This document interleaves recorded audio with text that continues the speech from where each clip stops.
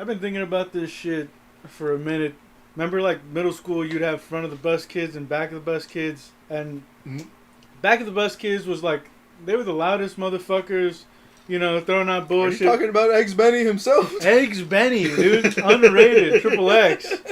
You know what I'm saying? I just remember them trucking batteries, empty Gatorade bottles at passing cars. It'd be wild back there, right? The point is, yeah, like it's wild. They talking their shit, and it's like it's a weird, I guess, separation of like personality on that bus where we could have kids in the back who are gonna be like that, and then you have kids in the front that's not so much like they're lesser than or anything, but kids in the front, like it just seems like there's less. You gotta get caught if you're in the front trucking batteries out the window. Yeah, for sure. Sure. You got your own fucking thing going. I don't know if it's more independent as opposed to trying to be like communal or whatever the fuck, you know. I know it's for sure it's more quiet. I didn't break up your train of thought on this one. We were all going off on something. No. Huh? Just no, yeah, just like, you know. Were you one of those kids? No, I don't know, dude. I think I fluctuate between both, I feel, because like there was times where two worlds. Yeah, I'm both between two worlds. The Goody Boys and the Backseat Boys. You know what I mean? Backseat's back, all right? Hey, Backseat's back. It's just, I feel like there was times where, yeah, like I can go in the back, talk my shit, or have fun, or whatever the fuck. And then there was other times where I just, you know, just felt like... I don't want to be part of that crew today. Yeah, just pulling up, just being chill. Like, you know, I don't know, it takes a lot of energy to just fuck around and do all that bullshit anyways. And, like, it's hard to keep up that shit all the time. Sometimes you just want to fuck around, dude. I don't know. I just think it's interesting. Like, you notice that, like in something like a bus after school when you're going home, and like just, you know what I mean, like personalities and the way they, I don't know. Did you jump up when they hit bumps in the road? I mean, I wasn't that. Bumps? No, I wasn't that kid. This guy didn't have any fun. I was to call you No Fun Jose back in the day. Yeah, I was the more dumb degenerate bullshit, but you know how it go, dude. Sure. Backseat boy status. Backseat's back, alright.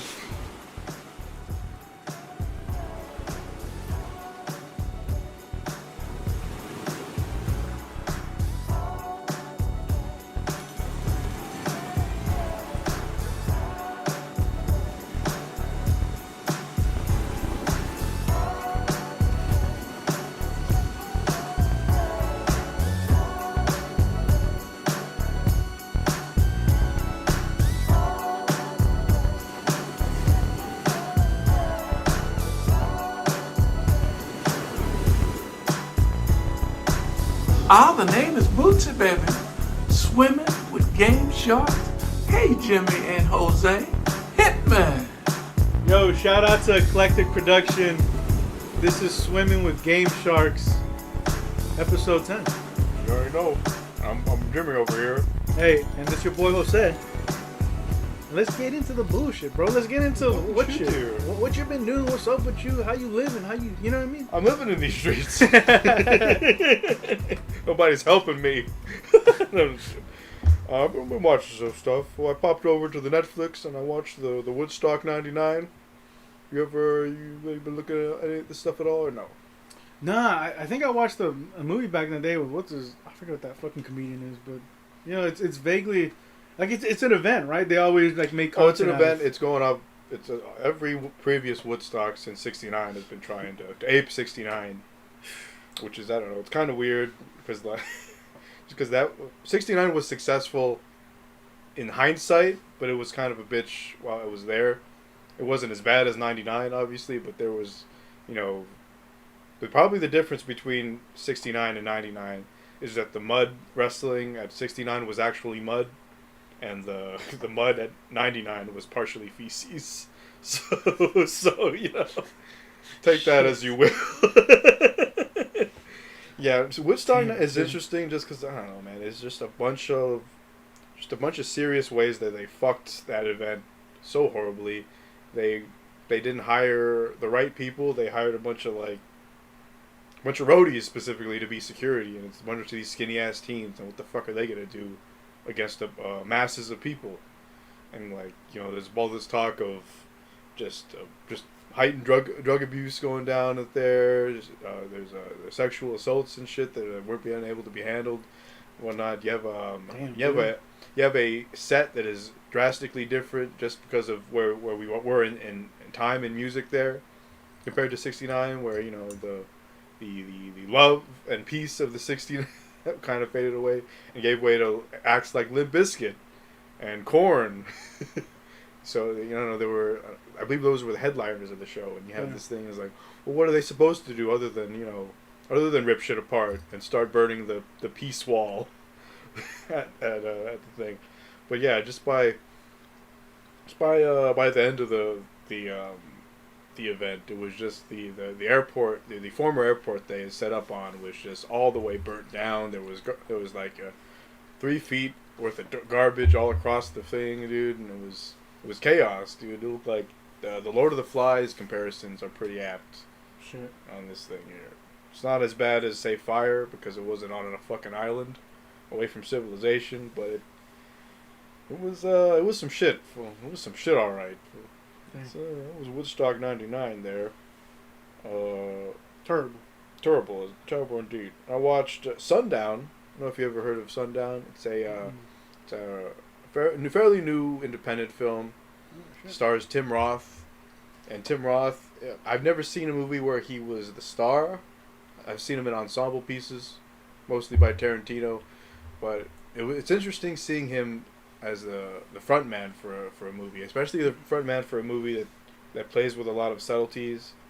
The film revolves around this family going to a South American, not a South American, it's either South American or Central American hotel for vacation, and there's a family emergency. They all have to go home, and within the first 10 minutes of the movie, we find out that Tim Roth kind of engineers a way to stay in the country, and it kind of spirals down into this like character study of this family man who's maybe not all about his family anymore, essentially. So it's kind of like he Walter White that bullshit. Basically, there's some dark shit going down in that movie, and it's played with subtlety. So I really dug it. Tim Roth is a good actor. Timothy Roth. It's a good movie film. Next, I rewatched Glengarry, Glen Ross. Hey. You familiar? You know you're familiar. It's coffees for closers, right? Always, yeah. You call yourself a salesman, you son of a bitch? It's just a fantastic film there. Directed by James Foley with a script by the playwright David Mamet. It was originally a play, Glengarry, Glen Ross, which I watched as well. There's an upload on YouTube. I believe it's like a 70-minute play broken up into 2 acts. So it's wild how much the movie adds to the play, because there's a lot of scenes that entire Alec Baldwin scene is absent from the play, and yeah, most the first act of the play is kind of just always just 2 people talking, and kind of move scene to scene of 2 people talking, whereas the entire back half is the entire office sequence where there's like 5 people on there, and which is in the movie in its entirety. Just the scene at the back end with Kevin Spacey and Alan Arkin. By the way, this movie makes excellent use of like all of its actors, from Alan Arkin, a veteran in the industry, Shelley Levine, played by John Lemon. John Lemon? Am I saying that right? Let me put some respect on his name. It might not be John Lennon. I might just be merging him with John Lennon. But it's also got Villain Face playing David Moss. But yeah, it's just an all around good fucking movie, dude. It's just Jack Lemmon, excuse me. Yeah, it turns into something else, because like it's at first it's like, oh, it's salesman in that environment, but then it's like he has to do a heist or some bullshit, right? At the end, he's like. So what I've discovered in rewatching it is there's salesmen in every scene. Someone is trying to be sold something. Shit. Jack Lemmon is trying to sell Kevin Spacey on giving him the good leads the whole movie. Ed Harris is trying to sell Alan Arkin on being. Or Ed Harris is the evil face man, by the way, playing David Moss. Ed Harris is trying to sell Alan Arkin on doing the robbery the whole movie. Sure. Al Pacino is trying to sell some asshole in a bar the land. He goes with the slow sell, by the way, too, where he just kind of boozes him up, talks philosophically to him as a man for a little while, appeals to his male ego, and kind of goes in for the kill after one point. And yeah, then it shifts. It shifts time, because like the first part of the half of the movie is all at night, and like this weird pocket dimension of New York that's apparently was hot all day. but it's raining cats and dogs at night and shit. Like, I don't know. It's weird over there. But yeah, then it switches up to like a daytime, early afternoon stuff where the robbery kind of unravels, turns into a mystery. It's good shit, man. Snappy dialogue all around. It's a real macho film, but like it's just real good, really good put together. It's got probably the funniest Al Pacino line. Patel, fuck you. Fucking Shiva came down from heaven and told him, sign the deal. He wouldn't sign. And I got Vishnu too. Fuck you, John. Yeah, good stuff. Yeah. But yeah, that was Glengarry, Glen Ross. Then I watched a John Landis documentary called Slasher. You ever heard of it? John Landis? No.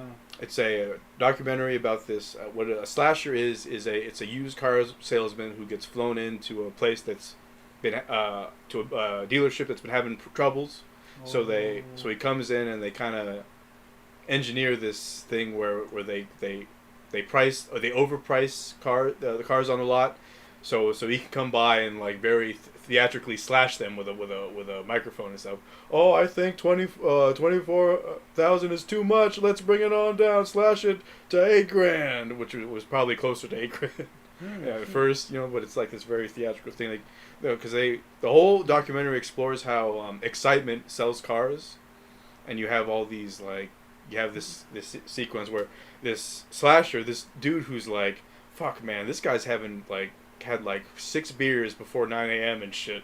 He just wakes up and drinks and like right in front of his kids, and he's like, yeah, he has this interview where he's like, yeah, sometimes I think I'm paying for storage for my family because I just up and leave and like leave them behind and shit.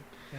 So yeah, there's a lot of good humanity in the film despite some of the bullshit there. But and then that was all the stuff I watched. I only played one other game, which was The Last of Us Part 1, the remake. And I like that game. That game's pretty good.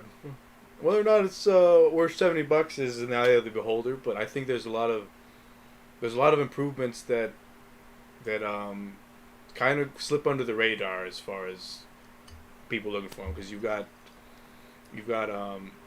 of course the sound has been reworked and whatnot, and you have the AI has been retooled, because I'm playing on everything on normal, the whole campaign, the whole left behind on normal, and they seemed aggressive, dude. I was getting flanked like every encounter, and it was just the shit was cinematic. Every like encounter I had was cinematic. Like the my favorite encounter in the entire game, the library sequence with the hunters very early on, where you kill like 17 people. I counted. It's fucking 17 fuckers on that map, and it's just fucking white knuckle tension. That whole thing, dude. Like there was specifically a spot where I like, because that's another caveat of when I played. I didn't touch listen mode at all. That upped the tension like enormously. Fuck listen mode. Listen mode cheapens the game. I think you're straight up cheating. Quite honestly, I can't go back now just because it's just the game is too tense. To just have it on and whatnot, to be able to see through walls and shit. I want to like, you know what I mean? I kind of want to deal with shit on sight and sound basis, and like it made the game like that alone almost made it play like a new game, because I didn't know where everything was coming from and shit. I didn't know how many enemies were on that map in the library, and like it was just fucking fantastic. But yeah, that's entirely separate to why the remake is good, because you can play the remaster with the sound or listen mode off. I just found the game to be the little touches of being able to visually change your shotgun on the workbench, like how you would in part 2, in part 1, because that's my shotgun on my back right now. Like that's like there's a more personal basis to it, and like I don't know, the DualSense shit for that shotgun is fucking incredible. You feel like it's probably the best feeling shotgun I've in a while. Damn, it's good shit all around. But yeah, Last of Us Part 1. I know you said you're gonna wait for a sale if at all, but would you pick it up? And what would be the price you'd wait for? Free. To be honest with you. Gotcha. I really. I kind of like. I bought the PS3 version, obviously. I bought Last of Us 2 on release. Feel like they got my money. I got both versions of the game. Think what your experience is fucking cool because it's like the performance is like up. Then it could be like maybe a Last of Us 2 guts with the Last of Us 1 look. You know, where like there's just improvements across the board. But I feel like the core story and the heart of the characters was experienced with that version. So like I'm kind of, you know, I'm good with this I guess franchise. It's they're still telling like these ambitious stories, and the first one is you know, hands down a classic and beloved universally. You know, so I mean I don't blame you getting a fucking game that's, you know, easily one of the best fucking games of that generation of PlayStation. You know, but you see something like The Walking Dead, and like it's not based on fun interactions and cinematic in that sense, but it still tells a pretty good story. So it's, you know, what's your flavor? You know, what do you really enjoy? And man, Last of Us is not, again, a lot of great characters. Bill, the brothers, I forget what his love interest is. Tess, yeah.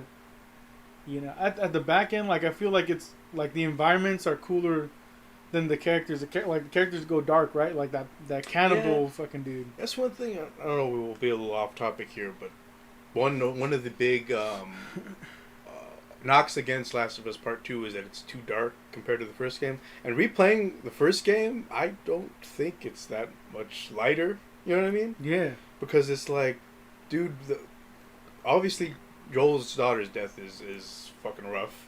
It doesn't get any easier with these updated facial animations, let me tell you, dude. Yeah. Yeah, so that's rough. Tess's and Joel's life before Ellie's the bleakest shit.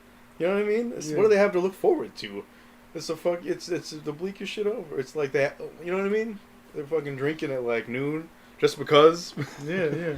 And it's like, you know what I mean? Then you have like, of course, Tess's death can wreck you. You got Bill. This is fucking, you know what I mean? That's sad shit right there. You got what is their name? Henry and Sam, which that broke me the first time I played it. Fucking David's a cannibal who wants a daughter for a fucking wife. That's not dark, bro. You know, I feel like, yeah. And then you have like, I don't know if you felt this way the first time you played it. When I first played Last of Us original back in the day, I got sick, like in the stomach, because of like that last sequence at the hospital, dude. There's something very gray about killing fireflies that wasn't there when it was just hunters or cannibals or clickers. So like, it's an intense experience still. I think people say Part 2 is a bleaker game, I think because it's a double album essentially of the same tone, and it feels like it's doing more with its tone, but it's really just a longer game. Is my only thing. I know the other qualms with the Last of Us Part 2 notwithstanding, but just that specific knock of it being a quote unquote bleaker experience, I'm kind of like, I mean, it's first one was pretty bleak in its own right. Yeah, for sure. I was gonna say I forget the brother. I think the brother. Yeah, the brother. You mean Tommy? Tommy, yeah. I think that's a pretty good like addition to the cast of characters where they're building out this fucking story. At the end, I don't think I necessarily felt like sick to my stomach. I just you know, just had a bloodlust, I guess. As playing as that character and watching the story, like, hey, like, you know, we've gone through shit and we've earned our right to, like, you know. Maybe like sick is the wrong term. I just felt like, you know, the feeling you get as a kid when you're like, I shouldn't be watching this. This is too intense. I was an adult when I played Last of Us Part 1, and yet I still had that feeling like, fuck, man. Yeah. I don't know if these guys deserved it like the others did. Right, like, yeah, like the other lady. Yeah. I don't know, maybe that's just your boy's gray morality. Like, that's why I have, like, a weirder, like, I guess perspective on Breaking Bad. I know we talked about that before with, like, the whole Walt and Skyler. Not that Walt's a fucking good guy, you know? Right. But you just go, like, fuck yeah, I want to see my boy win, even though you know what's due. So, I think it would have been a bolder story to tell if they did a reverse where Joel gave his life so Ellie could escape, and it's like Ellie, like, let's say driving in that truck, and like Joel's maybe he's bled out, maybe he's dying, whatever the fuck it is. I think that would have. I don't know if they can do that again though, because they already do that once in the story. Right. And oh, that's right. They do Yeah. fake you out a little bit. Yeah. That's true. That's true. I think to like put Joel on the slab again would have been a little samey. Yeah. I think in that moment they used that to let the player, I guess, experience at least perspective. So in terms of the story, if they remove that and like that's what I'm thinking. Like it's kind of interesting because they still ultimately sacrificed Joel for like some kind of character development. Either way, you know, if you want to look at it.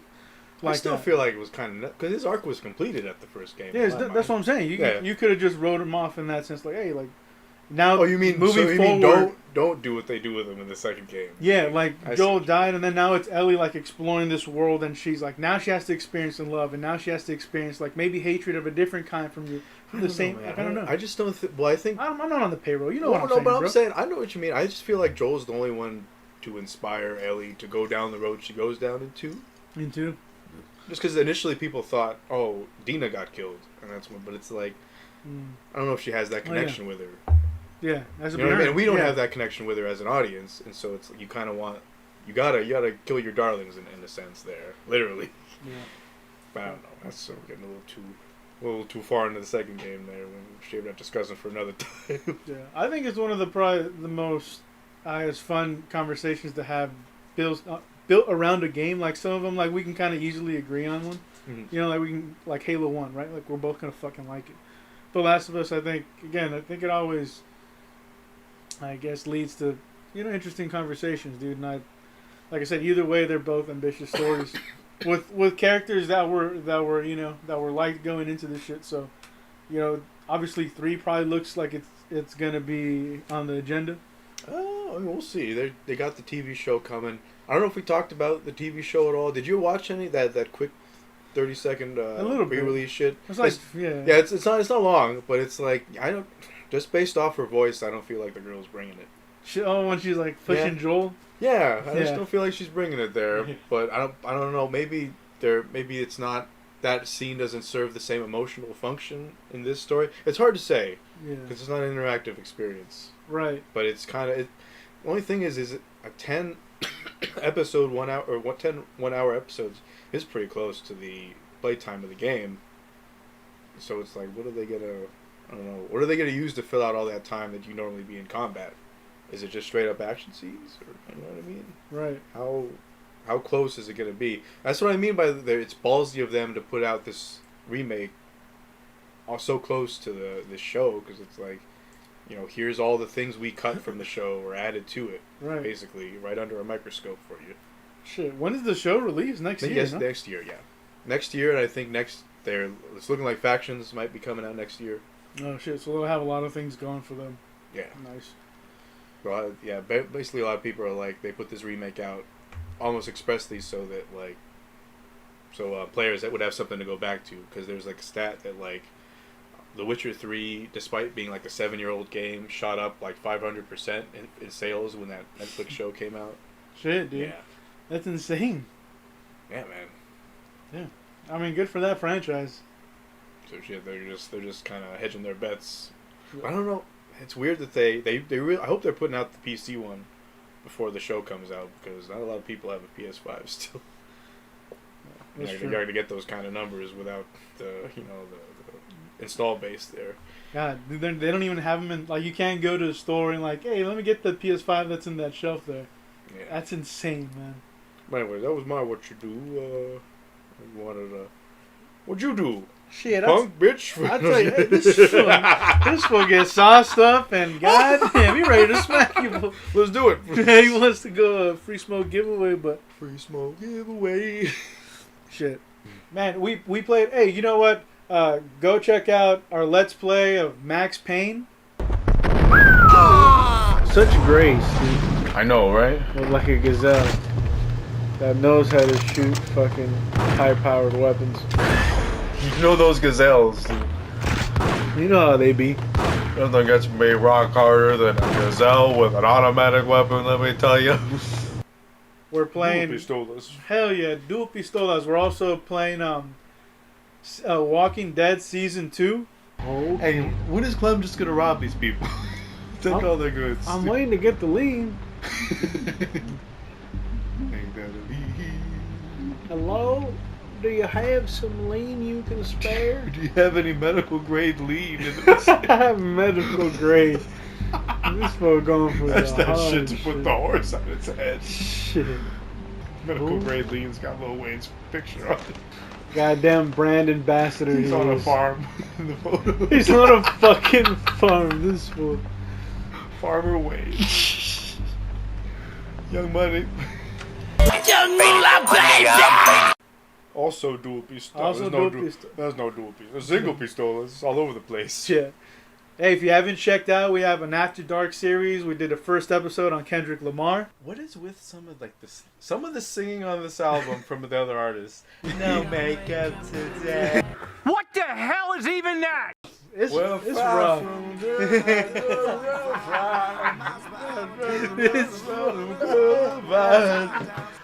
I don't believe that the dude that sang about Compton Boulevard has lived a day in his life on Compton Boulevard. You know what I mean? Yeah.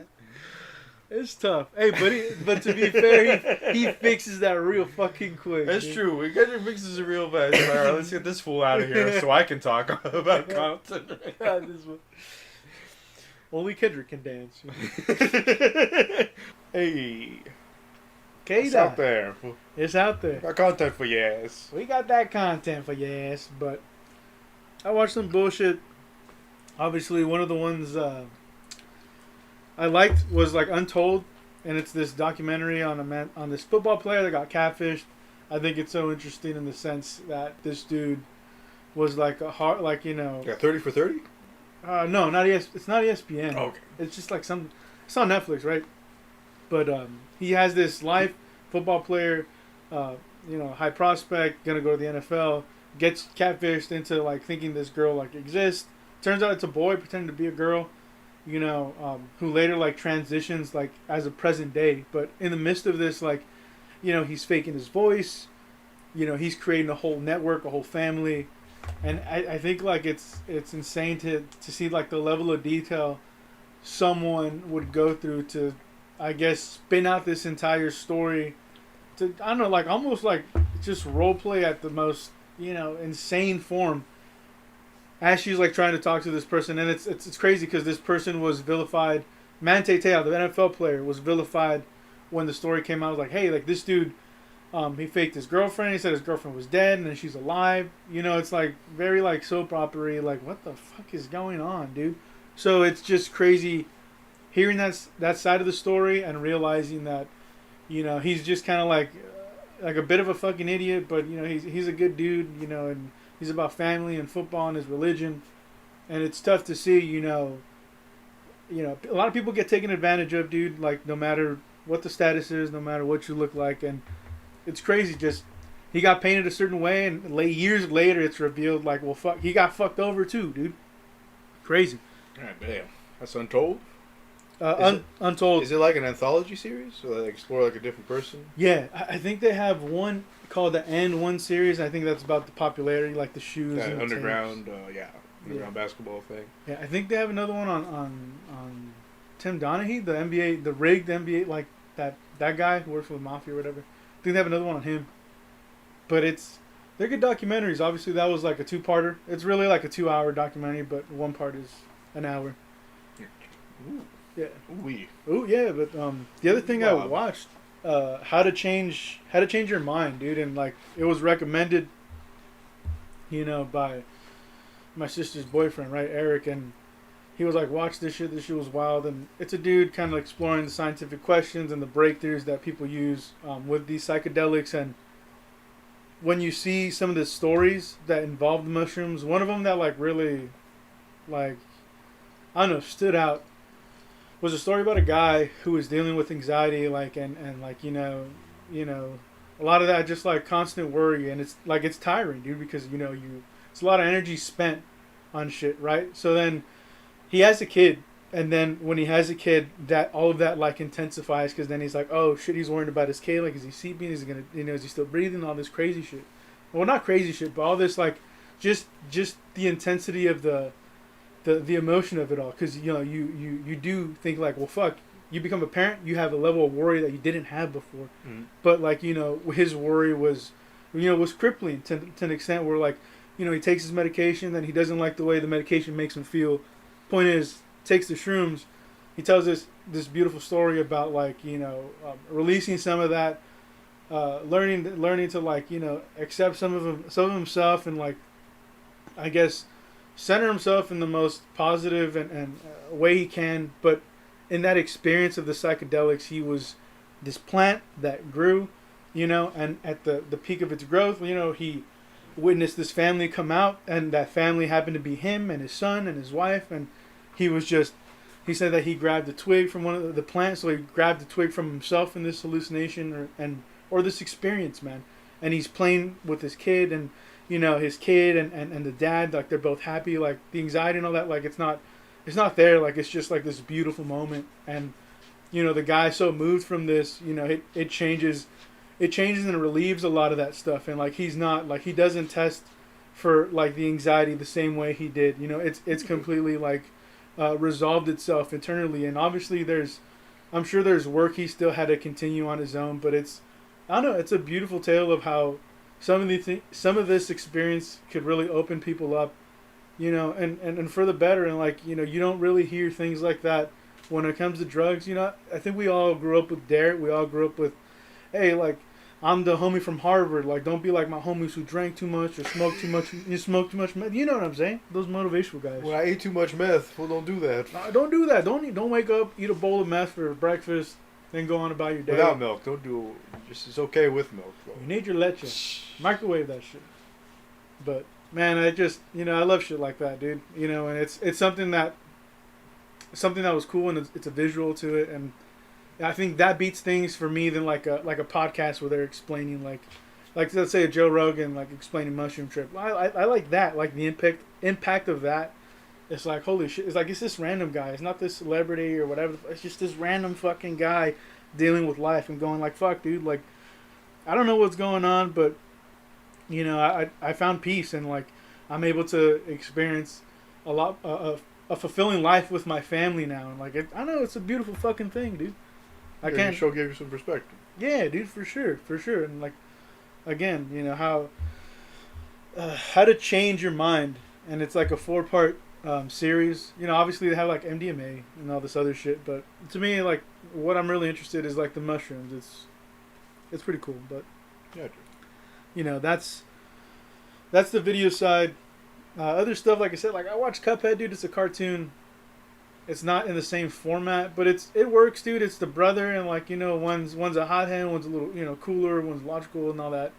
There's an elder kettle. He's like kind of like the father figure. They're always getting into trouble, dude. Like, I know cartoons aren't gonna be everybody's thing, but I think it's a well done cartoon, an adaptation of that show that takes the heart of those characters and takes like the devil and interweaves all these other people throughout like a season. Episodes are very short, 10 minutes. Mm-hmm. You know, but Adult Swim time. Yeah, basically. Cuphead, man. Netflix also. Ooh, all right. Yeah. For sure. Yeah. Saints Row. I played a little bit of Saints Row 2006. Reboot? No, not the reboot. Hell no. You love the reboot, you say? Nah, fuck that shit. Jeez Louise. 2006, man. You do some shit like in GTA. You know, you have your radio stations. You have an MP3 player. You recruit homies. You do missions. You know. I think what's interesting is like you have to earn respect, so you have to do like these side hustles like escort, drug trafficking, chop shops. You get it. You do this shit, earn respect so you can do the missions. 3 different people. You know, the one gang I was really like trying to work through was Los Carnales. It's like, you know, typical the red bullshit. guys. Yeah, the red fucking guys.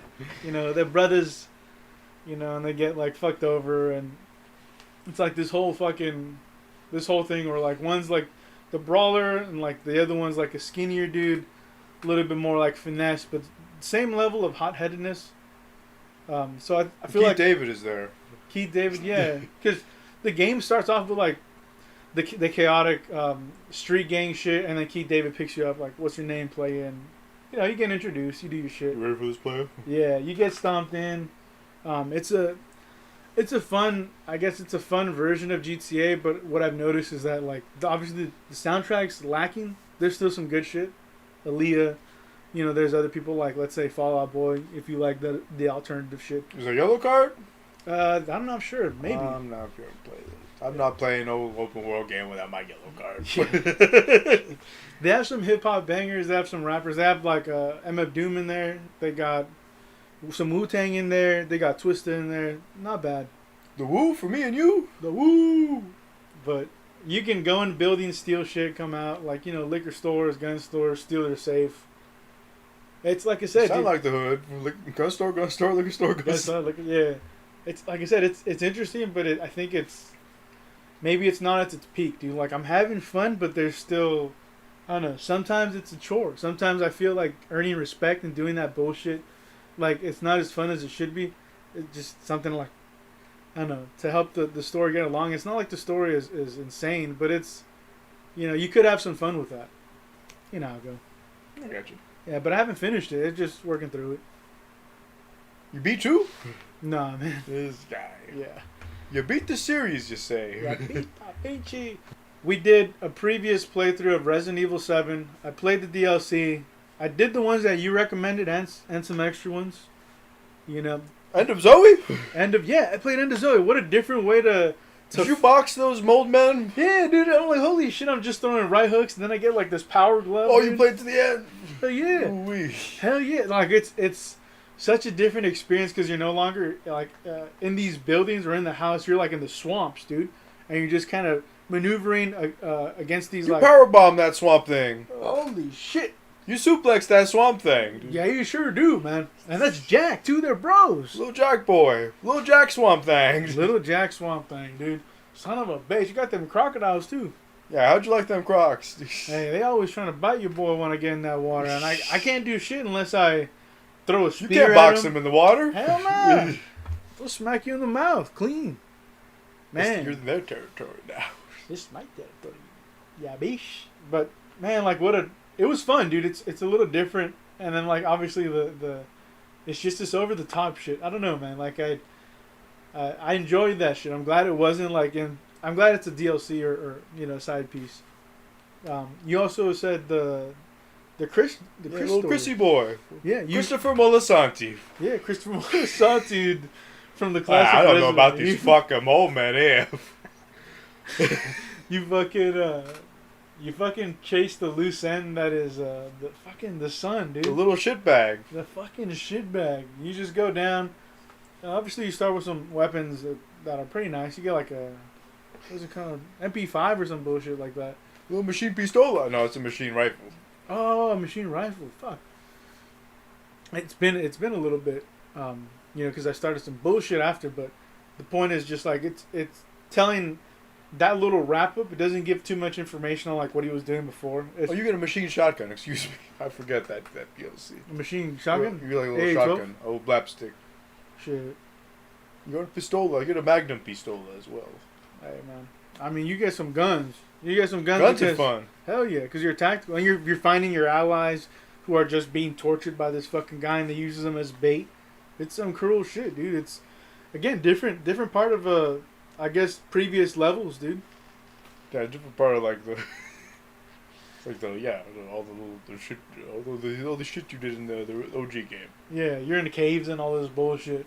You're one of those little cave boys. You understand? I'm a special little cave boy, don't you know? But the first one's like this other one is like kind of like survive 5 rounds of zombies, in a sense where The one when you feed Jack, or you fight Jack, yeah. or you and- feed him.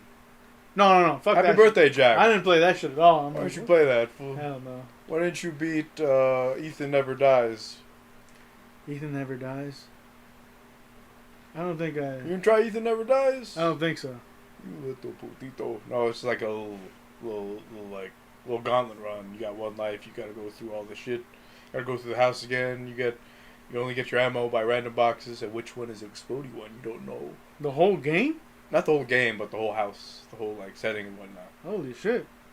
Yeah, That no. shit wild. I didn't do that shit. I didn't know if it was story. I just Did you tried. play poker?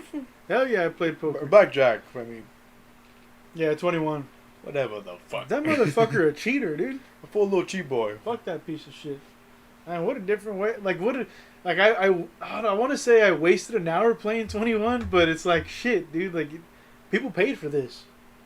To play 21. And to have a piece of shit fuck... it's not what I wanted. It's not what I wanted, but I did want to finish it. You got hey, it's what you wanted, and you know it. Hey, hey, man, he's got another guy, like, tortured, like, please, I got a fucking family. He's like... And then he's dead already, and then he's just parading his corpse around. Holy shit, yeah, he got a dark sense of humor, that son of a bitch, And then he's, like, tasing you, and he wants to... Man, like, it's insane, the fucking... Tase your BP. Yeah, your bare BP. Your bare-shaved BP. Torture shave is... You never shave your BP before big day? It's too dangerous. It is full. You got too many sensitive areas there. You don't want to cut something in your BP area. You don't want to cut the BP. But after that shit, what else? What else was there? Like, I know it's the one where you're like in a bedroom and you have Misery. To, like, basically, right? Yeah. Misery, yeah. Rearrange the fucking thing. She comes in. That's also fun. Put everything back before she arrives. Then escape underneath. The other one was, I think you play as Rose, or what's her name? As everything unfolds. Yeah. Holy shit, dude! Everything turns quick. Ooh-wee. Yeah, that's probably my favorite. My favorite of all of them is. Well, I like the 10-minute DLC.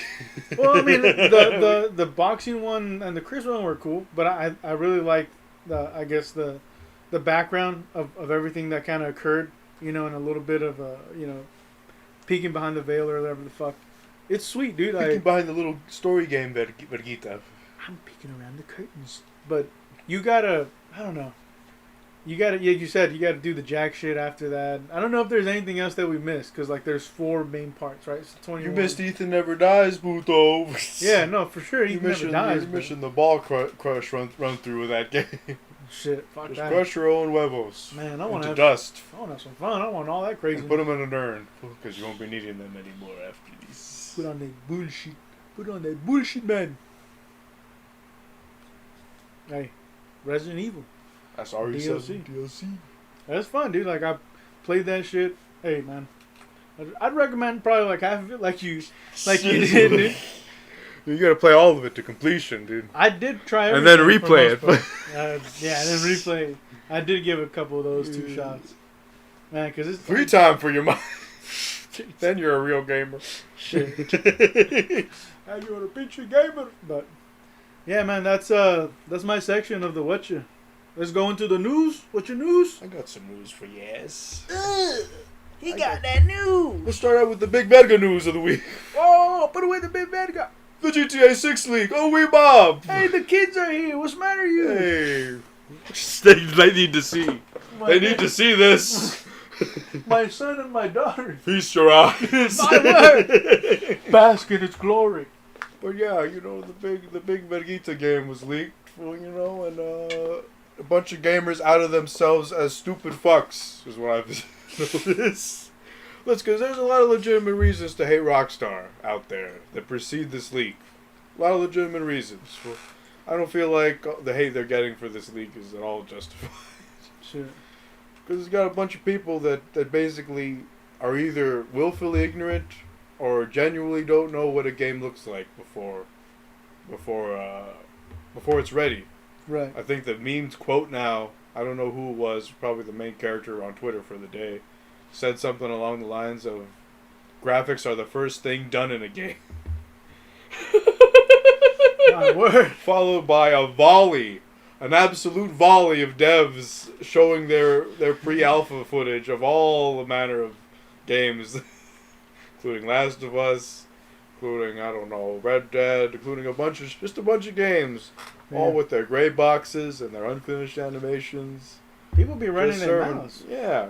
It's just, everybody needs to shut the hell up. Shut the hell up when love talking. But yeah, it's, as far as the concrete leaks go, it's Vice City. You got a Bonnie and Clyde, or 2 character switch up here. Do you like that? What do you mean? I fucking love, not that we need to be 3 men again, but I love the idea of, like, friends. Like, or people who have to work together to like accomplish something. But you can't repeat yourself. I get it. You don't want to switch during the sex scene back and forth, dude. Shit. Hot coffee. My word.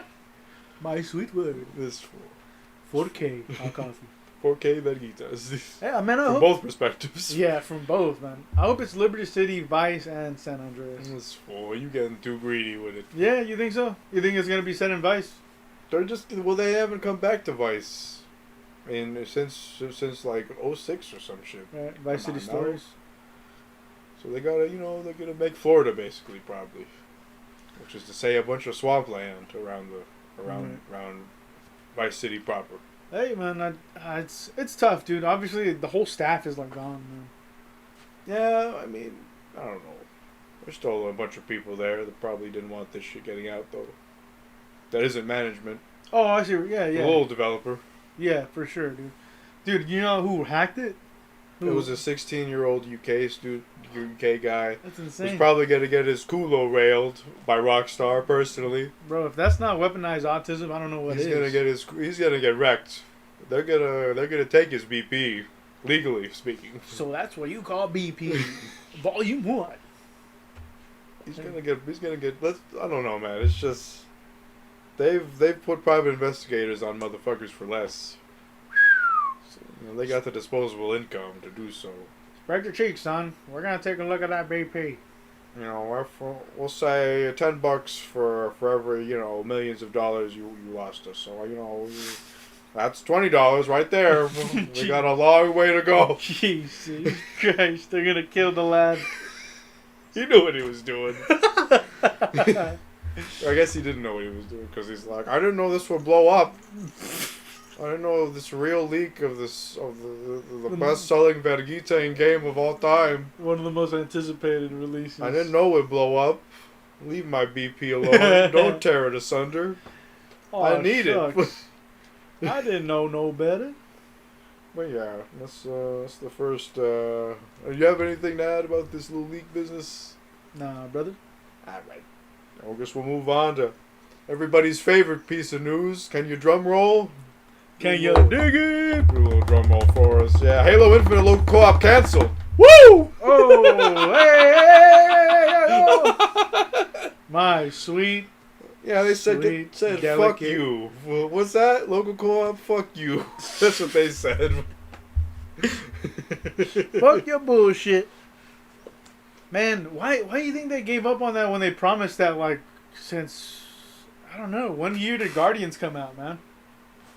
I don't remember. It's been years. The point is years. Fuck.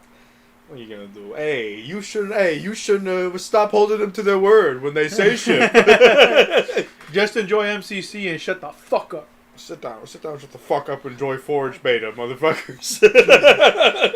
Have you heard people glitch to figure out a way how to... My word. They had to pull the game's own own back end Vergita out. Jesus Christ. To manipulate it. My sweet word. They violated that sweet Halo game. Did it have potential? I never played it, dude. It's good. Yeah? Put it on Game. Just play it on Game Pass, you little puto. You don't need to buy the shit. You think like if it had better? Just play the game. I like how you play Guardians, but you ain't gonna play this. I never played Guardians. You love Guardians. It's one of your favorite Halo games. Hell no, I'm out, dude. Shit. I played 4. I'm like, yo, they gonna bring back for your birthday. My word. Is Guardians on MCC? No, huh? No, but it's on Game Pass. Hey! It's word. just Destiny, baby. Damn. I'd rather play the fucking Spec Op versions of that ODST or It's whatever. full fucking hating. ODST or Reach than that. I'll play them. Why are you shits. always hating? It's just half the game I'm Halo just 3 a is. hating ass. My hating ass brother. Alright, anything to add there? Man. Yeah, because did you talk about her leaving? Who was leaving? The 343 What's Bonnie her name? Ross. Oh, I didn't talk about you. Yeah, she left. She left before all this occurred. So it's like, damn, like. Well, she left for family shit. It was she did? unrelated. Oh, damn, that sucks, dude. Yeah, it was bad timing, but it's like, what's she gonna do? It's not like Yeah. she can't control her family shit. I hope her family all right. Yeah, but yeah, People like, speculated that, but it's like, no, she left under different circumstances. Shit. Anyway, anything else to add on the... Nah, that's it, dude. Okay, we got Sony of Jim Ryan butthurt over Xbox making COD exclusive for 3 more years, or after 3 years. No, damn. And it's like, Jim, it's weird, it's a guy with a company with a bunch of exclusives is butthurt. That's weird, don't you think? Hey, when's Last of Us coming to Xbox, Jim? When's Spider-Man coming over? Shit. Oh, well, you're butthurt about Call of Duty, though, aren't you? I wonder if since they're PC games, you could run it on your Xbox. I'm pretty sure. You can. I don't know how that works still. But I don't know. I don't know about running Steam on your Xbox to play a game off of Steam. I don't know. It's about my big way there. But yeah, anything to add on this story here? Jim Ryan being butthurt, being a hypocritical butthurt man. Not really, dude. Like I know.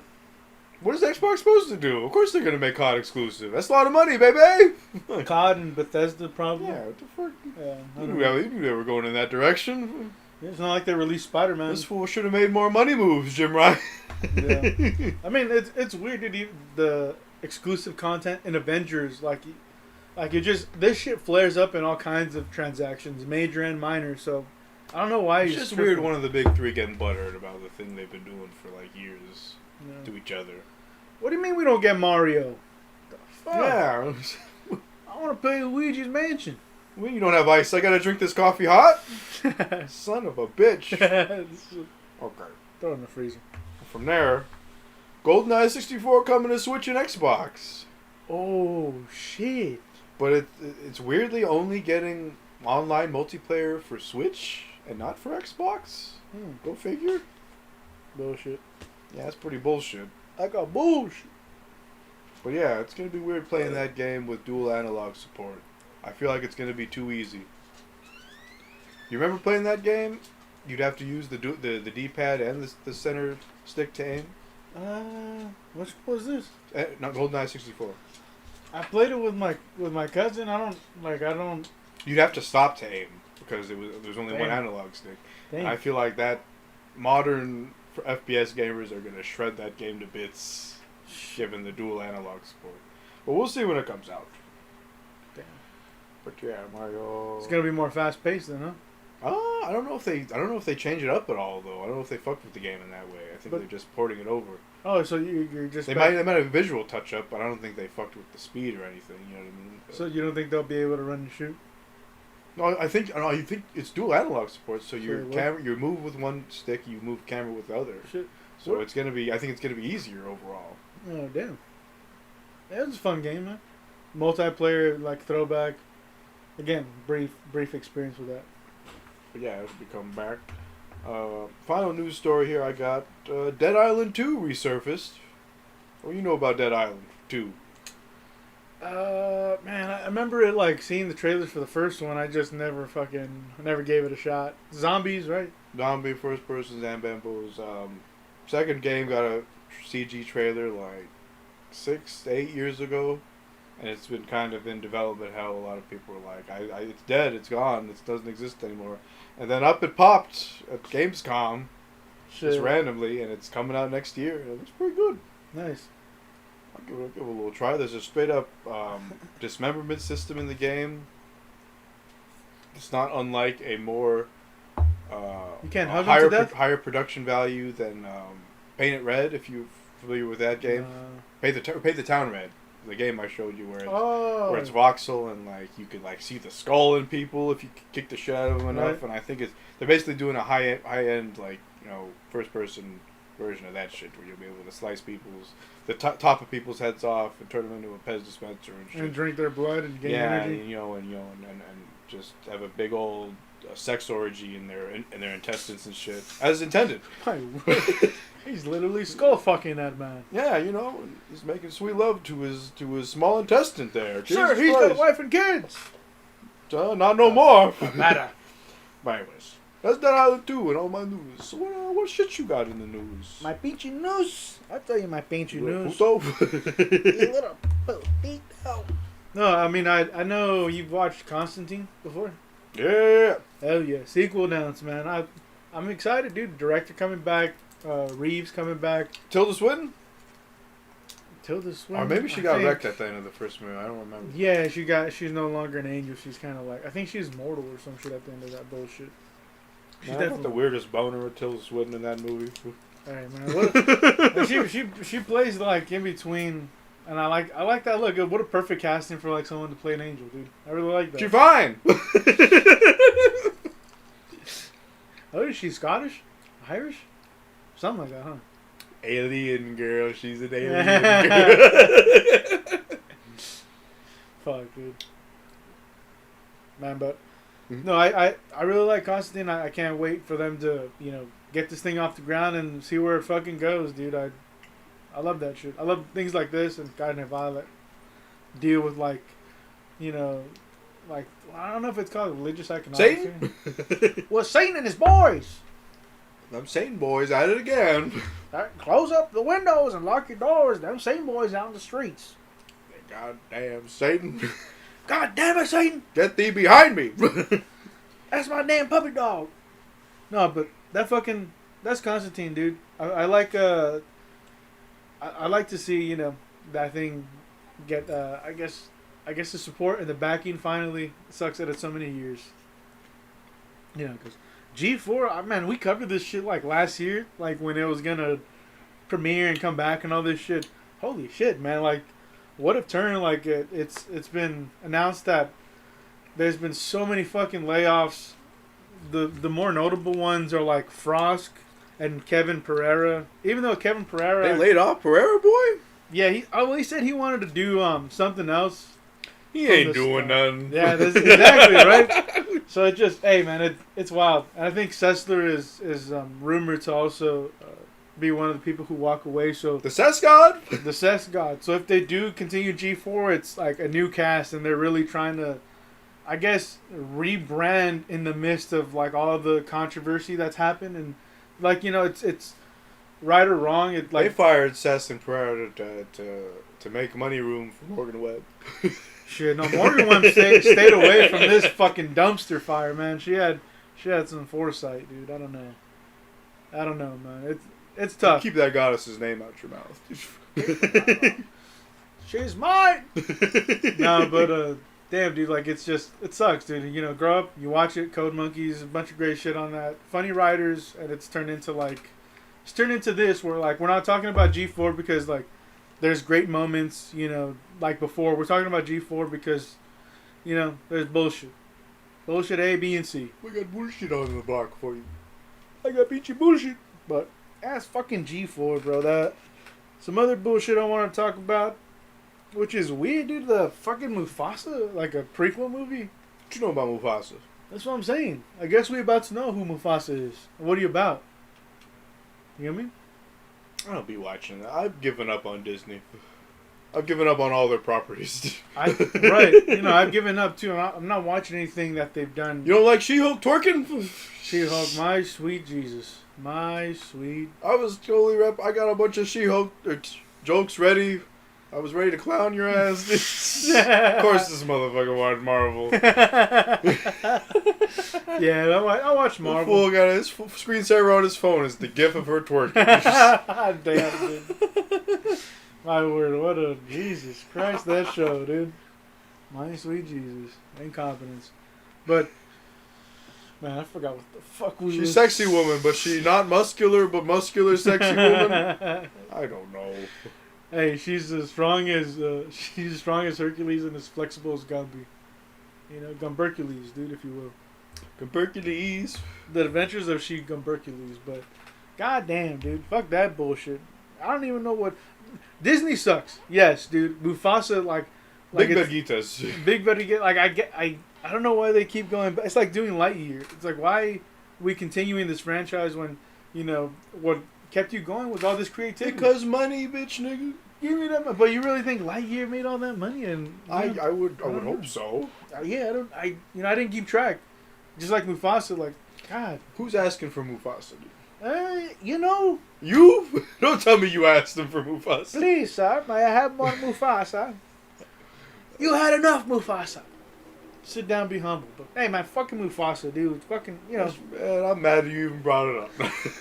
I wanted to connect it to the dude who voiced them with James Earl Jones, and like he's retiring from Star Wars, which I guess it's newsworthy because he recently did like the Kenobi bit, right? But at the same time, it's weird in that show they artificially like fucked with his voice to create a lot of this dialogue. So, well, shit, like it seemed like they didn't need him in the first place. So it's wild, dude, and it sucks that you see some of the greats that start to step down. You know, I think James Earl Jones, he's as memorable as that YouTube clip where he's talking and he's doing that play with I forget what the fuck he is, but he's giving him like a tough love speech, dude. He's giving the people of Philly a tough love speech? God damn it, Philly, you gotta believe in yourself and pick yourself up. What do you got that fucking Rocky statue for anyways, you bunch of pansies? That goddamn land of milk and honey.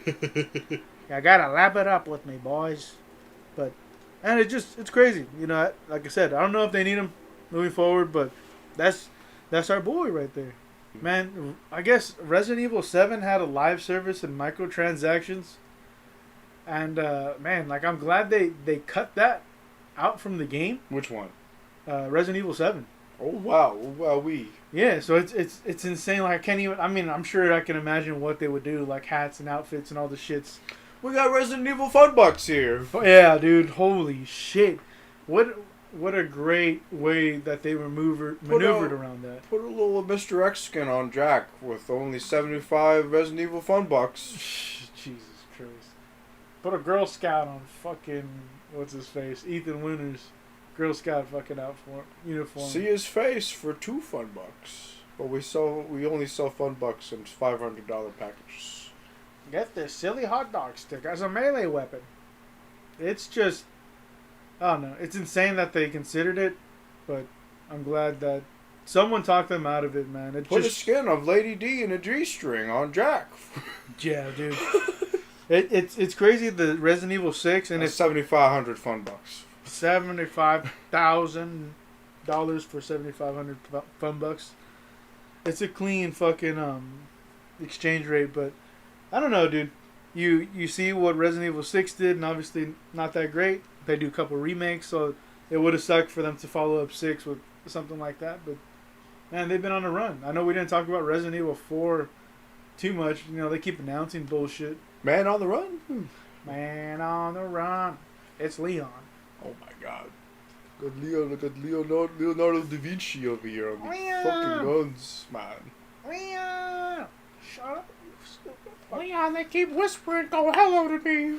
Go hello. Leon, they keep stroking my hair and saying, whispering beautiful nothings. But this fucking game, you know, whatever. It's great that the franchise is moving in this positive direction. And that's your boy's fucking news. Oh, we Bob! And that was news. Shut your news up, motherfucker. And the movie/TV pick of the week, this episode was... The Chair. We.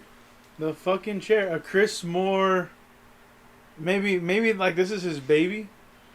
But I've been dreaming of this up. Let me tell you. I love bad Kristen Moore impersonations. What is it? I bet I was like, "Ooh, we gonna make ourselves a movie film." I do love movie films. Damn. He stuck his dick in a pie. I love that. Shit, dude. But yeah, Chris Moore from the fucking Project Greenlight show that we covered before. I think it's interesting that he took this idea with like, hey, when we're trying to get a movie done, directors often have like they'll have various takes or perspectives. The reference was Michael Mann and some other crazy director. Yeah, had a different take on Good Will Hunting. Right. Mel Gibson. Oh, Mel Gibson. That's Mel right. Gibson. Yeah, right. Yeah. So I thought, what an interesting way to like, I guess, to build the show and like the reason behind it makes a lot of fucking sense, dude. Mm-hmm. You know, for example, with Spider-Man, right? You'll hear like, oh, James Cameron, and he wanted to, or not James. I don't know if it was whatever the fuck. You get it, dude. A lot of people wanted to do that fucker, you know. So when you get to this show, you have two different people the thing that fucking sucks about this show is that they go for like The the reality easy show popular specifically. fucking thing. What? Reality show specifically, you mean?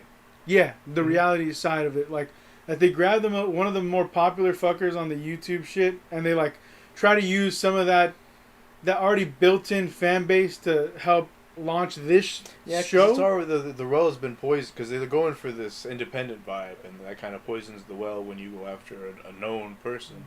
Right. When you consider that independent shit generally revolves around no-name fuckers getting their start or they're never again. Yeah, for sure. But yeah. Like what's that fool? The Skinwalker dude from Project Greenlight? Not Michael, fucking Jason Mann? Some shit, yeah, like, and that's it. It's just, that's wrapped up. But what's crazy about this show is, again, they use Shane Dawson, then they have this girl, and let's just call her Anna for now, dude. It's not like a genuine Lucas? Yeah, and Lucas, dude. No, it's all good. It's good. The name, the show, for just for our reference, it does refer to her as Anna Maramucci, so it's like... Yeah. She has changed her name since, but we have a show that we both watched that screams at us almost every 30 seconds, hey, this is Anna Maramucci talking. For sure. So if we do slip in her name, it's, hey, what you gonna do? Yeah. It happens. It does, and I think we'll get into the whole shit, but what pisses me off about it is they go with that route with Shane, and with this girl, like, she's already well known among the fucking producers, like Dodson or Zachary Quinto. Exactly. And fucking, she's known among her crew. She's worked with... Who is the Everything is Illuminated director? She references a bunch. Everything is Illuminated. I forget it, but she keeps referencing that, she's worked with them, and I'm like, I don't know, man. Yeah, they're both there. I get that she's an unknown still, but she is a little bit known. Yeah, it's like it's like, dude, got a rep. Zachary Quinto already worked with her in the short before. So Break Up in a Wedding? There's some familiarity, and what's wild is that they give the winner $250K, and it's two first-time directors in the truest sense. Like, I'm sorry, dude, YouTube videos aren't fucking feature films, and this fucking girl, again, hasn't done she hasn't even directed a short film, dude.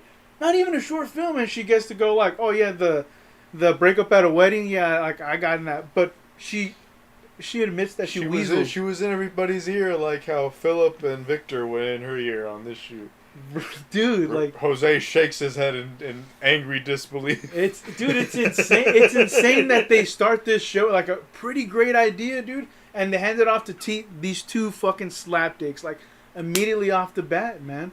Listen, you need to verse the people in the specifics of slapdicks. Because it might be the first time they're hearing such a phrase. What is a slapdick? Hey, just for a incompetence? Incompetent. Yeah, just straight up a lame, incompetent cornball. Just you can't you like almost like Gil from the fucking Simpsons, almost like that. Like, who was based on Shelley Levine from Glengarry Glen Ross. Right? Yeah, yeah, dude. Although he's less, I feel like Shelley had a little more bite to him than Gil. I don't know where they got Shelley's gonna have to he went through the ringer today. They kind of merged his character a bit with Alan Arkin's character, I think. Alan Arkin's character is more of a defeatist. Oh, the contest! They're gonna bounce me out of a job.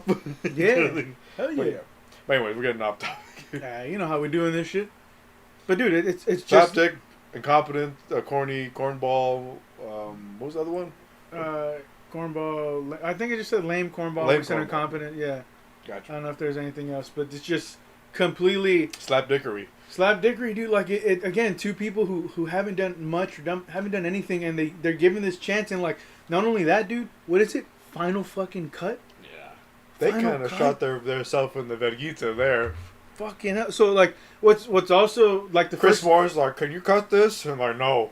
And they just smile and shit. And then you cut to Chris Moore. I wish I could tell him. I wish I do. I could tell him. Fucking Chris Moore. But they got that final cut that I gave him. God damn it. I can hear Chris Moore in that voice, dude.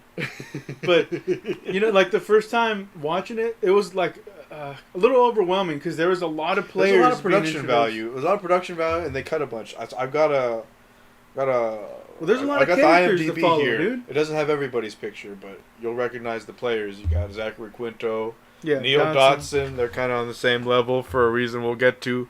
I don't know Trisha Simmons. Corey Musa, all from Victor Cunaz and Philip Cunaz. Yeah, which Victor is Anna's husband. Philip is the brother-in-law / brother of Victor. But they're also like Yes, creative partnerships. A lot of strange creative partnerships on both sides here. We'll talk about Lauren and Shane's relationship and whatever the fuck that is. shit, dude. You got Chris Moore, of course. Dan Schofer, the writer of the script, who goes on quite an emotional journey throughout this series. Corey Musa, who was a producer on both films. Yeah, Behind the Door comes from that team. Julie Buck and Josh Hetzler, who are the co-producers on the Holidaysburg, and fucking Hetzler. Josh Shader, of course, as well. Josh Shader. Hetzler is married to to Vic's sister, like, so everything's just it's the pie is in the what is it? Pie is dipping in company ink, or they're having pie while dipping their hands in ink. There's a euphemism that I'm merging there. Yeah, sure. It's like, having their pie and eating it too. I don't know what the fuck. It's a little. What's the term?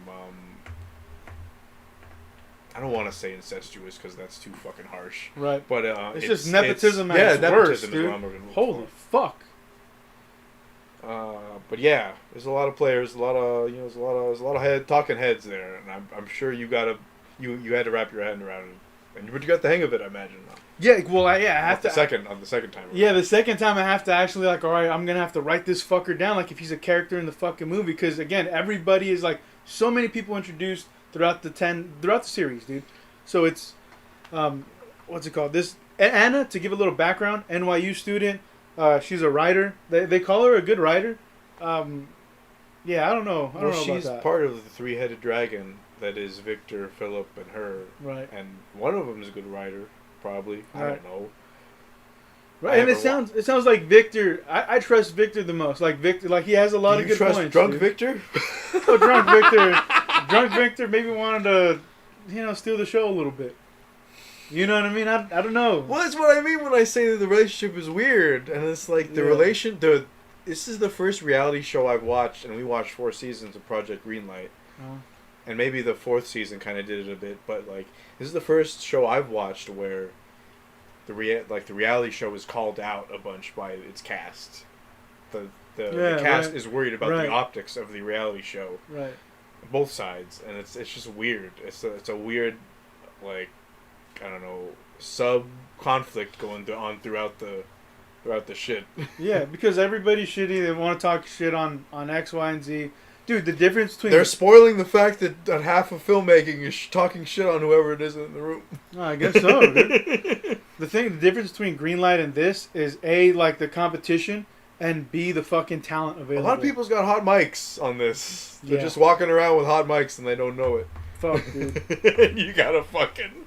always know it when, like, the cameraman's acting weird. Like, you just shut the camera on. And he's like, where are they at? Where are they at? Oh, there he is. Let me zoom in on him. I know you talking. Anna, like we were talking about, I guess she interned at the Big Beach, Little Miss Sunshine. Everything is illuminated.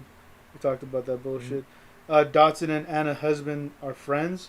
So, again, dude, it's just like... Dotson is part of the whole crew with Corey and... Neil D. Yeah. Corey and Zachary. Right. The Quinto man. Behind the Door Productionz. Eyebrows. I know something about having standout eyebrows, let me tell you. Yeah. And he's got some notable ones. Dude, there's nothing wrong with making connections in the industry, but I think the level that we were seeing there was just absurd because it was mixing family. They needed a new Matt Damon / Ben Affleck. Quinto was like, I don't know, underwhelming in that sense as a presence. And I'm just gonna show up and tell you what I think every now and I'm gonna leave. How about that? Yeah. How about that, producer? Very monotone. How about that? Right. Catch me outside. How about that? It's weird. He's super excited to bring shit to Pittsburgh. I just love independent filmmaking that I'm never around for. Now, the reason being for that though is they allegedly got a funding for a project that. They were waiting for funding for a while, and it just happened to start up right when This show was, they were filming both films, so they have an excuse. But yeah, they do. Yeah, we can. what are you gonna do? The rules, dude. 85 minutes, 85 R-rated or minutes, less. R-rated or less, yeah. Keep Which- the same name and plots. They bumped their Vedgas into that R rating a couple times. Got Both it. of them. Yeah, they sure did, dude. Prep in Pittsburgh, shoot for 4 weeks, which means Yeah. 20 days. Chris Moore was supposed to secure funding for both films, all of the funding, before production started. Yeah. Which might have been why we didn't see a lot. Why didn't we see a lot of? Because it's like, let me lose my flight ticket for today, so I'm not like, I don't have to do the I don't know, the fucking perp walk on this reality show. Yeah. Damn, because he does throw his weight around. All they just later. going to do, tell me they failed to give us funding. Cut to Chris Moore walking into the shooting gallery. You know what I mean? He knows this more than anybody else on this show. He's like, fuck it, I wish won't come in today. Get footage of me then, fuckers. Fuck, dude. Damn, dude. It's. I think it's an interesting way they go about it. Chris Moore. I don't know if he financed There's everything one scene by where himself, dude. You remember that? It's in one of the episodes. I assume we'll talk about each one of them individually in some form. But there's one episode where he's like, Chris Moore has put his stuff on his credit card, and it's just him and us going, fuck. Yeah. He had a look on his face like his wife is gonna fucking rock bottom him through a table when he gets home. My word, R.I.P. Chris Moore. Dude, everybody was using their money, their credit cards. Even the catering was like, yeah, we're down the hole. Catering dude. is like, motherfucker, you guys are eating too much. Who are these extra people you bringing on set, fucker? Yeah. You fucking go over budget by like $4,500 or some shit. Right. And the budget for these movies is what, like $850K? Yeah. Holy shit, dude. Holy shit. We did introduce a lot of those people. Do we want to introduce Shane at all? Does he need introduction? Yeah, let's go into Shane, because I was more on Anna on this one. Because Oh, Shane's gotcha. very like, we kind of... Well, Shane, dude, fucking YouTube, known piece of shit Shane Dawson. Yeah. Did you do any independent research as to his shenanigans, we'll refer to him as? No, I kept that completely separate. Yeah. I'm like... Yeah, you're better off. I know we discussed it off. You said like the shit he did about Willow Smith. So like some of those things, like Willow oh, Smith man. shit. There's what he said to his 12-year-old cousin that he tried to like pass off as, we're family. We all talk to each other like that. Then there was, what else did he do? He talked about doing an illicit act with a cat that he walked back in the name of, that whole podcast is just me saying wild shit. That's a character. Yeah. So, I don't know, man. There's a track record there. Right. On the wrong side of that bullshit on all the fucking situations he puts himself in, dude. Yeah. But I don't know why he chooses to be such like this cringe edgelord kind of humor where it's not like all people are shit. It's easy but damn, dude, he had a lot of people eating out of his hand, and like that's the shit I can't stand about this show. It felt like they were shilling for Shane. Like they were like pumping this fool up, like, hey man, this guy. I feel like he's got a great built-in fucking- narrative though, and it's kind of their job to find the narrative, so to speak. Yeah, you gotta sell the show. Yeah, but I don't. It's an interesting show. We'll get into why, given his modern context. It's literally the last episode of this series sheds light. It's you can look at it in a different light now, given how he is. Yeah. I don't know some specific stuff, but like For it's sure. just, I don't know. I can't put it on the people that edited and put together the reality show, because they're programmed to find the story in this shit, and it's like there wasn't a lot going on with Anna aside from indecision. Right. And it's like, who's the more conflict oriented one? The guy throwing a shit fit over a bunch of petty shit about how he's going to be seen on this show, which they both do at different points. Shane throws genuine shit fits though. Yeah. And it's like everybody knows who's more entertaining from as conflict oriented reality show type shit. For sure, dude. And so I can't blame him. It's like, what are you gonna do? You gonna film the indecision or the diaper shit baby over there? Well, yeah, they fucked themselves over with those two choices. That's why I think competition would have been interesting, man. I like that side of a lot of creative people in the industry. Dude, the movie, it's about breakup sex, to start, and then it takes place like over the course of 4 days, dude. Man, it sucks that we have to talk about Hollidaysburg in reference to the other film, because talk about an introduction that kind of like, it's a nice little, there's what you're in for both films. Yeah. One of them will make the mundane kind of funny, and one of them just is fucking, as one of the producers puts it, takes place on another fucking planet, where there's just like unattended glory holes in I don't know any high school is that big a shithole, dude. Yeah, I feel like they'd find a way to fix that shit immediately. Shit, yeah. Yeah, oh yeah, they are high school. Man, that, goddamn, not cool. Casting two of the most effeminate males in these roles, dude. Holy shit. Talk about lack of charisma and lack of fucking... Which roles? For Scott, and then the other dude that's played by the Modesto or Fresno guy. Yeah. He's like, you would never... It's just, like, I don't know, like Ass Ventures and all this other, like... Holy fuck, dude. Like, but... You didn't like his casting? No, not at all. No. That dude was trying to do a favor for, like, one of his boys. Again, it's just a different form of nepotism, and it sucks, dude. You get this person who's kind of breaking into the industry, in a sense, as an outsider, and then he still uses the same shit the industry does. I didn't know how you feel about that guy. I'm like, is this going to be a glimmer of hope in this movie for Jose, or is it going to be like, dude, the whole movie sucks? Yeah, kind of thing. Yeah, no, man. It was so fucking, I don't know, it makes you grind your teeth and how cringe. What about Heather? Some of the lines they get. Do you remember what he did to Heather? Heather. She's the blind. Dude, the blind girlfriend with a gay... the blind girlfriend with the closeted boyfriend, right? Doesn't get any more on the nose than what the fuck this fool is. Like, he's literally dating that girl. This dude goes on to be a fucking gay dude later on in life. And he literally puts her in this role, dude. Like, I don't know. There's a lot of shit that he says and does that just, like, my boy's just, like little, like, hidden truths, like, half-truths, like, in these jokes or whatever, dude. Yeah. You reveal yourself through your art, but, like, this, like, holy shit, that was on a different fucking level, dude. Dude, the casting was absolute shit for both, and, like, the level of talent. Should we jump into the episodes, or? Yeah, well, right now, I'm just talking about episode 1. You know, you got anything else for episode 1? They jump into casting in episode 1? No. I mean, we're going all over the place. I'm telling you, like, leading up to all this casting shit, this is where I was, Dan Schaefer. What did you think of Anna's video diaries? Because she's not a vlogger, obviously. Yeah. Well, what do you think about filming your indecision? Man, it's redundant because... Huh? Are you entertained? Yeah, no, I think I hated those videos. I didn't want to see what's in their mind, and that, like, or what they're thinking. They both did video diaries. I'm forgetting, but yeah, Shane is a little more rehearsed than you can tell, just because. Yeah, the experience. Where Anna's like, I'm packing right now. I really shouldn't be making this. Procrastinating.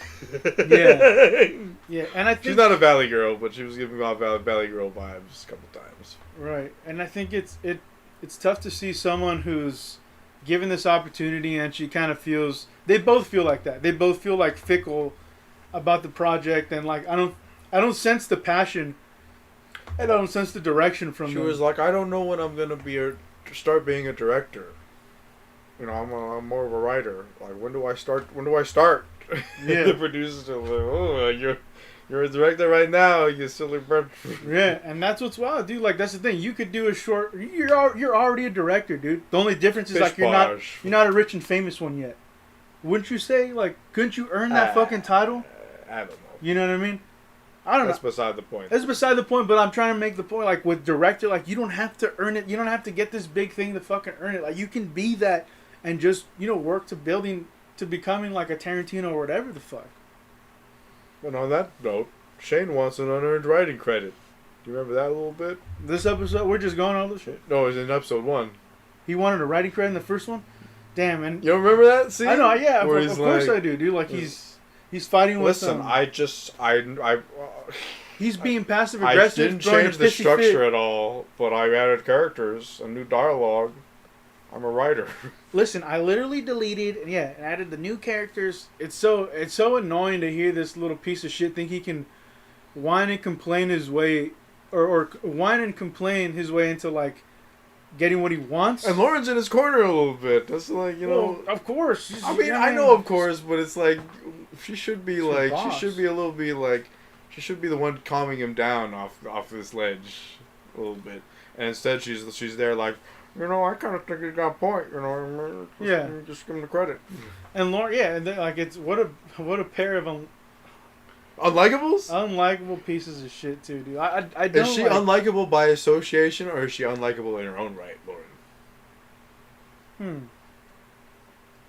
I would say by association, because I can't really picture her without. It's hard to like get a gist of like her real personality when we saw her like in a work environment. Yeah. You know what I mean? I'm like, fuck. If someone just saw me at work, I mean, I'm sure I have a specific personality. With Shane, I feel like we get he wants to show you, and with the other people, you kind of have to work and dig. He doesn't control the editing bay for the reality show. Yeah. But that's insane that he asks and he kind of fights a little bit, and the guy has to tell him, well, no, dude. Like, legally, no, you stupid fuck. We have rules for this.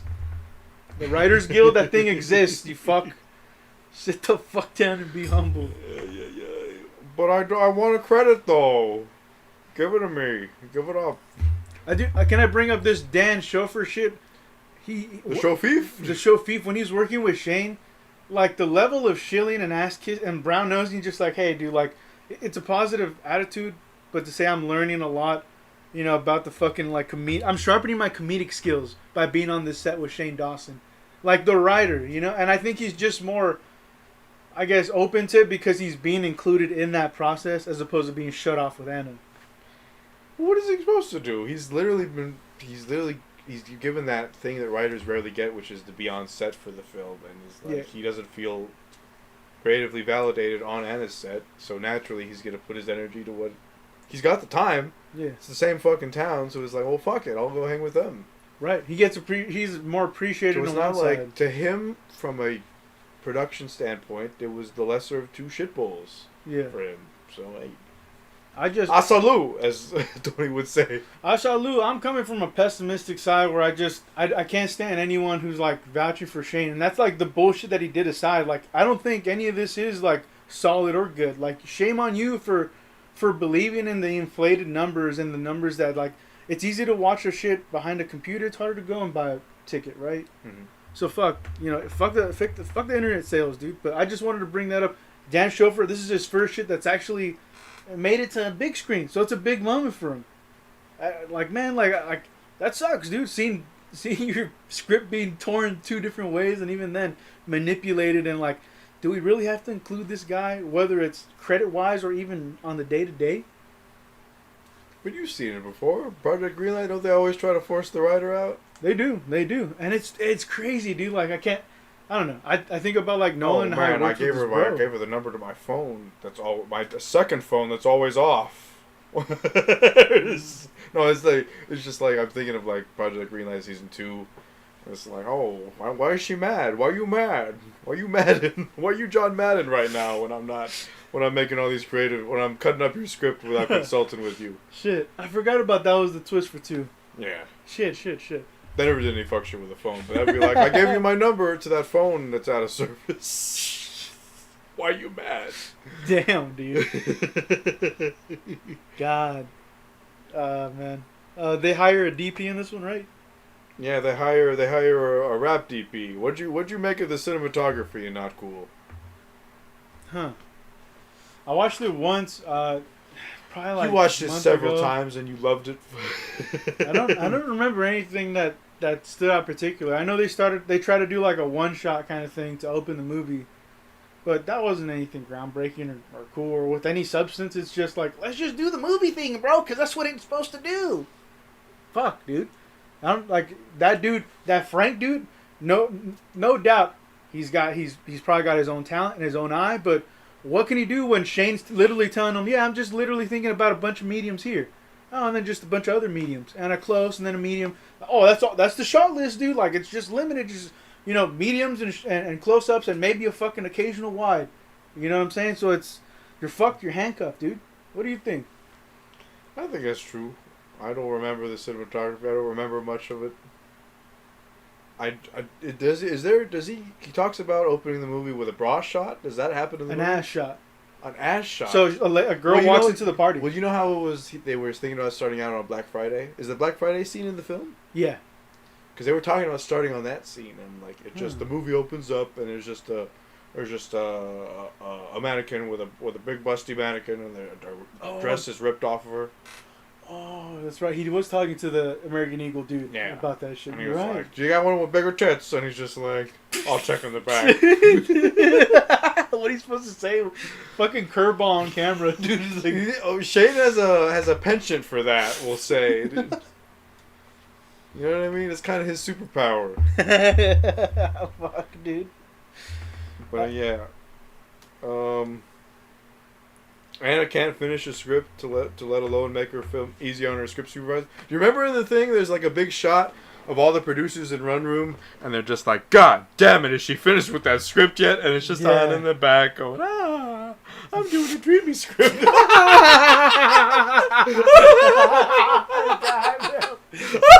Damn, dude. I want to see that cut, dude. That cut that you just fucking. There's a literal shot. And where in the back, the foreground bottom of the shot, it's all three producers. And Anna fucking... It's almost like they isolated her because she smells funny. In another room. And it's obvious they gave her an office to, make her fellow director lady feel important. But it's, it's just a fun frame of, like, they're complaining about her indecision and her work ethic as they try and get shit ready because they need a finished script. And they're just talking about amongst themselves instead of rushing her. Because Philip has this weird vibe. And we're getting into, like, Shane or Anna's weird relationships. Philip has this, man, my job, just shrink that head.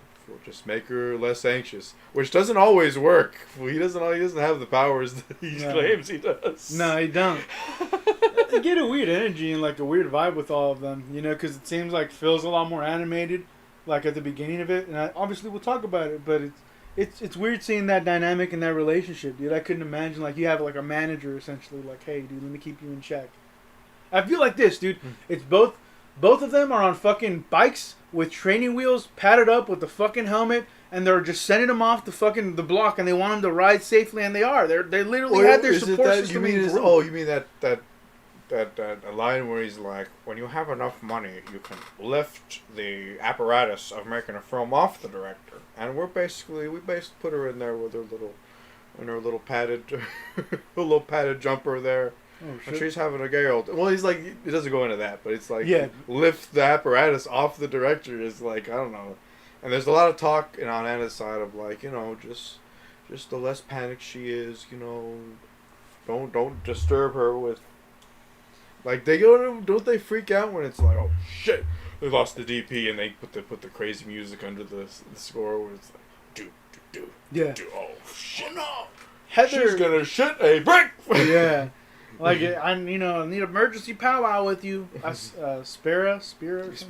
Yeah, dude. I don't know. I don't understand it, man. I don't understand it. Yeah, and then we talked a little bit about Shane location scouts for an American Eagle score, or is he? This is still EP1? Yeah, EP2 we got into here. Oh, shit. Dollars and decisions. Yeah, and is there anything you wanted on episode 1 that we missed?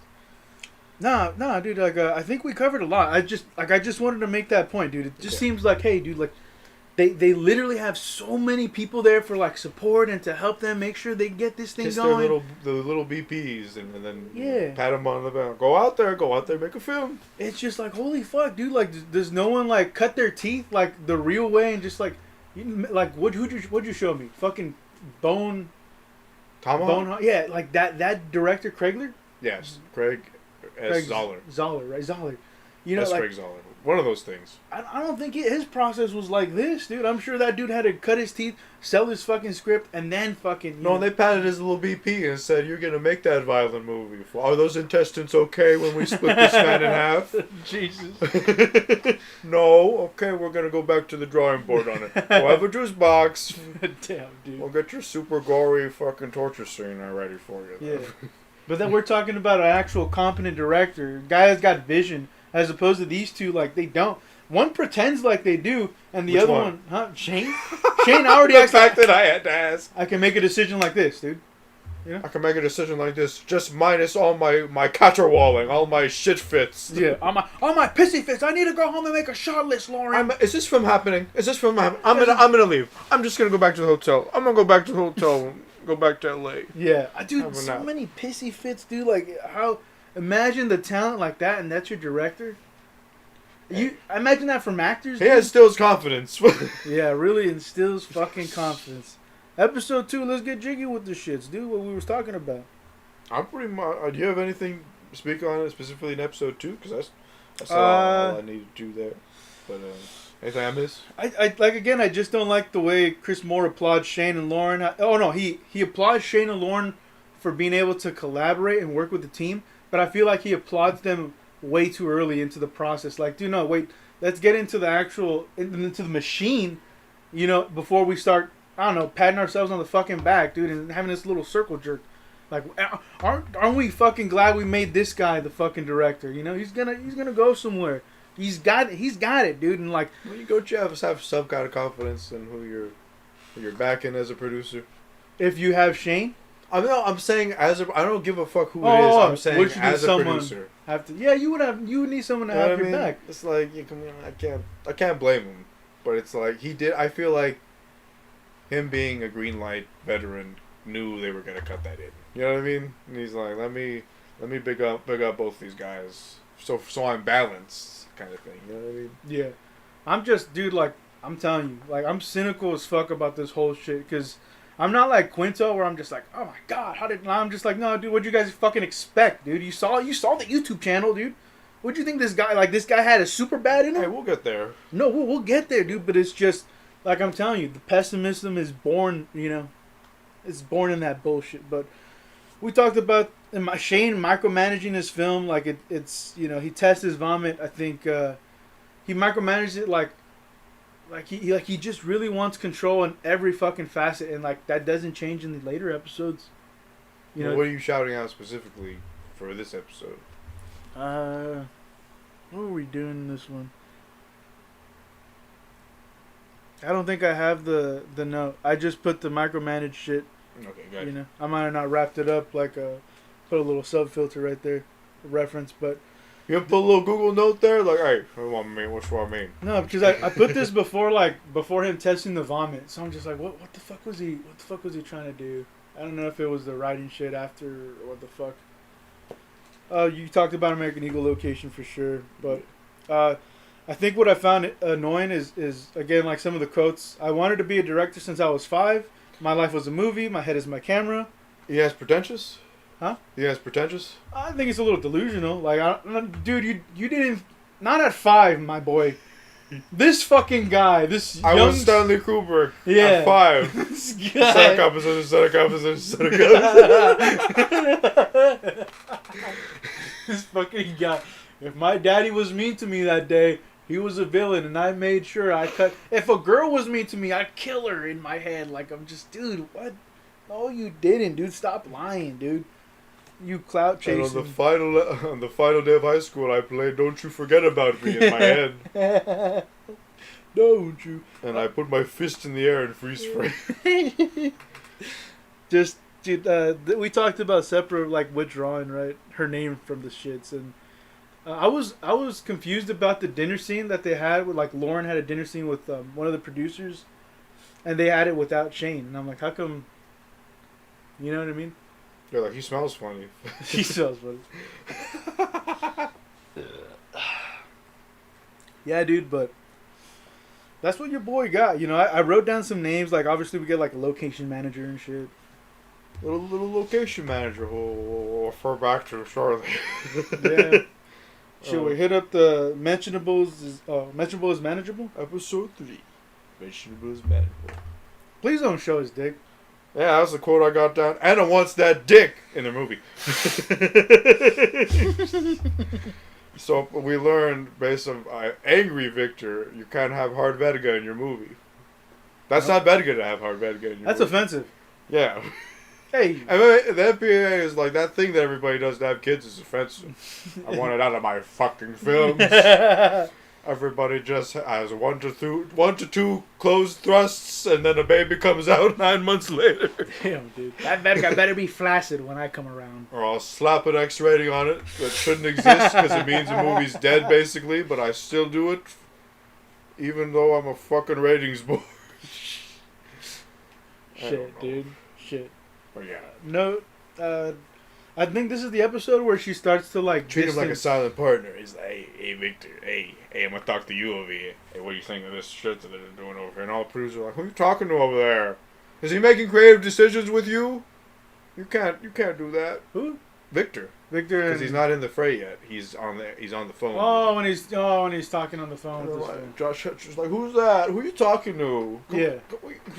Let him talk to us all. Again, though, do you have enough Victor for all of us? They fucking knew who Anna was. Like, I don't understand. They knew she comes from this background that, hey, the family works as a group, and even then they get, like, you know, their extended family to come work for the shits. Dude, like, she starts to create that bubble, like you said. Band producer, you can't come to rehearsals. Stop. You can't come to rehearsals. I don't want you there. What the fuck? Dude, people that give you the chance, you're like, you know what, I just don't feel comfortable. It's going to be too much for the actors, dude. And in the rehearsal, too much pressure. Like, she's not, I don't know what's going on. I just don't know. I don't know. Philip, what do you think? I don't know. I don't know. I'm not doing this good. I'm not doing that. I'm sorry. I'm a strong, independent woman, but I need validation, constant validation from all the people around me. Stand on my own 2 feet? How could I? Hey, come on now. It's hard. Hey. Make my own decisions on the... They can't do that. Live? You just have your producers for that.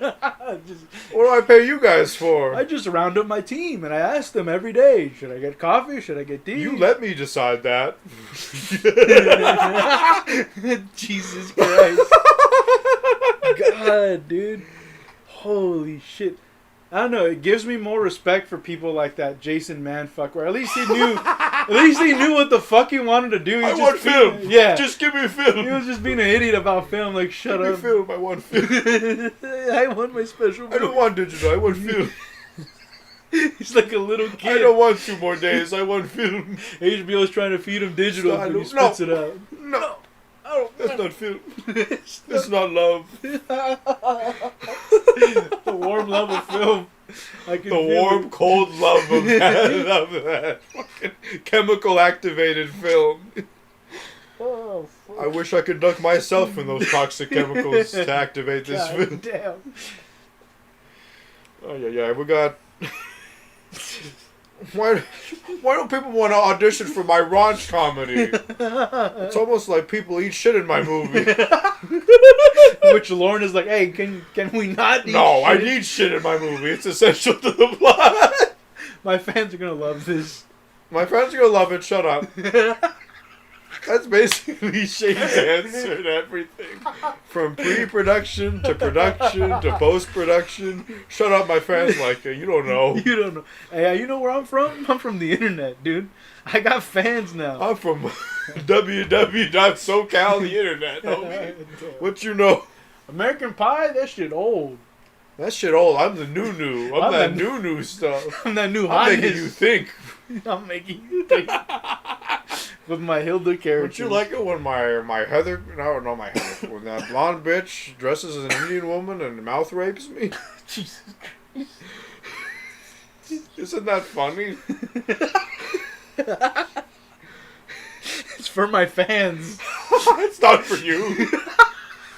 Get away. You're not my fan. You're not my fans. I don't know. Give me my movie. You don't know me. You're not my fan. You don't know. Oh, man. Yeah, that's all I got. dude, the Phil and Anna casting notes where Phil looks focused. That's what we were talking about. Auditioners. Who are you directing? Oh, you're directing. Dude. That is your heart not break as a director right there. Like, oh shit, I'm not leading. Later director. To see a film. Oh, damn, dude.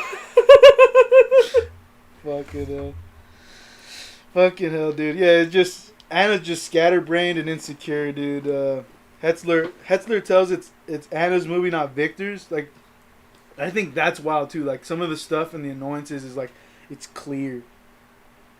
Oh man, more pissy fits ensue when Quinto calls out for not doing anything like in terms of his movie. Like he's not helping out. Zachary Quinto's not helping out in my movie. He's just like, well, what the fuck is Zachary Quinto doing? He's not doing shit. Why didn't he get me the fucking black vergita I'm looking for?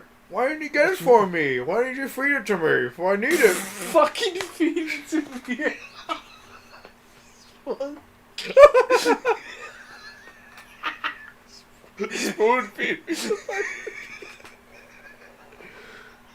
That's accurate use of that phrase. That's the episode title right there. Damn, dude. Fucking But yeah, he's bitch fits. Yeah, he bitch fits for sure. Yeah, people like they don't like Shane. That like the homeowner like withdraws their name from the shits, right? Who? One of the homeowners, like a potential location.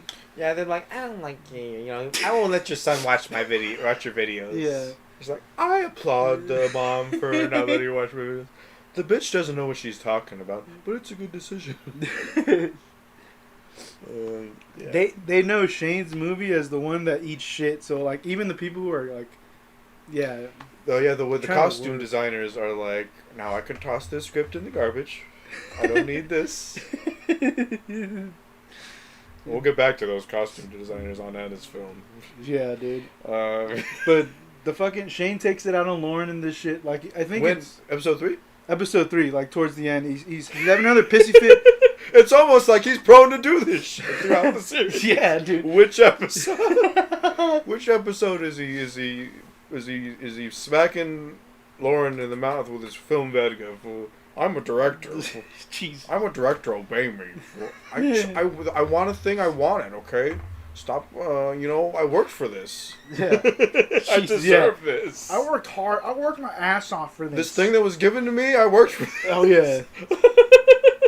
I got one of the last notes I had was just Anna. She says like, I have a natural eye. I used to photograph, but I never got into it in a real way. It stopped as a hobby. I never got into the technical stuff at all. I don't know lenses. But she wants to be rooted in the mundane. To me, that was like, that screamed like Kevin Smith. Like, yeah, I'm a director, but all that other shit. Shots. Fuck it. Who cares? Like, bro, like, hey, DP, you got my shot list? Yeah. Damn, dude. Jesus Christ. It's the morning of my shoot. Where is my shot list? It's just insane, dude. Like a person who talks about like these poetic moments that she needs. But in at her least film. Kevin Smith is upfront with it. You know what I mean? He's like, I don't know shit, and I've made a career off it. Yeah, for sure. It just that's just the one director I know that's been very honest about what he does and doesn't know, dude. And I feel like Kevin Smith is probably a better writer than a director. That's why I'd give Anna. She's probably that. She's probably a better writer. A Tarantino directed Dogma. Dude. Yeah, it's just. I want that too. I'm not gonna lie. Shit, dude, that'd be wild as fuck. But that's that. We forgot to put it in news, but you can't get Dogma anymore. I think it had something to do with Weinstein. Yeah, but you just can't get that movie anymore, which is fucking terrible. Because it's weird that it's not from the circumstances of it being a controversial movie. Mm-hmm. It's the people involved in it did controversial shit separate from the movie. Shit. Basically. Right. Damn, you know what I mean? It's not the Catholic Church was like, yeah, we got him. Yeah. Kind of thing. It's just like, the movie's just gone. Damn. I know it's been hard to rewatch it anyway, but that explains some shit.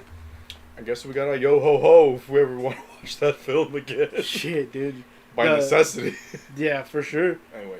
But yeah, she just wanted to be rooted in the mundane, and then the final one was like the beauty comes from the Terrence Malick side of things. Yeah, it's weird that like, John Hughes and Terrence Malick is a weird mashup. Fuck, dude?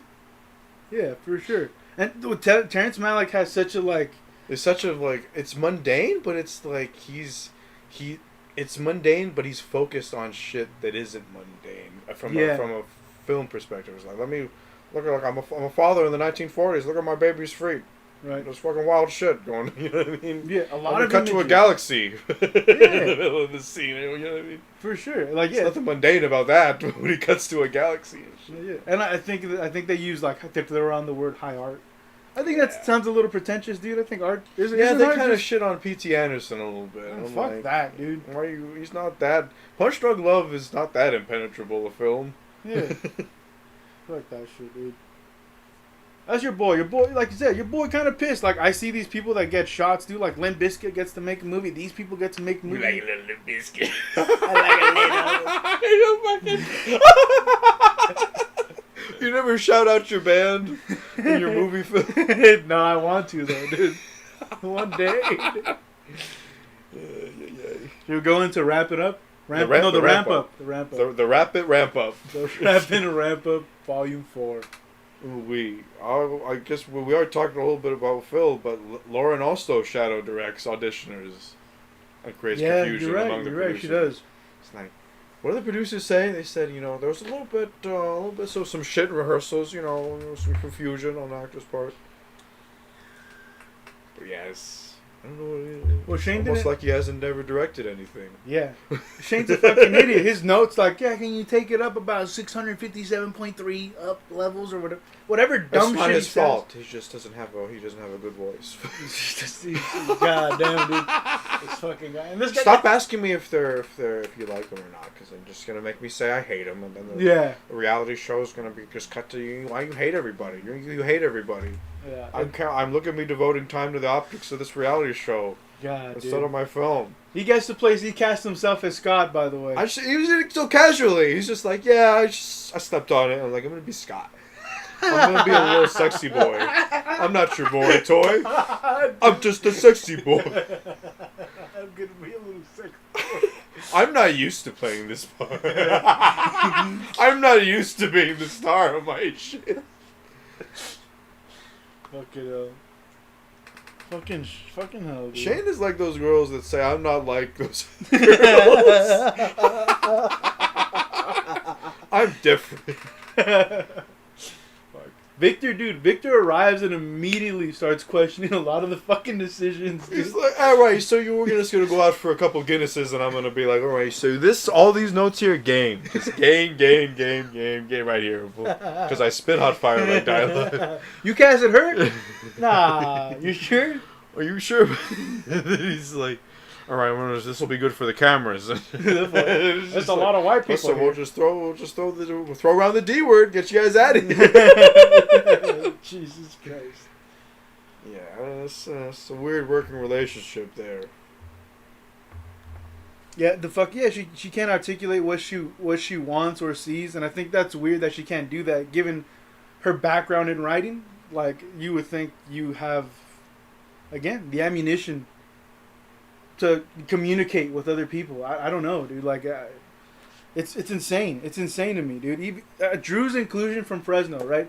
I forget, Drew Monson or some weird shit.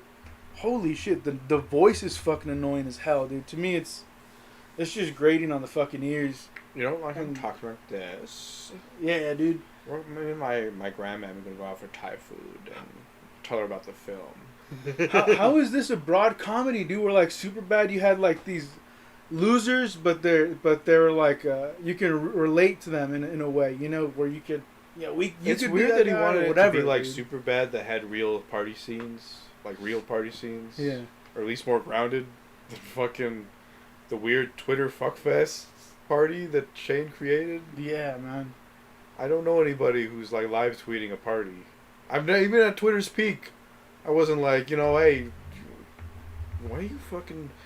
stay in the moment. Stop live tweeting at this party. It wasn't the fucking thing, dude. And I don't know if it's above his talent level for me to say that it was an intended heightened reality, or he just doesn't know what the fuck those parties are from a grounded perspective.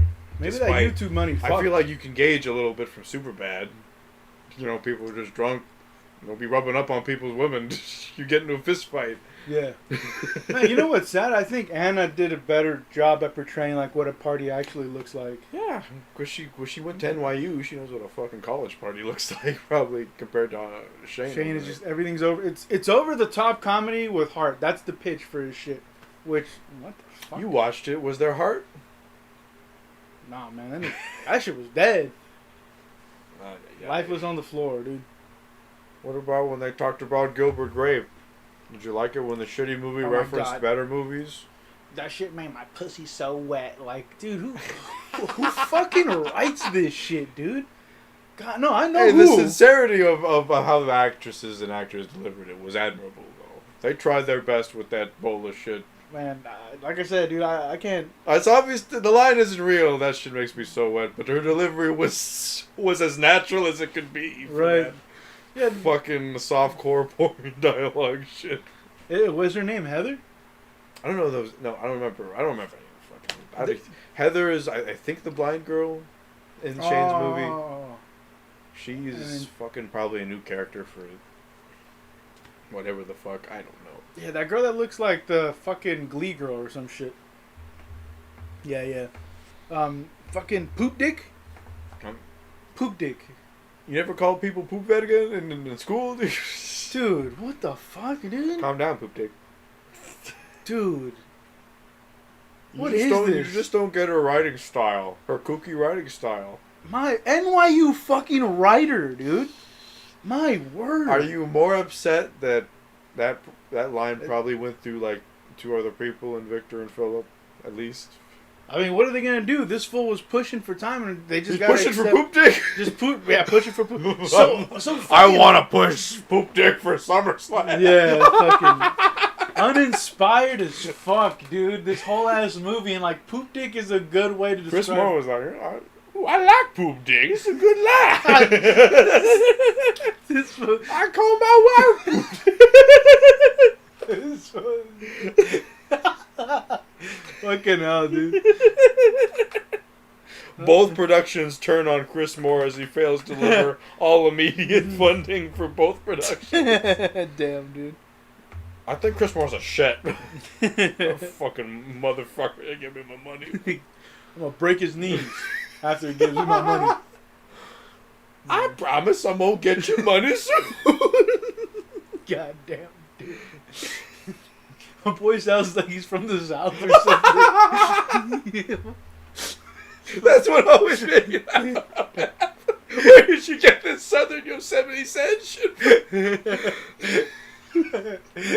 Is this your ideal, Chris Moore? I just want you to put on a Southern accent, baby. If you want me to do Project Greenlight season 4.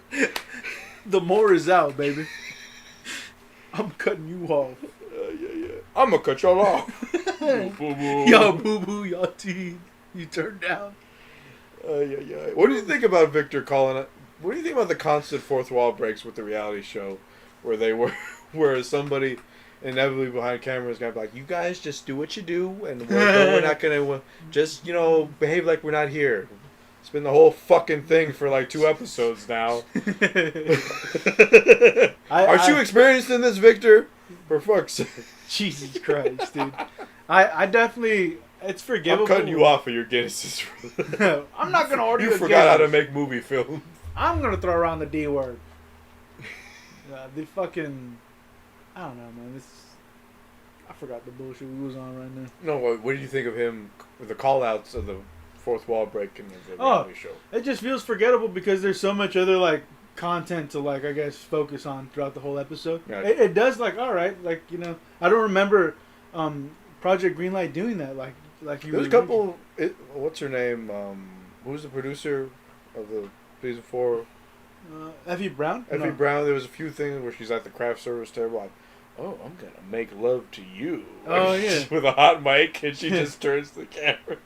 I fucking hate you right now. Well, that's a likable moment, though. It's a likable moment. I also think when she falls over and is cackling like Walter White in the crawl space, is pretty good moment. Because it captures the silent madness of pre-production. I think it was shortened pre-production because they had like -1 week at that point. She's just like, I'm going insane inside. Damn. Anyways, Dan Schofer complains that Anna's written a hangout movie with a bunch of gobbledygook. Who? Dan Schofer, the writer. Oh yeah, he does. Yeah. Just like, I don't know what the fuck some of these scenes are. Where's the structure? And boom, better go. That's what I'm saying. Like, he starts off the series saying like, yeah, I'm just, I'm gonna sharpen my comedic skills, and that slowly morphs and turns into like, dude, what the fuck am I in for? But again, very appreciative, and like he's mad. I don't want to hate on that guy. He stay mad. he stay big mad. Shane always laughs at his jokes, and I feel like he laughs the loudest at his own shit. Like he's that guy. Dan Schofer laughs at Shane? No, Shane specifically laughs at his own jokes and laughs the loudest at his own shit. Yeah, he does that. He does that a bunch. My word. Simulate humping. Simulated humping. Anna kicks the reality crew Sheem out for awkward breakup sex rehearsal. Yeah. Does she? What do you mean? Simulate it?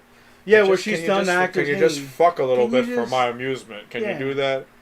Yeah, I know. I don't know if you guys can rehearse the humping like before. Let me just get a good fucking idea. Let's test this.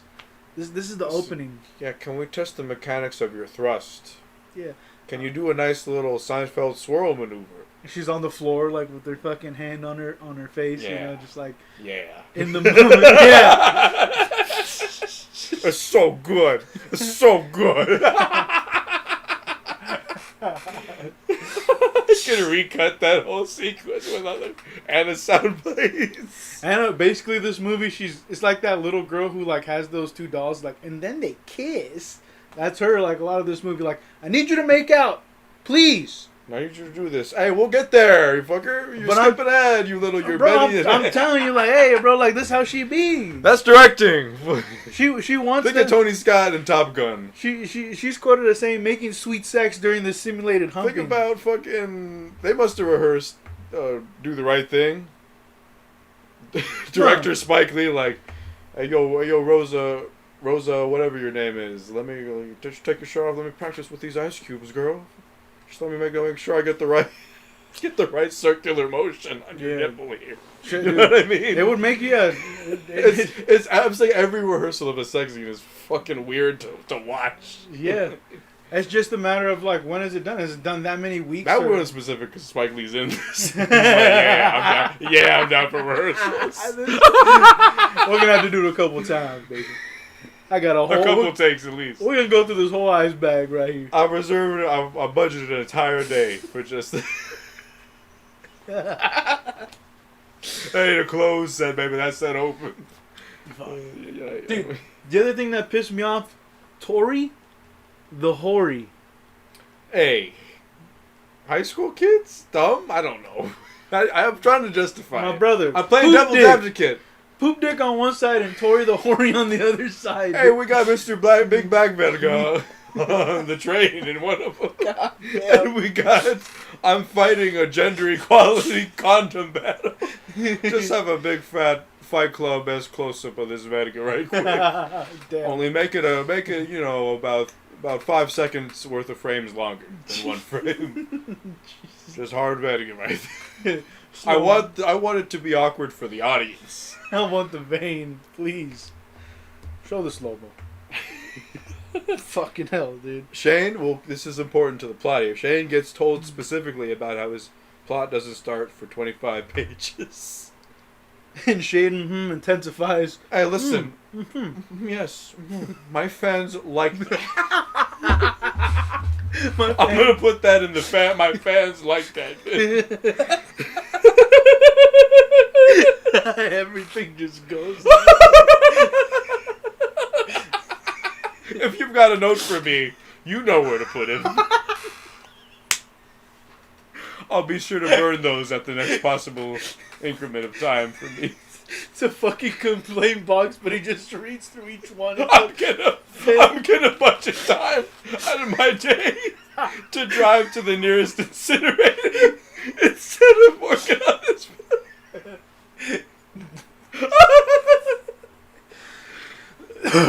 Classic Shane, dude. Where did my notes go? What'd I do with them? You guys never gave me those.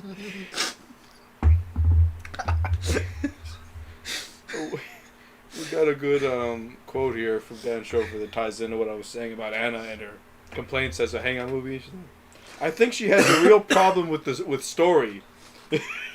And she's the director and she has to tell the story. Oh shit. Oh shit, dude. sounding the alarms. Damn. It's Quasimodo ringing the bell.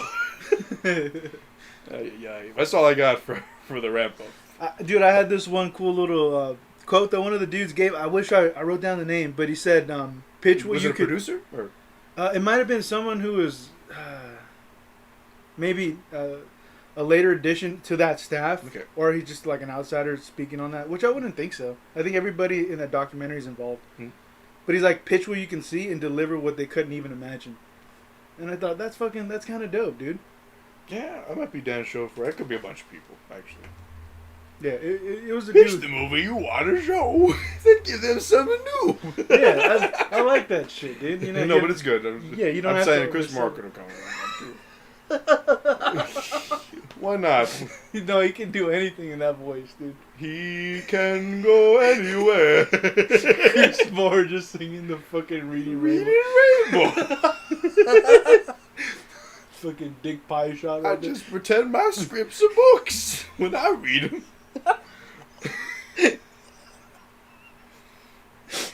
Color in the pages. Always color in the line.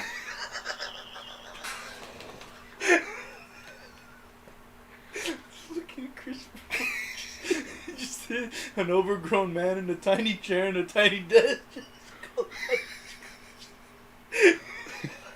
I made That's it, what man. he did when he was off camera.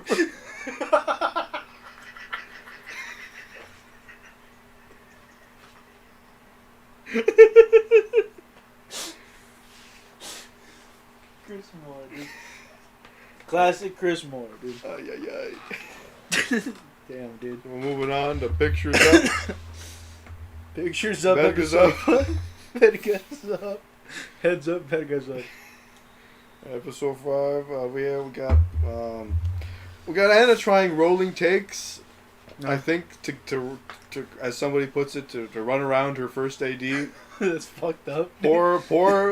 What's her name? She has a name. yeah. Cena. Cena Yeah. is her name. Yeah. Man, fuck. I feel bad for her the That's- whole time. It's tough. I think that's just part of the experience. Like, you're gonna get people like this.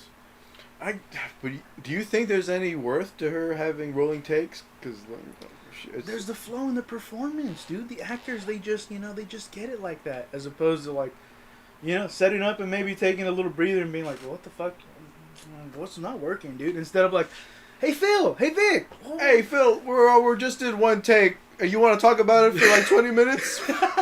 Everybody's just sitting with their Vedgas out. Damn, dude. You got, hey, you up there on the ladder holding that light. Just stay there. Hold it exactly like it is. I'm gonna go do some unrelated shit over here right now.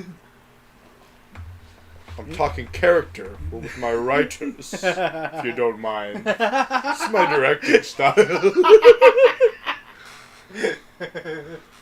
She deeply understands her characters. The projects.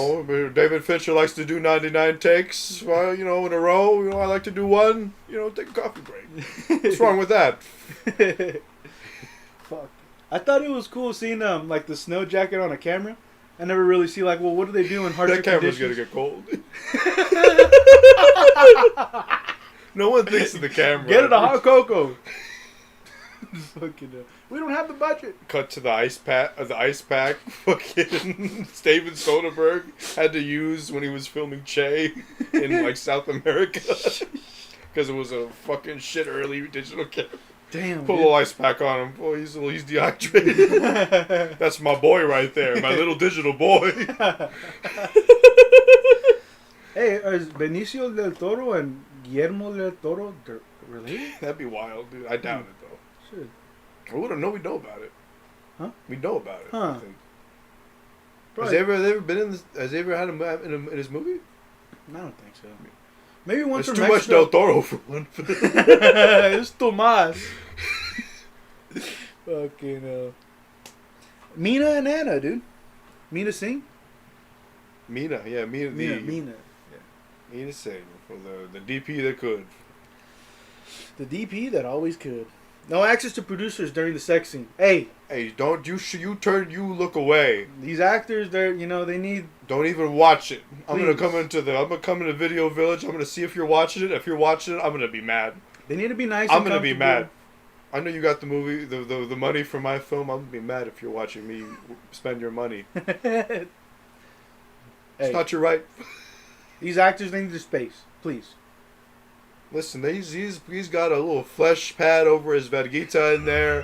They're simulating sex, not really doing it. You need to look away. You're gonna make it fucking awkward for him. Shit, dude.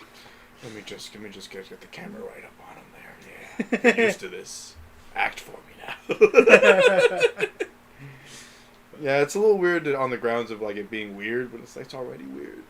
It's already weird. Yeah. Asking a motherfucker to grind up on a girl and shit. It's like, we're all grown-ups, bro. Like, what's up with it? It's like, you can't do it. Just watch the dailies. Just watch it through a sheet like a Mormon. Alright. What do we got? She wastes time caring too much about, who watches or is present for the scene. Shit's weird. I would talked about this. Shane Butcher's Heather's character turning into a crazy cartoon psycho. Oh, Heather was the crazy cartoon psycho bitch, not the blind bitch. Right. I know you want to do me, Scott. Fucking hell, dude. My word.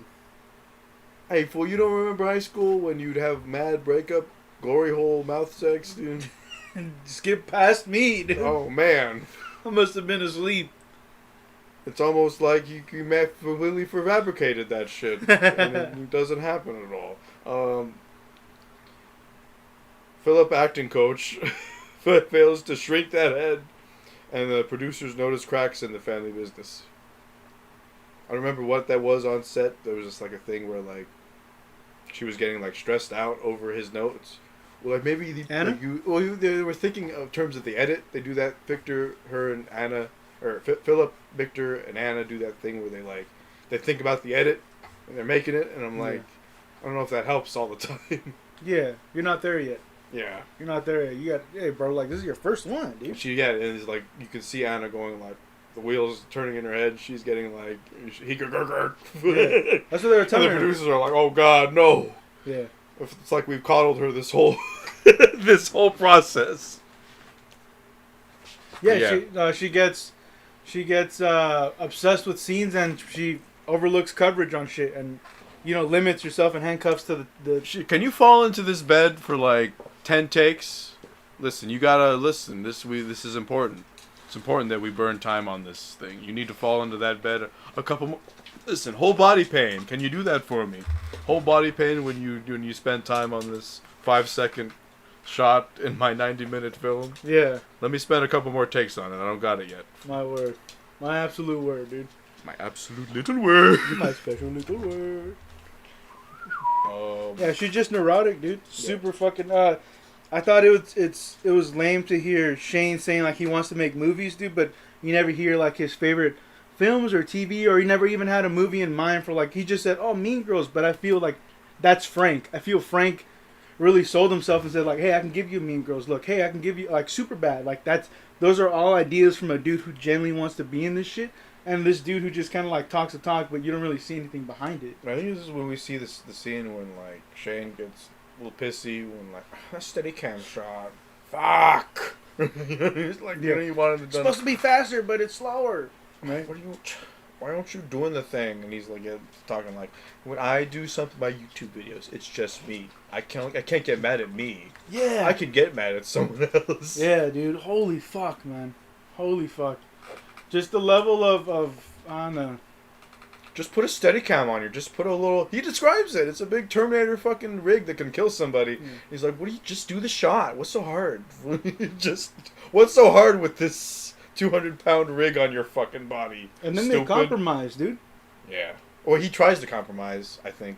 Does they compromise, or do they try to? He's like, wouldn't it be easier to just do the shot right here? He's like, he asked Frank, would it be easier to just do the shot here? Shane asked him. He's like, yes, all right, we're doing it here. And it's like right in front of the stairs. And that's where Jeremy, The actress, she gets throw up on her. Jeremy. Yeah, dude, he's professional with Jeremy. Remember when he's talking about fucking her to Lauren? Word, dude. And Lauren's like, yo, I'm filming this. This. This is internet right here. But why does Lauren play into that? Like, he does this, like, hand jerk motion. Because it gets her it pays her bills. You know, but I get that, dude. But it's more like, it's frustrating where she doesn't have You to think she's salary or by the hour? It has to be salary. The amount of work, dude, has to be. Holy God shit. Damn. What's up? Dan Chauffeur gets heated on the Heather rape scene. Oh shit.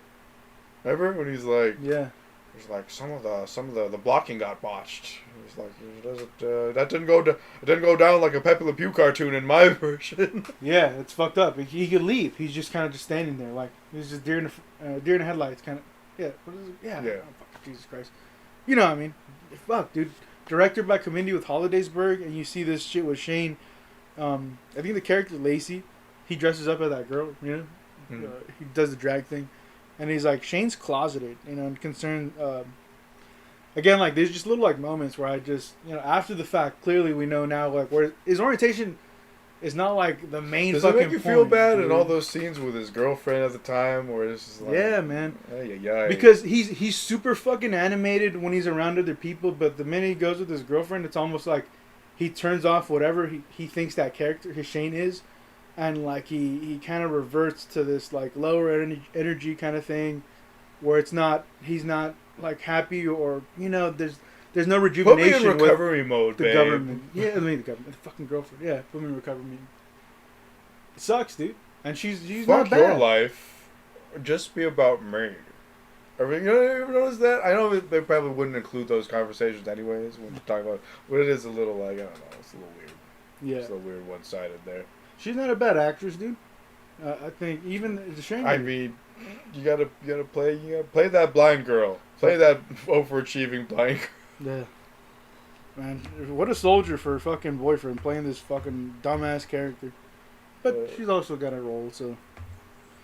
I think what's interesting is that they talked about Shane's characters as just punchlines and jokes. And there's no real arc for any of those fucking characters. Yeah, I see what you mean. There's no rhyme or reason for a lot of that shit. None of those characters. Yeah.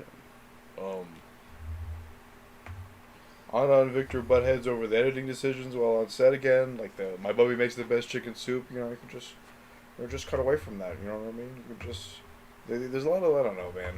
I feel like they're talking about a lot of decisions that either shouldn't be made yet or should have been made already on set. What about that scene where Corey asks Vic if he's co-directing? There's a lot of like passive aggressiveness going on in these sets. Yeah, it's like like the Bubby thing. Like there's like I got a quote here from Victor. It's like, okay, you're tired, you're done. You know the scene will be what it is. It's awesome. Yeah. Yeah, both of them, dude. Like they both operate and he's talking in that tone. Like, you know, I know what's coming ahead. Well, it all comes down to an editing bay. Some very dark days ahead. Well, you know, you wouldn't shit talk on your boo to people you barely know. For what? Yeah. Who are you winning? Who are you winning over in that situation, dude? The reality show crew. Yeah, exactly. Yeah. God, dude. God, it's just such a complete shit show. But it's a fun shit show to watch. You got anything more to say about episode 50?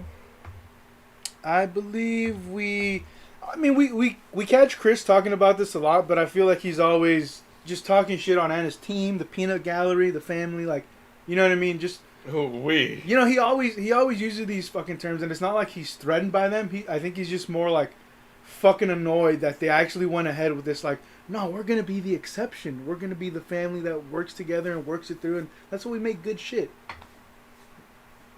Trust them. They make good shit. We make gabagoo. Make that good gabagool aware. We move on to moving on. Hey, we're segueing on to moving on. Hey, moving on up to the east side. Anna wastes time and is forced to wrap shooting early because her crew outside is getting fucked by a blizzard. It looks like. Too fucking cold, man. Pittsburgh, dude. Holy shit. But there were exterior lights, and it was weird because they just cut to a window shot, and it's just like a motherfucker like fighting against a fucking blizzard. It's like, yeah, it's getting dangerous. You don't want one of those lights exploding in front of your face, dude. That shit will fuck your day up. Damn, I didn't think about that. Anyways. Yeah. Shane gets pissy about a bunch of people on set giving a bunch of notes about the sex scene. Is pissy like the most perfect word for these tantrums, or is there a better word? There's gradations. There's pissy describes this one because she's like, if you guys just need notes, just fucking, just be one person and then deliver them to me that way. This fucking guy, That's basically what he's saying. Yeah, for sure. I just can't do 5 different people. Well, how would you describe it? Was there a different term than pissy? I like pissy was my term. Like I'm like, dude, that's it. That's it. But that's why I was curious. Little piss baby boy. Yeah, because, like I said, dude, I was just curious, man. Why are you so full of vinegar and piss, Shane? Fuck it. But yeah, he was pissy about notes about having a pivotal scene and shit. Dotson and Quinto visit the set, no? Yeah, they don't like, well, no, was it this day? Oh, yeah, no, it was that. I think it was that day, yeah. And that's where they start to get a sense of like, oh, what the fuck? They don't have a shot where he's like, but that'd be, I don't know, I gotta imagine that shot somewhere, and they just didn't cut to it. Dude, fucking Dotson says, what does it call it? Just make sure he edits it so that it's, not as raunchy. I think they were kind of giving him the doubts all up into that first cut they got. Yeah. He said myopic, dude. That's what they described fucking Shane's movie. Myopic. Hey, we'll get into the gabagool. There's a whole sequence coming up where it's just like wall to wall Shane shit talk. Yeah, but in this specific episode, like I know they haven't seen the complete movie, but they're already calling their shot. Like this shit, it ain't it. But there is a breaking point though, and I feel like they're not at the breaking point yet. They're just like, it's just one scene. Yeah, for sure. Kind of thing. Yeah, maybe the rest of the movie's good. But this plants the seed of doubt. What do you think about Aunt whatever the fuck? Smooth. Aunt Hilda? Yeah. Oh man, like it's that character doesn't make. I know all his characters don't make sense, but she's like a horny racist that doesn't want them to fuck, but does want them to fuck. You know what I mean? Yeah. It's just confusing. It's just her motivations are confusing, is what I mean. And it's like, I know she's just a bit character basically. Yeah. But it's like, why is the motivations for this bit character so like convoluted? Yeah. He thinks this whole fucking movie is like this SNL shit. I don't know, dude. Where everybody has to be a thing. Like, hey, remember the guy in Scary Movie 2 where he has the little hand? Like, I just want a guy like that. Where is he? Don't they have a store full of them? Hello? It's Shane Dawson. Why didn't he look for the fucking actor? I'm sure he's still alive. They don't have the money for that shit. I know, but he's like, I wonder if somebody could pull up a fucking IMDb and maybe ask him. God damn. That's true. Anyways, we already talked about it a little bit. Craft service getting their bill run up. Yeah. They're like, listen, guys, fucking, come on now, man. Stop eating so much. Stop putting... Are you Phil and Victor eating all this food? Just picture them stuffing their pocket. Fuck it up. It's an independent movie. I did it all the time on my other sets. I think it's interesting that both movies are dealing with characters who have to let go of their past and move on in a sense. Yeah. And with Anna's shit, we talked about like that humping scene where like it's literally in that childhood bed where it's like the past is hitting you on, is bopping you on, hitting you over the fucking head, and then with Shane it's a little less like I guess obvious with that, but at the same time Shane's is like they should have made them co-directors. Holy shit. That's some drama right there. Damn, dude.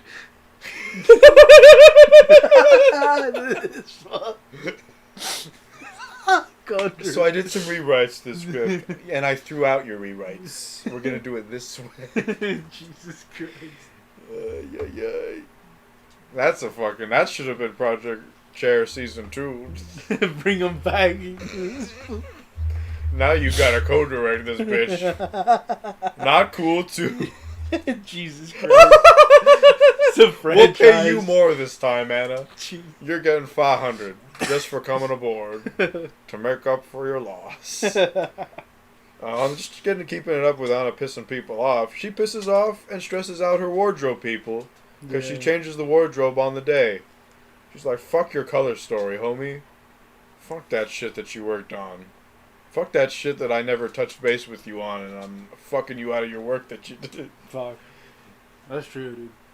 I think it's an interesting idea with monologues that's brought up, where like people don't monologue like that in real life. The only time they monologue is if the other person doesn't fucking listen, or the other person. So you just cut back to the person? Hey, but no, but that's there's timing. Come dude. on now. That's why you wait for pauses, and that's like, hey, that's your thing. And I think it's interesting though, dude, because people want to write like realistic dialogue, and it's shit. You know how it go. I know how it go. Never. But then I got Anna and the AD and the DP having beef on set. When they talk about the camera, right? That's not right. Right? It's like, is that it, or am I tripping, dude? I think it's either the AD for sure. I don't know if remember it's the DP or somebody, one of the camera crew. For Shane or Anna? Anna. Oh, okay. You remember? And there was like a little tussle there, and like, well, Simi lost the battle, and there's a shot of her walking back, kind of pissed off, like, you know what I mean? Like, I just told him to move on, and they're like, we'll get the shot when we get the shot, kind of thing. Is basically, yeah. That's right. Poor Cena. Goddamn, dude. Just wanted to make a good movie for your bitch ass. This is what just want to make a good movie on time, fucker. Yeah. And get all your fucking dumbass dreamy shots. This bitch thinks she like David Lynch or something, man. She does use the term dreamy, like unironically. A bunch. Yeah, man. It's insane. You don't agree. You contradict yourself, dude. You said mundane and grounded and real, and then you want to talk about dreamy, like. You realize David Lynch budgets for the dreamy when he makes his movie films. It's like, I'm just gonna fuck around on this day. This is a fuck around dreamy day right here, and he budgets for those days. Shit. He doesn't like, this is a serious day on set. I'm gonna go dreamy right now. I just have to let my crew know. My boy puts on his shades and shit. Oh shit! These are my dreamy shades. When I put these on, my first AD knows that time I was just about to grind to a halt. Fucking David Lynch with lean in his cup. Anna and Philip bump heads over the infamous pie scene. Hey. I just really stare at that pie. You know what I mean? It's like, no, I don't know what you mean. I talked to your husband about it. Yeah, he directed me already on the scene. Better than your dumb ass. I'm gonna do that. And listen. I want to do. I know I got a hot mic right now, and we would privately in this room here. Fucking stupid. I just want to apologize. I just want to waste some more time on your important movie set to apologize for this thing that doesn't matter at all to your movie. I'm gonna fall on the sword. Let everyone know it's my fault. My bad. Hey, I know we're burning money right now. I really gotta apologize to you while we're burning money. It makes it more sincere if I apologize to you. While the first AD downstairs has just got a wad of money she's burned. That guy's like, I'm sorry. That's kindling right there. She just had me shovel in more money. I'm sorry, guys. I told her wood would be cheaper. It's too cold on set. Dougie, teach me how to Dougie. All right. Oh, Anna's on a roll this episode because then she pisses off her set designer because she doesn't like the tablecloth. Rob Long? On the day of. What is it with this bitch on the day of, dude? Why can't she work this out sooner? I don't know. I guess that's procrastination that just shows up in all facets of her work. Like, you want to say she has a good work ethic because like she gets the shit done, but it's also like, fuck, dude, you shoot yourself in the foot. We got an MVP quote here from Josh Hetzler. And I'll try and nail the tone. Would you like to spend time establishing the physical space of this house in continuity, or on time and your actors in the biggest scene in the kitchen? Anna interrupts him before he finishes, like, the actors, in like a very, like, I know I may have messed up kind of tone. Yeah. And this is Hetzler, right? Yeah. Yeah, he's starting to lose some patience. Yeah. I had some respect for her. The produce, both Julie Buck and Josh Hetzler, like, there's a point where they're both, like, passing the time by shit-talking her, Anna, and her dreaminess. What is the question she asked? I don't remember if it was this episode or the next. No, it's not. I wrote that down. But you wrote that down? We'll get to fuck, it then. Dude. Yeah. I don't want to go too far ahead. But do you have anything else to say about moving on? I think this is it, dude. For 6, yeah. All right. You want to move on to Making Your Days? Making your days. Champion. This is where we was talking about the shit. But Keep making out! It's the first quote I've got. Damn, dude. Even Sienna catches that. Like, it's weird. Just stand and make out. I think the cool thing about this episode was seeing things where... Why do they have a fucking megaphone for that scene, by the way? Yeah, I don't know. But they have downtime, dude, and like they go and steal the scene. Yeah, they have downtime. Interesting. It's interesting, but it's like, shouldn't you have to fire a fucking manager of some kind? Because that Someone's time, fucked up. That's the same thing we were just talking about.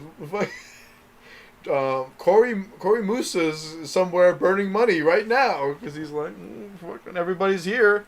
Yeah, we got the actors here. We got the crew here. I'm gonna go burn some money to pass the time. I'm cold right now. Yeah, they did by the virtue of their producers. They're like, don't you just need a fucking dildo? You stupid. Just fucking. That's the only prop you need for this scene. Yeah. But yeah, I feel like that was a big up for the producers, not Shane. Shane was perfectly willing to fucking sit there and do jack shit. Yeah, it's jack 7. But I like seeing that where like shit happens on set and there's that level of problem solving where they just have to think on their feet. Producers, that's why they're good, dude. That's why they're needed for Shane specifically. Experienced, right? Hell yeah. Hey, stupid! What are you doing sitting around burning money over here? Says Corey Moose says he's burning the money himself. Philip wastes. Oh, we talked about this a little. Waste time on damage control, with the implication that Victor directed him during the movie. A lot of being concerned about the fucking reality show optics. Yeah. With hot mics. Why didn't they figure that out? Do they know? They must know, or they just forget. Maybe it's just on you for so long that you forget. Maybe like in the midst of everything. But it's one cord, I'm pretty sure. You just disconnect the XLR. They're going to know you disconnected the XLR. There's probably going to be a sound guy somewhere like, oh, fuck, when you disconnect it. Yeah. But at least you don't get the embarrassing sound bite that you're fighting against, I assume. Yeah. Since you're burning money on set, apologizing for the shit you said. I wonder if they have to sign a contract to be like, hey, bro, we have to catch you. Can't snip the XLR cable, bro. What? This is the 4th one. Every time we come to you, Phil, you just got a bunch of snipped X. It can't be an accident 4 times, Phil. This should be funny. It's just, how come your clothes aren't cut at all? It's always just your XLR cable. Ay. Shit, dude. We got one of the many shit fits by Shane coming up when he and Lauren bump heads over face. How do you feel about her note? Do you think it's a good time for the note? Do you think about talking about Facebook and how they may or may not get the license and how? I think in the spirit of like getting shit done, that's something you probably could have done after the fact, and be like, hey Shane, like straight up, like no problem with Facebook, but we say too much, it kind of feels like we're giving them free, like you know. Do you think she injected too much of herself because she kind of does some shadow directing sometimes which she'll come between the actors and the directors and be like, are you sure about this Facebook thing? And like, it doesn't justify how Shane treats her, but like I feel like he could take her aside and be like, listen, can you not talk? You're not get between me and the actors when I'm directing her. Yeah. Kind of thing. It'd be one of those things. No could as be after opposed the to fact, like dude. Him getting like mean mugging her and like looking at the other crew. Do you know what she's saying? Yeah, he makes a whole fucking meal out of that shit. He goes out of his way to make her feel like shit, and he's like, we cried and dude, one of her notes in one of the previous episodes is like, I just told him to have fun with it, and she walks back like she did a lot, like she did this. Hey, that was a good take. Yeah, walks away from it. Like she's a straight up director now because she told the dude to improv. Like it's insane how she puts on those many hats because this idiot wants to direct and star in it. So automatically this dumbass gets promoted to this other level. And again, like you said, she could have easily, after the fact, hey, too much product placement for Facebook if we mention it. We can mention it once, twice, but a little more is just like, we're just jerking them off. The Zuckbuck is going to want to check. Yeah, definitely could have been affected, but you know how she go. But Anna losing the fight for a no high five party take. Because she was like, come on, everybody's here, let's do it. Come on now. And the producers are like, and Sienna's like, you got no friends over here anymore. You're done. Yeah. Yeah. Morale is sinking. Yeah, we talked about it a little bit, but it's another version of Shane getting upset as his DP in that airport scene about a camera move. And Josh had to be like, I like it when Shane has a pulse on set. That's good. He a real person. He a real boy, real human being, real hero. This is the episode, and I don't know if I'm going to skip your shit, dude, but when the tattoo artist is just like, I wanted to Rochambeau that motherfucker. Yeah. Dude, damn, yeah, she was real spicy about it, man. And like, some would say she was a prophet. She saw ahead to the future. God, dude. And that kind of reaction on his videos were like, dude, I didn't know who Shane was in 2014. Did you? Like, I knew he was, but I didn't watch this shit. I don't watch this shit. Yeah, I kind of lumped him in with who were those other two fuckboys that had the same bowl cut, same hair straight and bowl cut. Oh, you're right. There were some motherfuckers. Yeah. Something. Yeah. And I kind of lumped them both together. I'm like, I don't like this humor. This humor is dumb. Yeah. So that's all I knew about it. Fuck them. Yeah. Fuck they bullshit. Should we get to the... Actually... Anna's directing and acting, which is weird. Right, that is weird, dude. Because she's like, Philip, are you saying action? Am I saying action? Should we be having this conversation on set right now? I think so. This is a good use of our time. We talked about the tattoo owner, so Josh Hetch losing his dad reprimand voice. Oh, right, when he gets fucking mad. Guys, quiet! Is there an emergency up there? Do you think that was a result of the lack of respect on Anna's set? Where the crew's like, fuck it. Fuck this film. Yeah, I can talk on this set. The fuck? Yeah, she's definitely lost a lot of respect. And it's not like anyone's visibly showing it by, like, shit-talking, but you can see the look on their faces. Dude, even her husband and Phil, they're like her confidants, dude. Like, they're just, I don't know, man. They're just absolutely blown away by some of the bullshit and the inconsistency and indecisiveness. Yeah. Then we got Josh Hetcher lecturing her about making her days. Remember that scene where it's like a big long, where it's like, I think it's the end of a day, and she's just like, you're focusing a little too much on the mundane. We gotta make our days here, goddammit. Hetzler said this? Yeah. Huh. It wasn't a soft lecture. It was like a stern lecture. It wasn't, you know what I mean? It was like you gotta make your days, Anna. God damn it. Yeah. Not real goddamn it, but you know what I mean. Yeah, for sure. Lauren, quote, brings the stank energy when she tries to rush him out of the tattoo. The tattoo shit, yeah. Yeah. How would you think about the crew kind of like having his back there? Dick eating Shane? Yeah, dude. Oh, man. That's what I'm telling you. Like, I don't like how they were crowd chasing? Yeah, maybe, dude. Maybe they're just like, maybe Shane's gonna like me and I get to work. I'm just trying to secure more work. I'm trying to do a good job, and I'm being too critical. Like, people trying to make a living off this shit. I'm gonna be Shane Dawson's day free. Day free. Damn, dude. Holy shit, dude. I can't stand that, dude. Phil is like one of the biggest fucking dick riders for Shane and that whole fucking crew, dude. But I don't know. You bring up a point where people need to have your back. But I ask again, dude, don't you have to dick ride your director? I guess until they do the martini shots, right, dude? Last day of film, and then maybe rap party. I don't know. I just want to say, fuck you, Shane. Tosses his drink in his face. Pulls out his own verguita.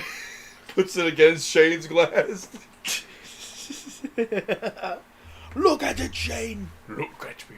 Look at me, Shane. I want you to look at me, Shane. Have you seen the fucking... It's like the fucking Gus when he's bulked up and it's a downward shot. It's a weird, like, YouTube. It's probably a TikTok thing, but they superimposed Gustavo's face on this brown bodybuilder who's ripping up his shirt. Look at me, Hector.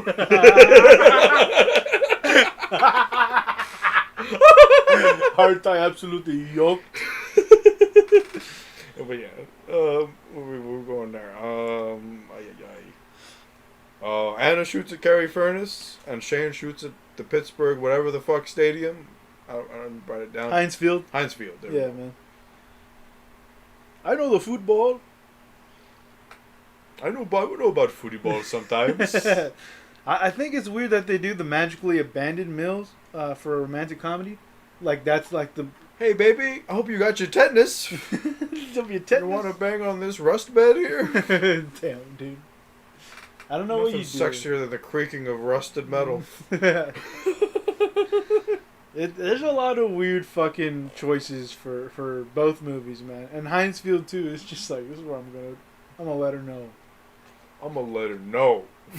In the center of this football field. Oh man, dude. It's just some of the shit is like repeating, dude. Like, you know, concern for the shit eating, like Anna's obsession for the minute over like the meaty stories and pissy fits. Got a quote here. It pertains to the rolling. As long as the cameras keep rolling, the AD can't move on to the next scene. That's what she said? No, that's one of the. I think one of the producers. One of the producers. Yeah, for sure. That'd be wild if Anna said that on camera with just a shit-eating grin. Damn. Fuck Sienna. Damn, dude.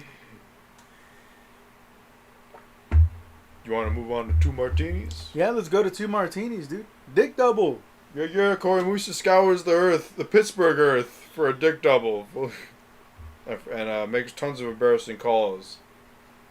Many of which hang up on him. Yeah. Yeah, we talked about Anna doing uncomfortable bouts of takes of a dude falling into bed. Yeah. Horrible time management. Shane training for his big dance scene. Shane and what's it called? Shamari? What's it? Jeremy. Yeah, it's a weird fucking... Yeah. Jeremy Lee. They're practicing some, like, shitty-ass hip-hop shit. Like, they couldn't get a choreographer. We're going to be professional black people, says Shane. My word. No, he doesn't say that exactly. But, it's like, and people who do this are normally professional black... What is... It's the use of professional black people, as in you're paid for the express purpose of being black. Not to dance, mind you, just to be black. Hey, too black, too strong. Where can I get a check for being Mexican American? I'm a professional Mexican American. Damn. I got my feet in 2 different worlds. Anyways, yeah, Anna's have had enough of her running up the OT bill on set. I think in this episode she's like, where does our overhead cost come from when we go OT on set? And they're like, it comes from post-production. And she's like, you get a shittier movie with that? Yes. Yeah. Get a shittier movie. And then the producers are like, she's not going to have any post-production because she's going to run up the fucking OT. Yeah, I think before that moment, though, dude, the Hetzler answers for Anna. And he's like, yeah, she likes it. And then Anna's like, no, I want another shot because it's this poetic moment. And it's, I think, Scott walking outside. It's exterior. And I guess the light from the fucking house is supposed to hit him in this fucking sort of way as an epiphany, a realization. And I think, like, it builds up and it leads to shit like that where she's still being, like, ditzy and she's asking dumb questions. And Hetzler's already fucking annoyed, man. He's just got his eyebrows pre-raised, like me when I'm working behind a fucking customer service counter. And then Vic shoots her a face that we can't see. We can't. Oh, but she's like, what? She laughs it off like a nervous laugh. What was that? And he's like, don't ask questions like that. he says shit like, you know, like, I'm trying to save your image here, but yeah, make sure you can get a job after this. But Shane and the reality show, both how it's edited, the music use, That's Shane and the reality show. Make a big deal of Shane cutting off hair that will grow back in a few months. God, dude. You know the sappy music they played? Yeah. The sappy, like, triumphant music, which is like, it's as if he has cancer and he's doing this to, like, beat it or you know what I mean? He's like, I'll just get rid of the hair now, make it easier for chemo. Phil. Dick Ryder Phil. Not a dry eye in the house when that scene goes on where he's in the living room shaving his head. They didn't cut to anybody in that shit. What the fuck? I like how the reality show didn't co-sign that by showing the footage. Yeah. They most certainly would have. Insane, dude. They cut to a shot of the cameraman like he pans around at everybody crying and he pans to himself. That'd be funnier than the whole damn movie, dude. Are you kidding me? Pay that man more money. Make him a producer. I think it's sad that he has his little haircut story where it's like, yeah, I'm a piece of shit nobody. You know? I'm a piece of shit nobody who's apparently my whole identity was tied to my hair, which like, wow. Your whole identity, my dude? That's your whole personhood? There's none of past Shane? Dude, it's surface level shit. He was happy because he looked like one of the band members. Because like he's describing Gina the Latina or some Sabrina the Latina. Sabrina the Latina was like, I'm gonna put you on to this new dumb shit everybody's doing. Yeah, before dude. the new band's do it. Jesus Christ. He looks like an idiot in the movie. It's a little more longer in like the YouTube videos. Let me do something dramatic as a showing of love. Yeah. I love you, bitch. Don't you see my hair? You gotta imagine he roasts that shit, dude. Some of the sap ass shit. Doesn't this non-committal thing I'm doing that will be undone in a couple months? Aren't you impressed? My word, dude.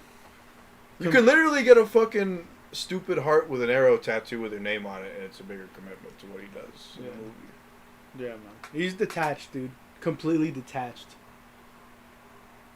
But when you have that many followers, dude, nah. You could have written her name in flames and held a fucking boombox with a 80s anthem on it, and it would have been a bigger commitment to what he did.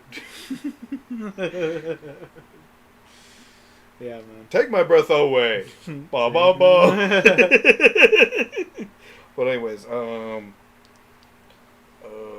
we got it wasn't Teach Me How to Dougie, it's Teach Me How to Drewy. Drew botches the Vinyl Vault location scout and finds people treating it like Mad Max, a nuclear winter and shit. They're fucking burning kindling. The actor green rooms and shit. Ay, ay, ay. And Drew's like, fuck, what the fucking big deal? You just don't have a place to shit. And you're cold all the time. What's the big fucking deal? Fucking Californians, dude. Need a place to shit. It's too cold, you know? Just dig up the snow and shit. Cover it up for a lovely surprise for winter. Or spring, I mean. You're hungry? Pick up the snow. Eat it. That's how us Pittsburgh fucking folk live. Fucking Californians, dude. He was a Californian? Drew? The location manager? Yeah. Yeah, he was from Pittsburgh. Oh, man. He wasn't from Pittsburgh? No, he was. He was from Pittsburgh. Oh, he's just pissed off about California. Yeah, he's like, you fucking Californians. Fuck it. Not that I took it offensive. Like, he's right. They're not accustomed to that shit. But 20 days shooting, last day of shooting, dude. Obviously, Vic feels big sad. Too cold for Shane said, like we talked about. And he giving too much direction, and the brothers just rolling their eyes. Both of them, dude. Like, just like... Okay, was that your decision? Well, I'm just going to usurp you here. Usurp? Yeah. Look at his face. No, this isn't me usurping you. I'm giving you a note. Yeah. And the mentality, dude. It's the big theme of Victor, which is this: something is said, he immediately goes right to the optics of the reality show. Well, you just gave him usurp. You gave it to him.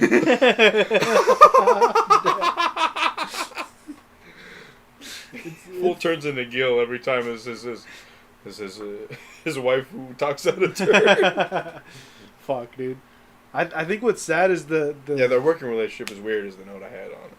Yeah, that whole exchange, it just shows, I guess, where Anna is at in this whole like process. She still doesn't feel confident and secure, even though like they've done a lot to make her feel that way. Like, it just sucks, dude. Like, some people are just not cut out for this. Like, you didn't say what you were. Like, that's okay, dude. A lot of people, you know what I mean? It's cool. Like, no one's gonna be like, remember fucking Anna, the piece of shit, you know, who couldn't fucking hack it? Like, no one's gonna remember, dude. But it sucks. And I think the dying every day and being born and born and born again, like, good grief, like, this is the profound shit you were worried about when you were first coming up with these scripts, dude. Like, am I really saying something about life that I think about it's just a movie? Like, it. Yeah, it is like it is one of those. It's one of those. Shoe in. You know, you got those older teachers in language arts, and you're wrapping up an essay with like, let me hit them with one of these quotes. Yeah. With a paragraph that says all about these quotes. Oh, it brings everything full circle. They love it. Yep. Or give me an A, bitch. I know you is, but you love this shit. You love it. Yeah. And that's what it felt like a little bit. It's like, I don't know, you can treat a script like a 5-page essay. Yeah, it doesn't work. Your audience is way different than the professor at fucking school. It worked for American History X. Not because the whole fucking movie was built around that essay. Right. Oh, shit. That's true. But yeah. I think it's funny that Shane ends this episode on a note where he thinks he's altruistic and giving all the. I changed his life, dude. I gave back to that little bitch. Damn. I put everybody on game. I put him on game. I am the game. He played me. I got a good quote here from Corey. I just want to say, for the record, in terms of the realism, the reality of it, this movie takes place on another planet. When he was referencing, because they were frustrated about finding the black penis, he's just like, it could be my dick. We'll just put a filter on it, motherfucker. Right. You know, and we'll get a lovely conclusion of this arc in the next episode. Did you have anything else to say on the 8? Nah, man, I think, let's see. Nah, I think that's it, dude. Like, the Thanksgiving dinners they do in this shit. Yeah, they're both kind of lackluster a little bit. Yeah, man. Yeah, it sucks that they... Just that one actor with a beard and long hair looked cool. The dad? I'm sorry you guys got lumped into this. Well, man, maybe just because that one line they showed in the reality show was pretty charismatic in the delivery of it. And I'm like, this guy's probably good. The dad from Not Cool, right? Is it Not Cool? Oh, yeah, no, it is Not Cool. Yeah, it is Not Cool. Right? The big long hair dude. Because he seemed like a normal fucking person. Oh, and I wonder why I like the normal person in the movie full of fucking caricatures. Shit, dude.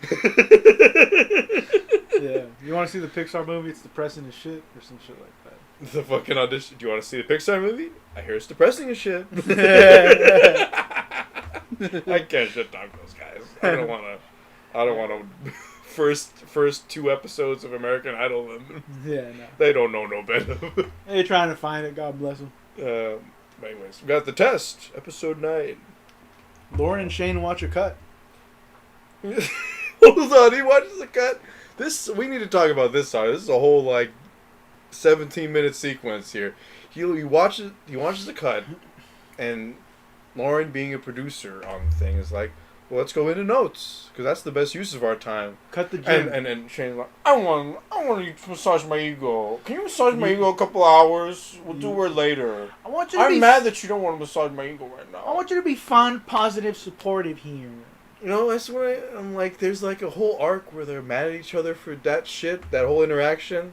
And then it kind of just evolves into Lauren being like, let's talk about it.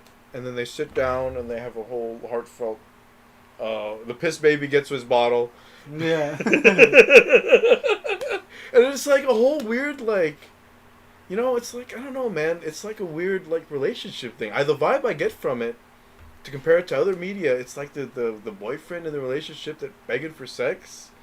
And one day the girl's just like, okay, I guess. You know what I mean? Right. Yeah, that's what I mean. Is just the relationship's got a weird fucking tone, man. He's a spoiled brat, dude. No doubt about it. And I've never seen an assistant coddle and fucking. Yeah, it's an assistant relationship like this. You know what I mean? Yeah, man. Yeah. You almost pine for you almost wish he was just bitching at her for coffee every other day instead. Right. Fuck, man. If only it were that simple. Yeah, man. Fucking hell. I had something there. I had something, I lost it. Shane's last 30 minutes was sappy. Oh, he argues with Lauren about her giving Chris Moore giving her the same note, and it's another instance of the optics of the reality show. They're gonna cut to Chris Moore. They're gonna cut to me. They're saying I don't like that note. Right. They're gonna cut to you giving the same note, and you're like, "Oh, isn't Shane wrong?" And I'm like, "Yeah, that's called conflict, my dude." Yeah. He just wants to be. He wants to have credit. He wants to be successful. He wants to have the recognition around the industry. But it's like shit's not simple. It's like constant earned. coddling he wants, dude. Constant. Anna throws footage at her editor and goes for a little vacay day. Damn. You remember that scene? She No. takes the dick trolley ride that Shane filmed. Oh wow. You never remember Damn. that? Nah, dude. Yeah, there's a whole little sequence where like, yeah, they don't like make a show of it, but like, yeah, they're on that same trolley. It's kind of wild how like to relax and get away, she went to the set of Shane's film accidentally. Shit, dude. Corey laughs at Shane saying that he'll direct him when he's gonna like put his ass in the fucking screen or on the glass. I thought that's funny. Wait, Anna calls out the reality show troubles as well, or the reality show independent film. Where she's like, I hear the independent or the reality show struggling with money. Huh. I know about that life. Oh like, damn! She's like, I missed yeah, that. all I could do is laugh at it. I'm like, why you gotta laugh at other people's money struggles? Oh shit! When you've been through the ringer. Shane very awkwardly finally gets his big black penis, and he directs it to a man who seems like he's really frightened to be where he is. You feel like he's on edge, and he's just kind of like smiling it all away. Right. Because he says nothing, you know. So he's just like, I just want you to waggle it around. Can you just waggle it around? Yeah. And you can kind of hear him, making a noise when he's like, ah. Yeah. I'm like, God damn. How much do you think he got paid to be a dick double, dude? I hope it was $500. I hope it was a grip. I hope it was a bill, actually. I hope it was double that. I don't know. Probably not. Yeah, I don't know. Yeah. Shane gets to. Can we get to the testing, or you got anything right here? Oh, what do we call it? I'm not going to go to it. No, we got to get to the big scene of Zachary Quinto's temper tantrum. Oh, what the fuck? Yeah, for sure, dude. Yeah, I got the quote right here. I'm angry, actually. I'm angry that $850,000 got put into making something so egregiously offensive. And not only the material, but actually the fact that $850,000 was put to making that. And it made me angry. It's not something in any version or any stretch of my imagination I could ever put my name on or be associated with. The amount of time I spent watching Shane's film, I will never get back in my life. And I'm resentful of that. Yeah, I mean, over the top.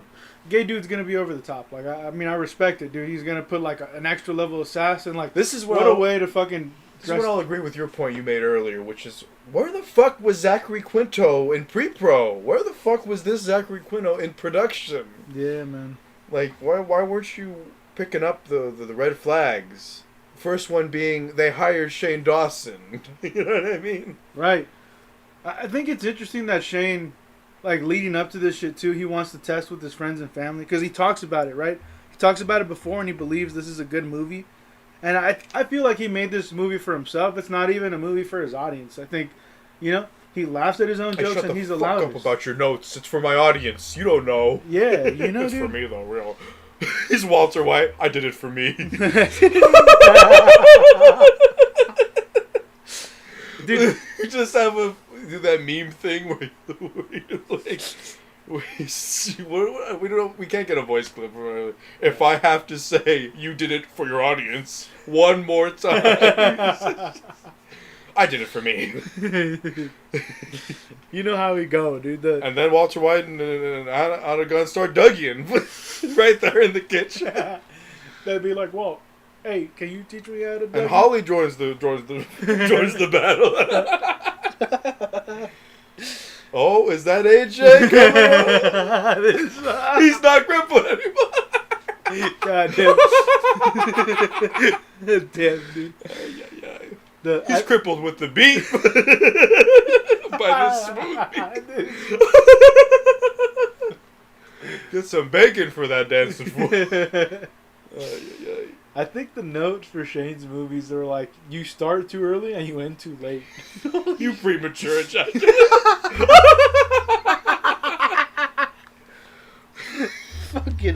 a fool don't appreciate his audience or his partner.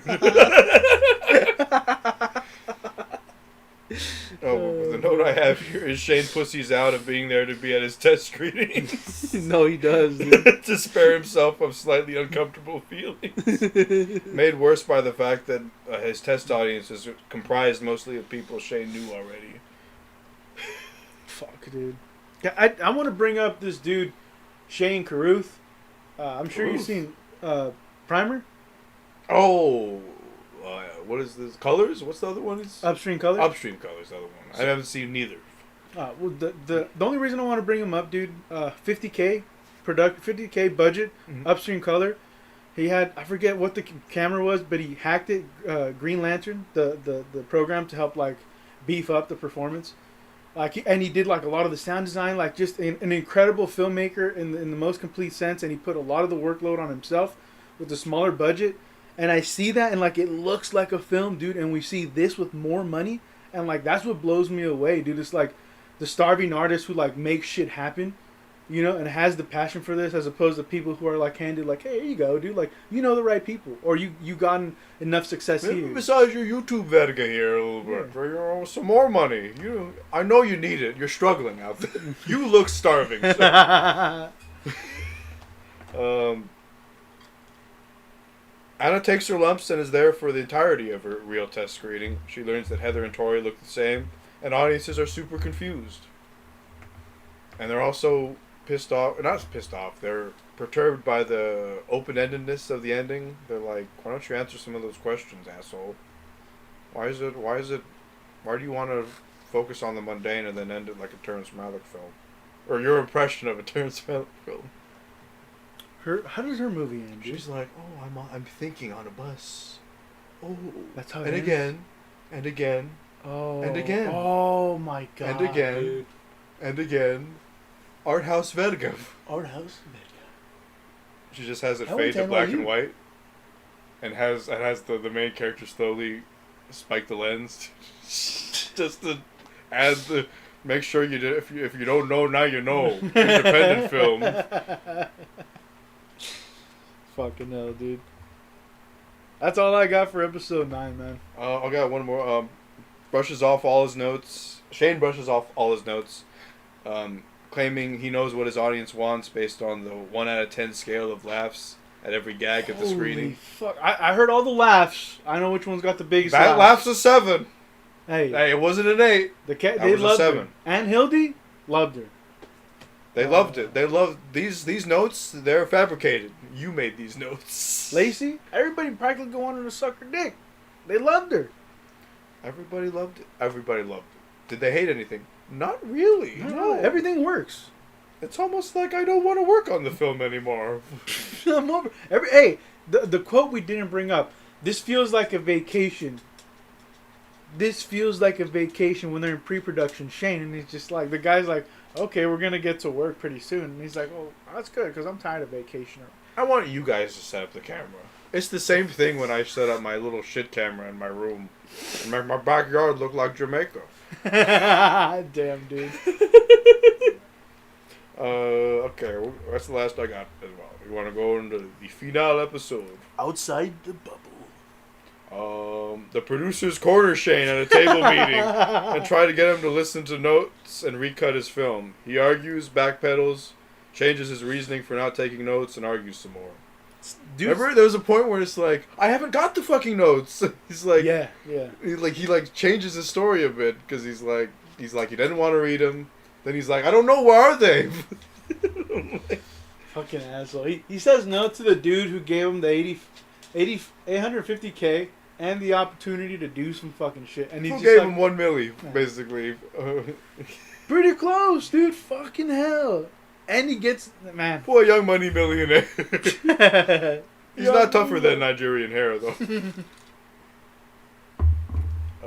Shane finds out about, Yeah, Shane gets defensive when he finds out that Neil and Zachary took their name off the film. Yeah. I gotta shake a motherfucker hand? They don't like my raunchy stuff. Like, who doesn't like this? There's raunchier stuff out there. Everybody liked it. In the movie theater, I got their laughs. It was a 10 out of 10 scale. You don't remember. You were there. I told you. My movie theater was only filled with my friends and family and a few strangers. My family and friends loved it. Yep. Everybody's going to be like my family and friends. They cheered me. It's like everybody who pays a ticket for my film will be my family and friends. It's like I got the Venice standing ovation at the end. I couldn't say a word.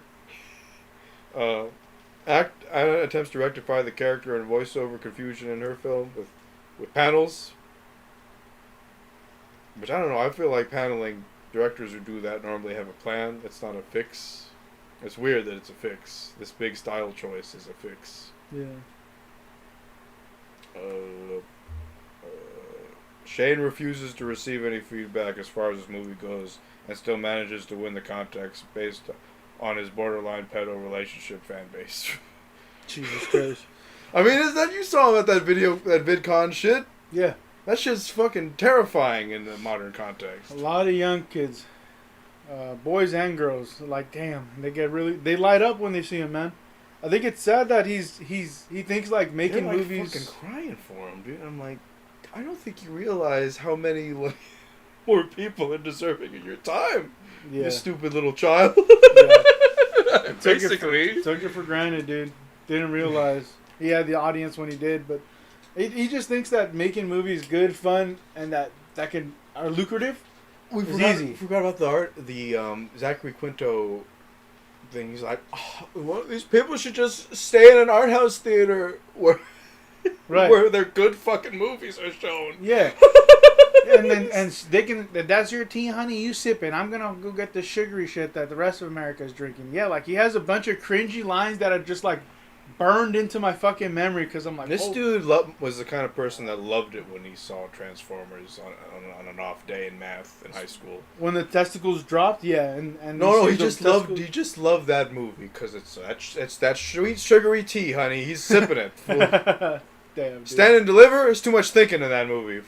Hey, not enough humor for those brown. I can't relate to these beaners. No says one's calling Shane. them beaners in this movie. Goddamn! How are they supposed to know? Just walking around. Why aren't they all being wacky like H-O-Lo? La Raza Casa. Fucking hell, dude. It sucks that he didn't do anything like Naked Gun, but he's not smart enough to do anything like that, dude. Yeah, he doesn't have that comedic timing. No, but that's the random. You know that Put a Bird on It? Fucking. Is that what's that show? Portlandia. Is that like a little scene on there? Well, put a bird on it. And it's just like this guy's got a business. So he puts like little statue birds and everything. What is? And it's like Shane is just like, oh, put a dick in it. For his job, so put a bed in it. Put some vomit in there. Make it funny. What you were saying? No, I don't know if put a bird on it is an expression or what the fuck that means, dude. I don't know, just something about the funny delivery of it. Just put a bird on it. I got a quote here from Chris Moore. The last quote for the show for me describes just Shane's working ethic. It's more about the joke beating the story. Damn. The joke always beat the story and not cool.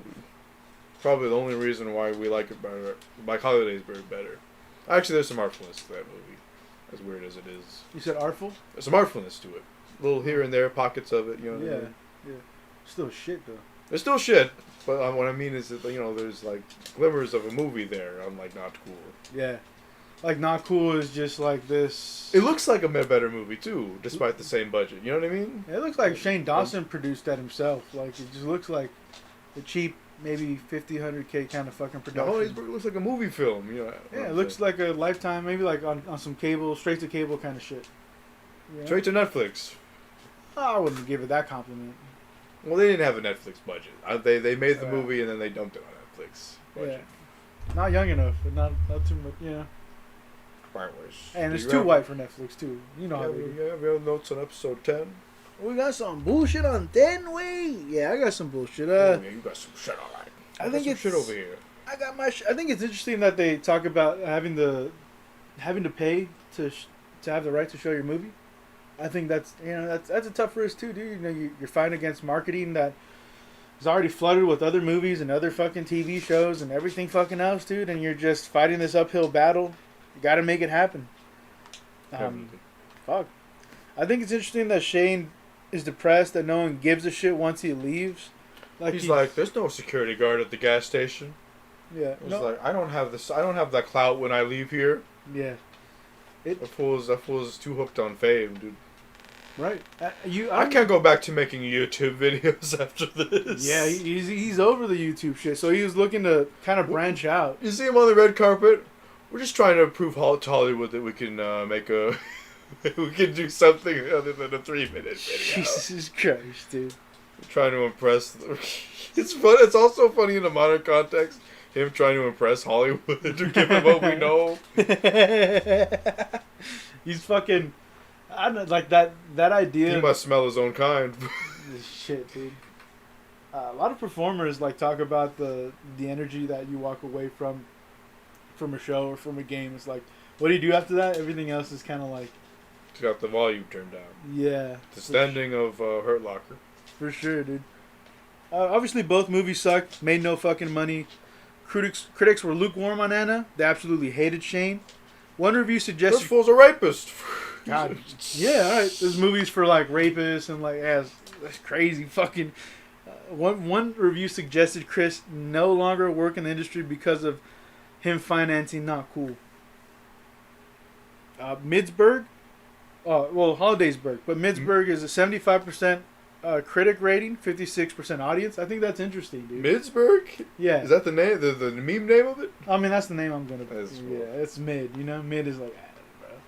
It's not Holidayburg. It's not, bro. Like, I take any Project Greenlight movie over these two, man. Really? Straight up, man. You want to watch? Yep. Leisure Class, that weird Shia LaBeouf movie. You want to watch the Feast? Which one? You want to watch? Yeah. Fuck yeah. You want to watch Little Jewish Boy? Give me a franchise. My Little Jewish... I don't know what it was Hey, called. that Rabbi carried that fucking movie, dude. I'm Kevin Pollak, don't you know? Hey, that guy's I'm a charming little shit. son of a bastard. Don't you like my Zachary Quinto schnoz? The fucking Not Cool got a 70% critic and then 85% audience. It's like that nose is a natural canopy. Damn. Anyway, yeah, it's both of them. They're both your favorite movie films. Yeah, both of them. I'd choose anything over Greenlight. Anything on Greenlight. Straight up, dude. I did not like these, man. I watched them once and I'm like, dude, I'm not giving this They're a the best second. película movie films you've ever seen. I can't dedicate 3 hours of my lifetime. You need to watch it again. Again. I couldn't. And again. You need to die again. God. And again. Damn. I think it's lame that Shane blames the negative critical reviews on age and race. Candyman, is that you? Huh? What? You spitting bars on me? Did I rhyme right now? Yeah. Oh shit. I'm bad, dude. I'm too fly ready here, dude. Well, just let me know if you got to put a beat over this for what you're saying right now. I need a producer, dude. You're looking at one. I think what sucks about the competition was it's a survey that determines just a little piece of competition. But they did do the due diligence of making it. You have to see both of them. Yeah, but damn. Do you like the idea of all those Shane boys and gals? Like, I guess I gotta pay for this Holidaysburg movie too, so I can fucking murder this survey for Shane. Yeah, she should have won, dude. Oh man, dude. I can't believe we saw that, and he still got crowned. Yeah. Did you watch the movies after the fact? Of course. Okay, I didn't know if you were like, I gotta see how dumb this is now. No. I gotta give respect so I can be to the extra process. mad when he wins. No. I'm pretty sure I watched Not Cool first, and then I watched Holidaysburg. I had to at least like leave room for something to walk away with on a positive note. So maybe Holidaysburg can bring that. And again. Oh my god, fucking tone deaf, dude. Who is this movie for, man? And like, it's for young, struggling, depressed women.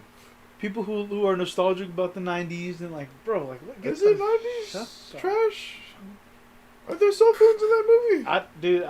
I don't agree with that shit, dude. I think it's interesting. You don't agree with cell phones? No, I don't agree with like the idea of like who you got to market to, because that's an interesting topic, dude. Like, hey, you have to make a choice, dude. Who is this movie for? Even after it's made, and you have to target a demographic. Shit. Definitely. But I don't know. I just didn't like the survey, dude. Obviously, the results were whack, but Just will never want to play Martinucci Brothers. Matamuchi. Martinucci. Oh. The Chair, dude. I'm sad that we out. We out on these kinds of shows. Well, never again. You get none. Project. Issa Rae still isn't delivering yet. Yeah, she hasn't Issa done. Rae, where you at? Is you here? You fall off. Is you here? You fell off, Issa. Oh man, I didn't want to say that. She'll come at you. Where that? Where that She'll go? come at you. I got Not the with the Doug. show though. Yeah, that's right. I got it, chicken. I'm gonna have to Dougie my way out of this one. All right. So we wrapping up on our discussion of the share. Let's wrap it up. Okay. The Share. What would you say about this whole project? Was it a successful Project No Greenlight? Project No Greenlight? Yeah, Project No Greenlight, the Chair edition. I mean, if the idea was proved, even if it was meddled with in strange ways that we talked about already. Yeah, I think it's a pretty different take on like what Project Greenlight was trying to do. But it just sucks that they handed it to these guys. We already talked. Yeah, They handed it to the Martinucci brothers and the Dawson. Matamuchi. They handed it to Voldemort, an indecision woman. That's her superhero name. I don't know. Indecision woman. I don't know. Vic, Phil, will you help me? Where's Vic and Phil? How am I gonna fight crime without my guides? My crime coaches. My crutches. I don't know. Hey, that's the movie film pick of the pod. Let's go to the video game. I have the video. I have the game. What am I? The video game. Which was The Suffering. The Hey. Suffering. A 2004 juego came out March 8th, 2004. Developed by Surreal Software and published by Midway Games. That's our boys. That's our little Midway boys. Those little Mortal Kombat boys. They're them boys again. They're them boys again. They're out of business. But yeah. Hey. So how come you didn't tell me about The Suffering sooner? Why are you making me suffer by not telling me about The Suffering? Hey, I had to put this in my back pocket, dude. Pull it out when the time was right. You motherfucker. But yeah, it's a scrappy little game here. That's it's got. Let me just get one of my negatives out of the way. What kind of fucking name is Torque? Yeah. It's not a real name. Well, it's not a real name for real people. Is all I'm saying. I know Max Payne is out there, but at least his name is only ridiculous when you say his first and last name. You think it's modeled after like Toretto, like a play on that T like fucking name? I think it's just more of a early 2000s cool guy thing that looks cringe now. I named him Torque. That's why there was a movie called Torque back in the day. You torque a wrench, right? Started a bunch of motorcycle cool guys. You don't remember? Yeah. Had a bunch of cool fucking motorcycles. The red one is right there, dude. The red motorcycle. The red Power Ranger, right there. I mean, This fool. yeah. And so the movie, the game is really good, but this also speaks to like the time the game was made. I'm not a big fan of Silent Pro tags, dude. Even in Dead Space, I'm not even in Halo. Well, Halo, he's not silent. He's just quiet. He has Oh, lines. I guess you're right. He do say some shit. Yeah, he just picks his lines. And like in this one, it's just I don't know, man. All this wild shit's going down. You don't have anything to say, Torque. It's like Doom You're Guy. just a little Torque guy. Okay, but Doom. You don't see Doom Guy in the third person for the whole game. Is the whole thing. You're meant to occupy Doom Guy's living space, so to speak. I feel you. Whereas like we're seeing Torque, and in the cutscenes we're seeing Torque. You know what I mean? He's kind of presented to us.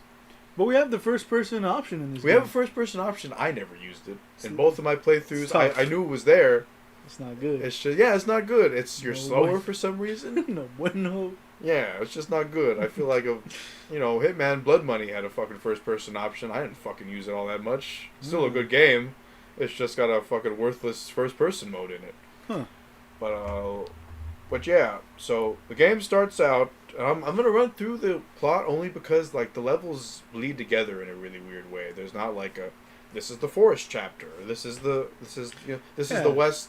The West Wing chapter. It's just they all kind of there's like a weird loading screen in between all the levels, and you're just kind of you're either at a new there's location. quotes on shit too. There is quotes on shit, but it's like, yeah, I didn't. Yeah, I played through twice, but I'm trying to take in the other aspect because this game throws a lot at you between like visions and like man. There's a lot of story stuff to like nail down. But Torque, a stoic guy who's very capable with a gun and a knife, I guess. Yeah. I don't know. Was there any background on him that made it he's like a soldier in his past life or something that I missed? I guess it's implied.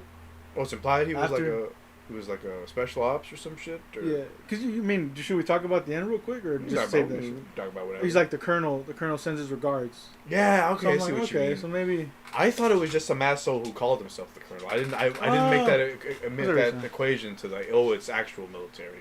Yeah. Gotcha. I see. But yeah, he's being escorted by CEO Ernesto Alvarez, dude, who really wants to fry this guy. He knows his fucking story, man. Yeah, he's on death row in Abbott State Penitentiary on Carnot Island, fucking evil history island. We're gonna refer to it as, just because I don't know, man. How much shit can you have on an island that went wrong? You got a torturous 1920s insane asylum. You got an American World War II POW camp, and you got Puritans burning witches here 300 years prior. Like, goddamn, dude. And it's like, there's islands with just one of these things that happens on it, generally speaking, but 3 of them in a row is a little 2004, I'm going to say. It's like a black hole for malicious intent, dude. This is what happens post-Korn and Limp Bizkit. This qualifies as cool. This going to blame it on psychosocial. That's Slipknot, motherfucker. That's my bad. Yeah, but I got my new metal confused. Hey, what's the new metal? Is it a screamo? I don't fucking care. I don't know, dude. There's like 12 drummers in that band. We don't need all those drummers. I think we do.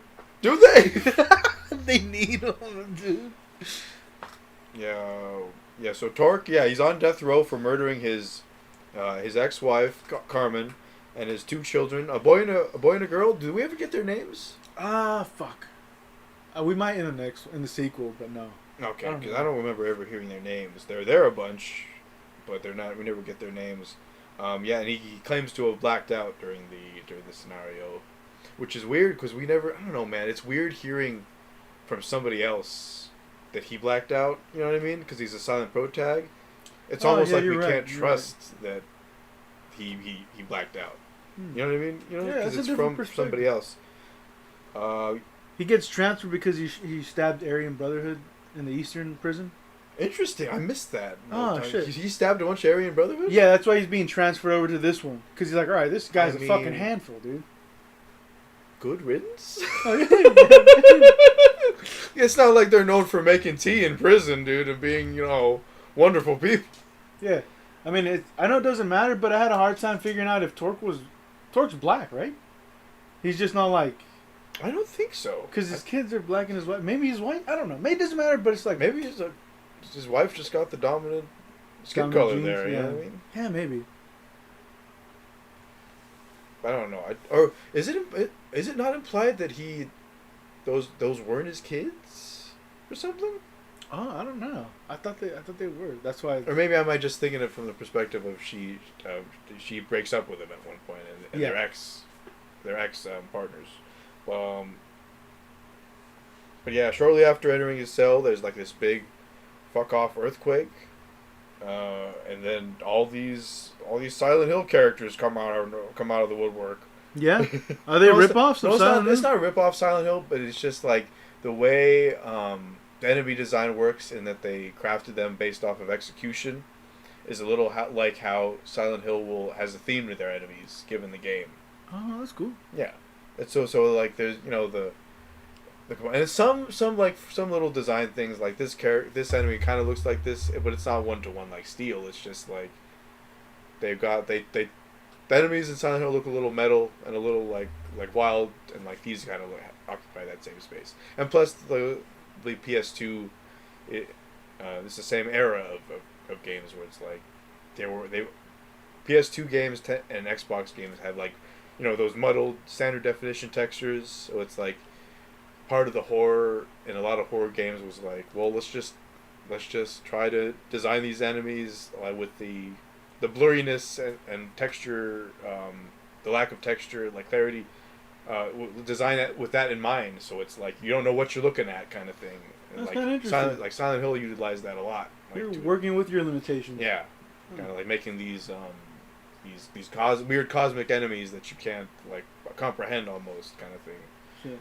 But yeah, but like we have the enemies, the standard slasher, the spider thing that like can kind of, it's pretty much silent. You can kind of like hear it coming up on you with of his like little metal stilts. I thought that was a good touch. The Slayers? I got spooked by that. Yeah, I got spooked by that enemy a bunch.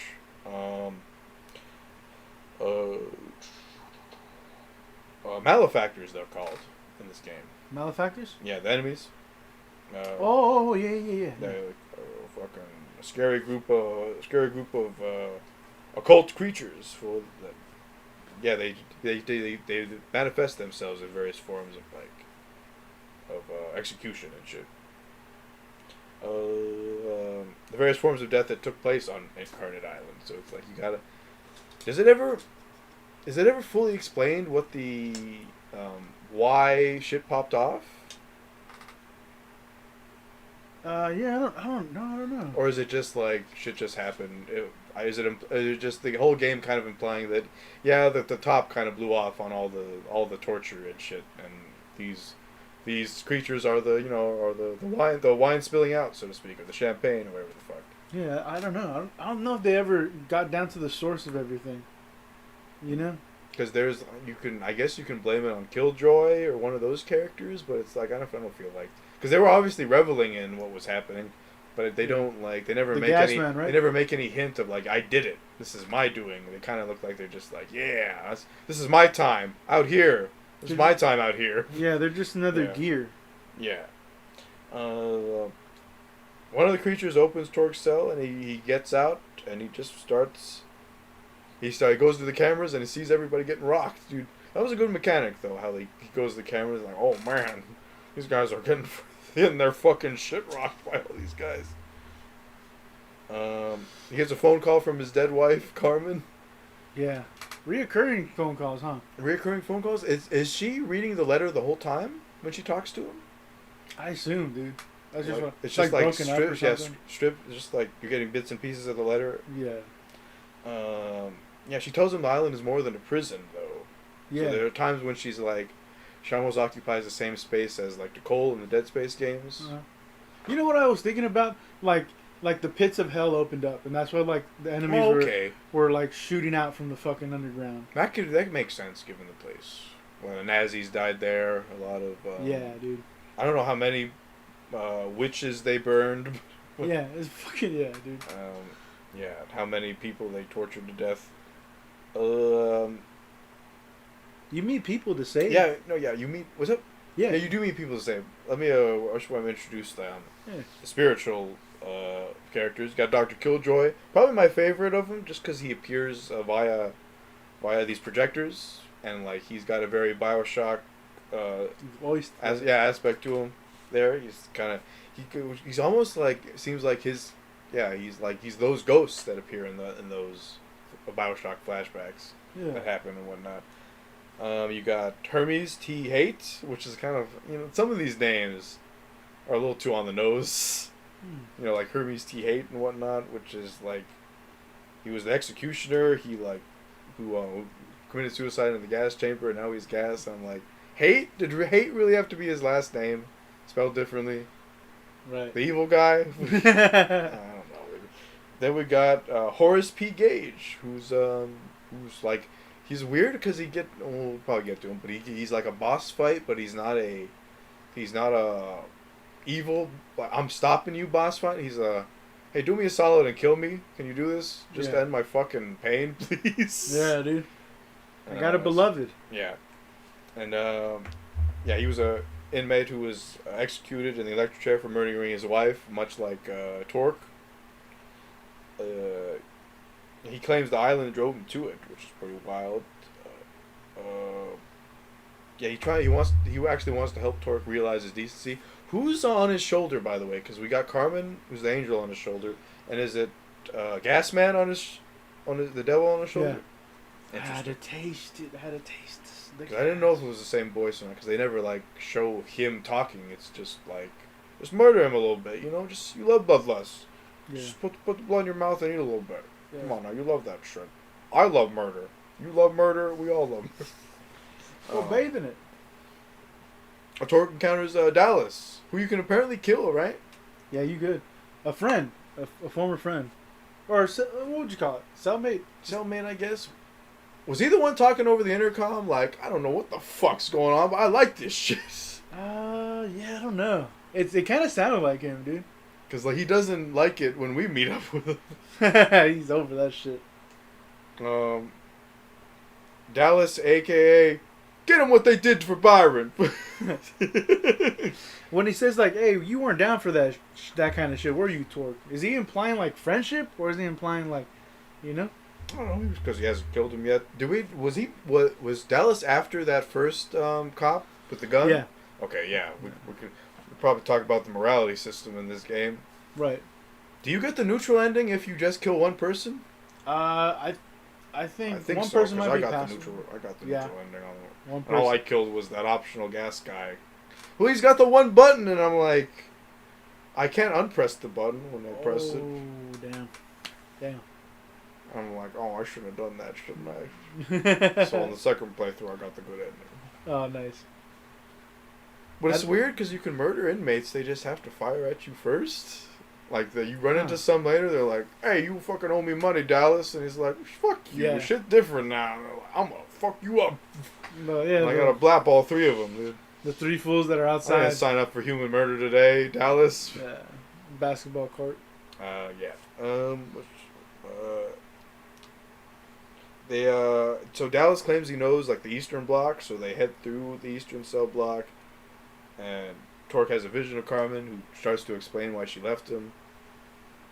And which was kind of the reason why she left him would kind of all revolve around her, just like, you're never around for the kids because you're in jail, motherfucker. Yeah. So he's like, what was he in jail the first time for? I don't know. Did they ever discuss that?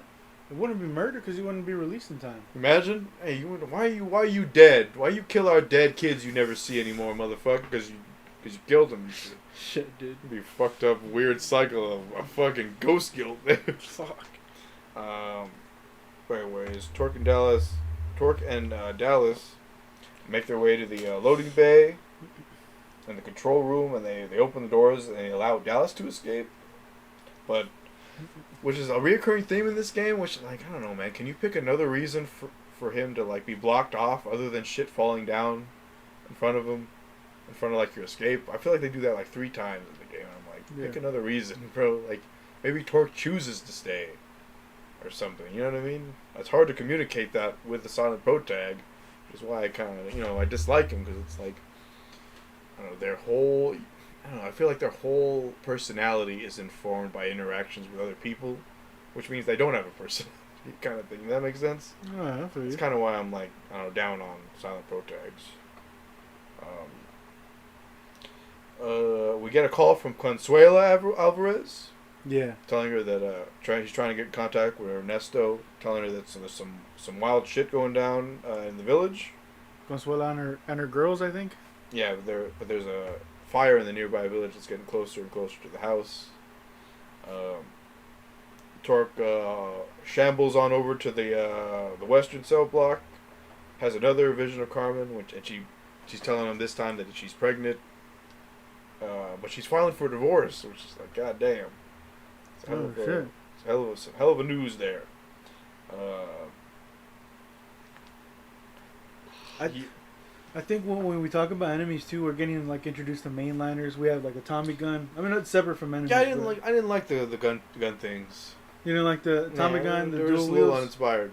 No, the weird like flood blobs that shot you a bunch. The riflemen. Oh yeah, the turret fools. It was a little weird. The marksmen. I think they call marksmen. Yeah. I feel like, I don't know, it was way too soon for them to put shooting enemies at you, and it's like, the design was a little weak. Yeah, for sure. But yeah, mainliners are a little better. It was weird how there was infighting between the Slayers and the mainliners. Yeah. It just confused me a little bit because I'm like, are there two warring factions here I don't know about? Like, I don't know. I was a little confused by it.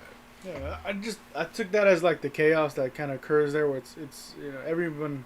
You never see hunters smacking up grunts though. Is all I'm saying. Yeah, they didn't take it up to that level. That's they might make fun of them a little bit, nudge them, but they don't. That's killing them in droves and shit. Yeah, and mainliners, if you turn into the beast, if they stab you, you revert back to your like regular torque form. Interesting. I don't think I ever made that connection. Oh damn. So he heads to the radio room, but something on the mainland is preventing them from communication. Something in the asylum rather is preventing communication with the mainland. Oh right. Torque heads to the. So there's a asylum on this prison island, an abandoned asylum. Yeah. God damn it, man! This fucking island is. This fucking island, man. Why is the island so evil? Carnate Island, dude. But yeah, he heads to the asylum. He runs into Killjoy, and he's determined to cure him with the rebirth machine. Yeah. Which the rebirth machine gets used. It gets used in the final boss battle, right? Right.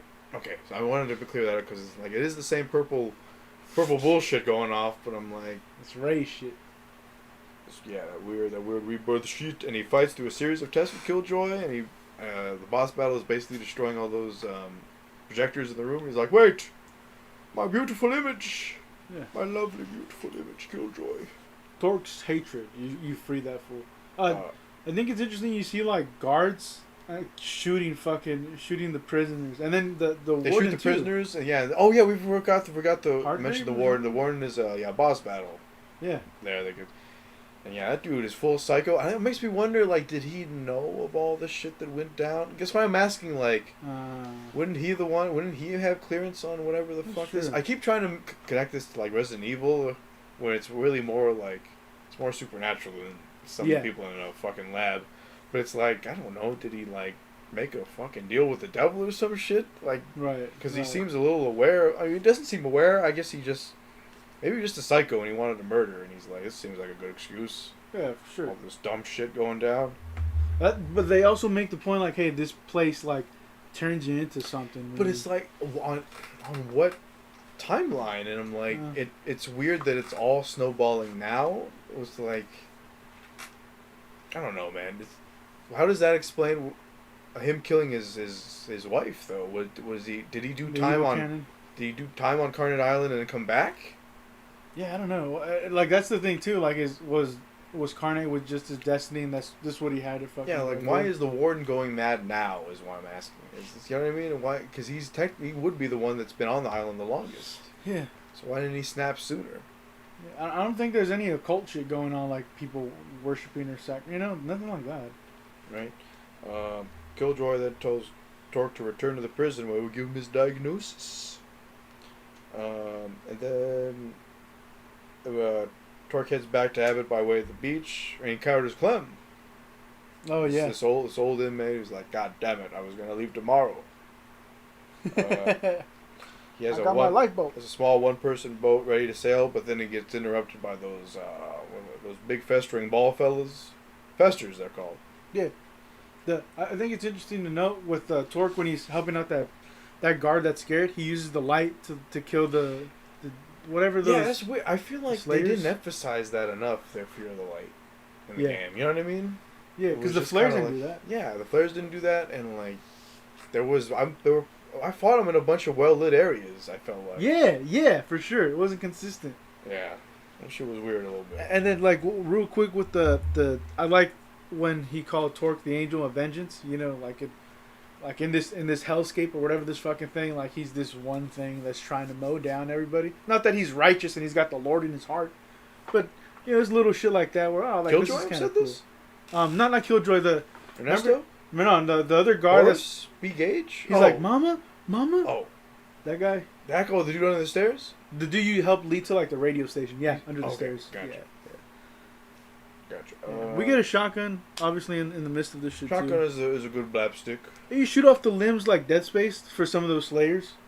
I kind of like that. It's a shit. decent shotgun. I'm not gonna lie. Yeah. It's no Last of Us Part 1 shotgun, no. Oh no, it's not. Yeah, it's not the best, but Because you don't have Ellie there saying, "Fuck! God damn, Joel! He's all over them. He's all fucked up. the Fuck, his arm's over here now." Jesus Christ. Fucking burrowers, dude. Oh yeah, those little tremor enemies. You hear your footsteps. I mean, like that's fucking crazy as hell too. I like that. Stone Bridge helping out the prisoner shit. Construction area. Yeah. We skipped this guy real quick. The 420 guard. You helping the asylum. You know, you get a fire axe shit. He blazing? Remember? He's smoking out. He's like, hee, what's up, buddy? I thought it was a cigarette. Oh, he's blazing, dude. He's in Oh, a good man. mood. I don't know. I love this shit. I love murder, he says. It's the perfect time to blaze up. Well, he just wanted to hear his tunes, and that's why he needed your help. And that's how you get, you know, the whole little, you know, help or kill this guy fucking option. Gotcha. But like you're saying, clam the TMT, where the festers. I never used the grenades in this game, but I not gonna lie. Yeah, it's kind of shit. I got powers, I got guns, I'm good. I got that bullshit. So, returning to death row. Wait, hold on. Did I skip something? I did skip something. He helps Clem to escape, but of course she gets left behind. Then he just. I didn't know we have a fucking sewer section in this game. God damn it. I don't like sewer sections in games. Shit, dude. And then he basically has the final boss with Horace. Meets up with him. He's like, listen, that dork. You gotta kill me. You gotta off me right quick. You gotta off me several times to get end the pain. Yeah. The max pain. Tries to relay with him to try to get him to do what he needs to do. Right. He frees his spirit, and he daps him up in the afterlife. Hell yeah. And returning to death row, he finds Killjoy's diagnosis. He returns to the radio room, and he sends a signal to the Coast Guard. Then heading to the lighthouse, because he's gotta activate that shit so they can get here safely. And that's where you get a flamethrower by the Nazi plane crash. Little Nazi U-boat. Sure. Why haven't they cleared that out yet, by the way? It's been fucking years, bro. What was plundered that bitch for a Nazi knife, dude? Shit. So the lighthouse has to be reactivated, and what's it called? He heads through old military barracks. He encounters Hermes, who forces him to fight. Fights him in a little industrial bin, and he's got to basically force him into a... Which is a little weird that you're killing a gas ghost with fire. It doesn't seem like it would work. Like combust or some shit. You're like forcing a guy who can float through walls into another thing. He can escape through walls. Why is he locked in the furnace? If he can just phase through. But he doesn't die though. In my best Red Letter Media voice, he doesn't die. But it's just weird that he's stopped by that. You know what I mean? Yeah, for sure. He continues to the lighthouse and he meets Ernesto. Hey, I'm stereotypical Spanish man. Yeah, man, that's the god damn You it. want to, take a look at my spicy butthole, I think that's a white guy like the Spanish. I don't buy that Spanish, man. Hey, Ass. chupacabra. Ay, el diablos. This fool. He's trying to find his family. They restore the power and reactivate the lighthouse. The Inferno enemies are introduced. Oh here, yeah, the little fear bitches, all little fire almas walking around. Yeah, they head to the nearby village with Ernesto's family. God damn, dude. But the gate to the town is locked. But Horace is like, hey, you got my back, man. You killed me when I asked you to kill me. So, hey, I'm going to unlock this lock for you right now. Then Ernesto, Torque, and Horace all dap each other up. It's got this Taco Bell mouth seasoning to it, you know? God bless that voice acting. Okay, I'm gonna return a normal voice. Hey, that shit was funny, dude. I like guy. that. That shit was hilarious. I'll return it again. Hey, you were fucking clowning that fool. Hermes helps. Hermes helps them cross. They get near the bridge. They're separated by a fire, but Ernesto goes all alone. Telling Torque to get to the docks. Got to see my fucking familia. My familia Consuela and my kids. She's gonna get the lowrider ready. And the leopard print seats. I got a leopard. Fucking low rider in this island and shit. I'm gonna get my Eddie Guerrero tattoo finished, I say. Damn, dude. So I got a light cheap steel on my way to another job. Damn. Damn, dude. Okay. Okay, mate. Where was I? Talk about meeting at the docks, and we got the doctor like tells us about this final boss. He arrives, and he encounters Killjoy, who tells him to cure himself, he must face what awaits him, and only by using the rebirth machine can he defeat it. Torque heads to the docks, where he encounters a massive creature with a miniature version of a little miniature Vedga of himself protruding outside of it. Hey, yeah, there's a little monster Vedga out there. It's true, this monster Vedga. Torque fights and defeats the creature while remembering the truth about his wife and children's death, leading to one of the 3 endings, depending on the player's actions.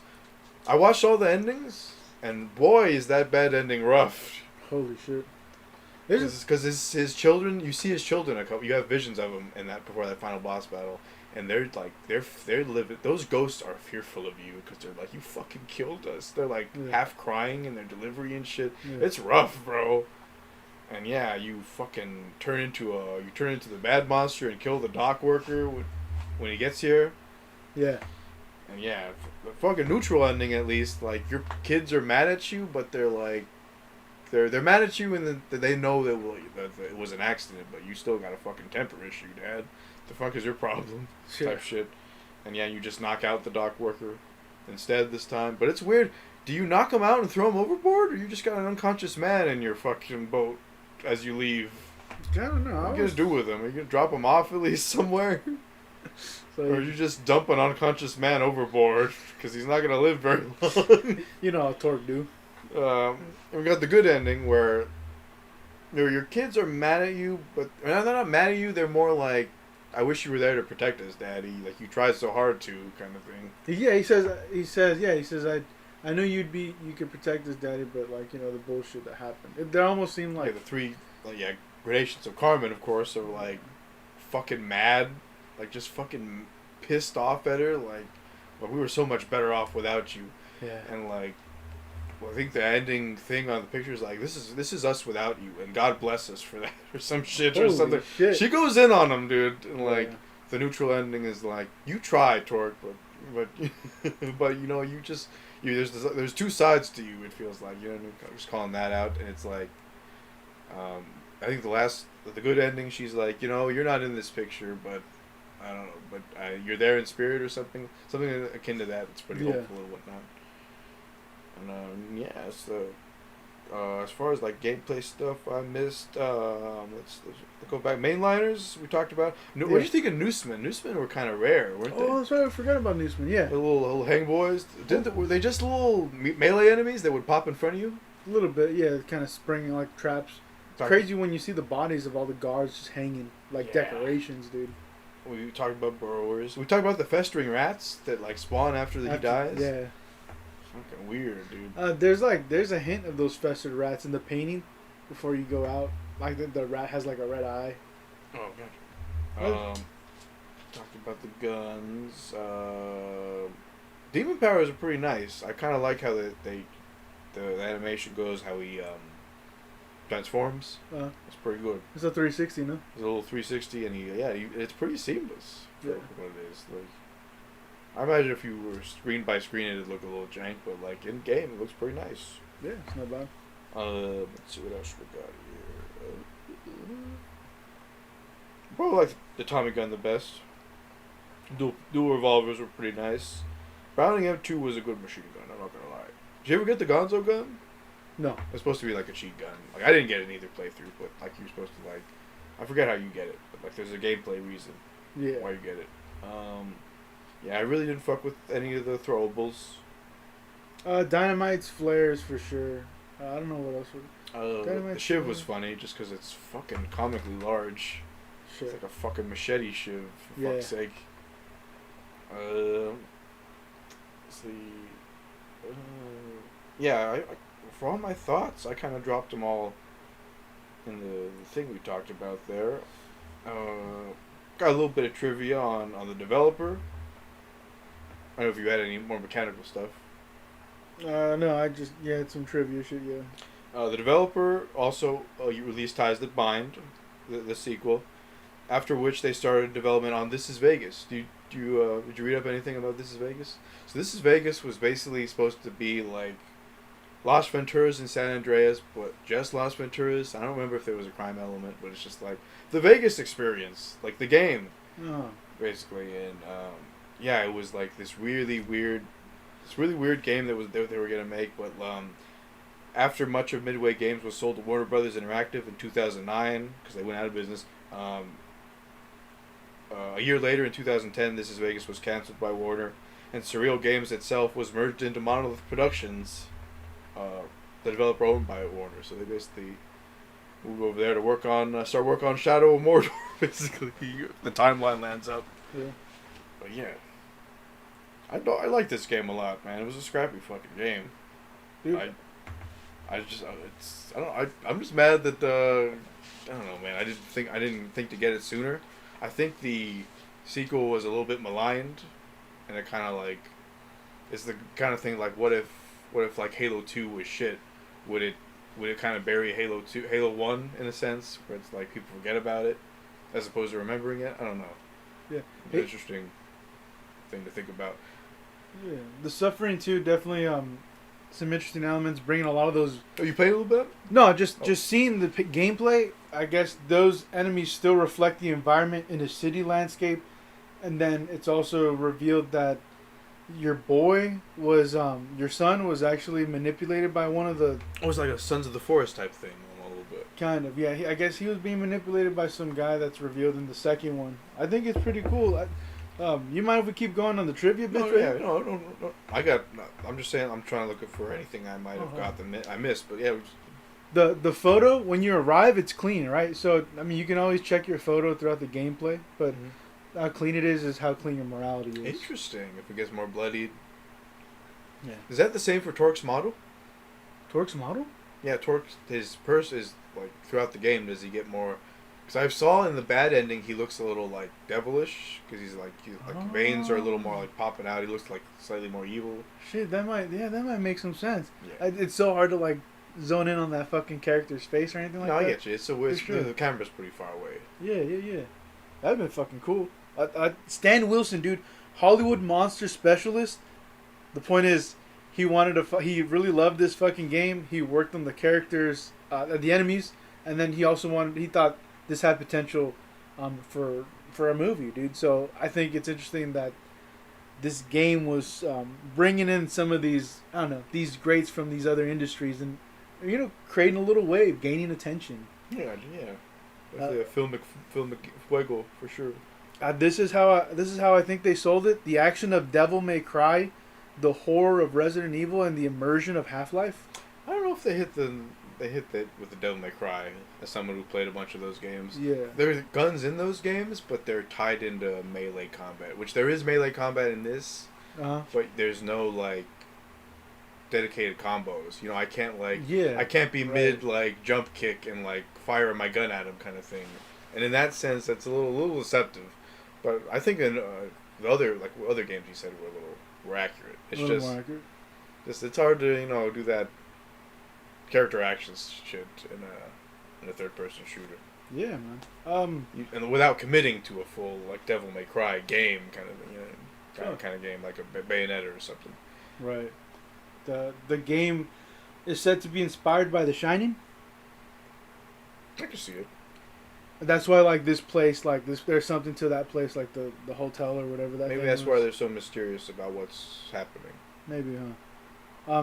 This is a quote. We're gonna focus more on combat and avoid the long cutscenes, the frail central characters, the clumsy controls, and fixed camera angles and sparse ammo of many console horror games. I feel like the grenade button is in part why I didn't use it was because it was awkwardly placed in the back button. I feel like it was a little awkward controlling that. They're talking about survival horror games there. They're talking about Resident Evil. Dude. Yeah, they're shouting out survival horror games, and this game is not a survival horror game by virtue of it having oodles of ammo. Yeah, more enemies. yeah, exactly, and that's exactly why they wanted to give you all that shit, man. They're like, "Hey, fuck that, dude." I get you, but it's like, I don't know, man. There were plenty of cutscenes in the game too, though. It's like, No, yeah. I don't get that. Yeah. That quote is a little weird when they, got fucking ghost monologues all over the bitch. Yeah, You gonna tell me you couldn't do that in game if you were so concerned about, I don't know. It's a weird quote for sure. Yeah. Maybe it speaks to more of like how game development changes over time, and how maybe one person speaking for an entire project is kind of a moot point because everybody sees it slightly differently. Right. I feel like the gameplay of this game, like the way you kind of avoid, you do like little barrel rolls out of the way, I guess, but I think it kind of felt like anchored, and it was hard to, I guess, maneuver how you would want to, and Doom's really spoiled me because it's so like, you gotta fucking move, dude, and this game kind of feels like that same high pace, but you're not allowed to move at that same level. You're constricted, to diving out of the way or like awkwardly jumping back or whatever the fuck it is, dude. Yeah, yeah, your movement's a little limited in this game. Yeah. We talked about the Surreal Dissolved merged with Monolith. We already played all these games, right? Psyops, Suffering, Fear, Condemned. Yeah. Warner Brothers. I would love for them to do something, to figure something out with this. That's not their style. It's not the big publisher style. Yeah. It's take a thing everybody likes and just put it on the shelf indefinitely. Yeah. And then it'll be a battle royale when it's least convenient. Damn. You ready for the Suffering battle royale? Yes? No? Fucking. I don't have the exact location, but I know I will put it up. They were inspired by a penitentiary that they actually Alcatraz? visited. No, I'm just kidding. Nah, I wish that'd be awesome. Alcatraz is so easy to remember. I think it's called Abbott Penitentiary. Is it with one T and No. they got around it that easily? No, it's Eastern. It's Eastern. It's the one that they mentioned in the beginning. Oh, okay. Yeah, so like the game has like a extra Just the one he feature. transferred out of. Yeah. Okay. So it has an extra features. You can I go got you. on it and you can like see like a little documentary on that the whole feel of that thing, dude. So it's, I didn't tell you because I picked it up pretty late, like after the fact. But I was like, well, shit, dude. Like I like these ideas. Did it work and was it executed at its full potential? No, but it's a one of those horror games that definitely stuck with me all those years at a rental spot. I'm glad we got to revisit it, man. Yeah. I mean, what kind of thoughts you got on this shit, man? And you I give a solid 8 out of 10 this game. 8 out of 10. Yeah. Shit. What's the best of the four? The Psyops, Suffering, Condemned, and Fear. I probably like Fear. Fear? The combat's too good. Yeah, that shit's fun. It's just too fun. That shit's fun as hell. It's fun in the sun.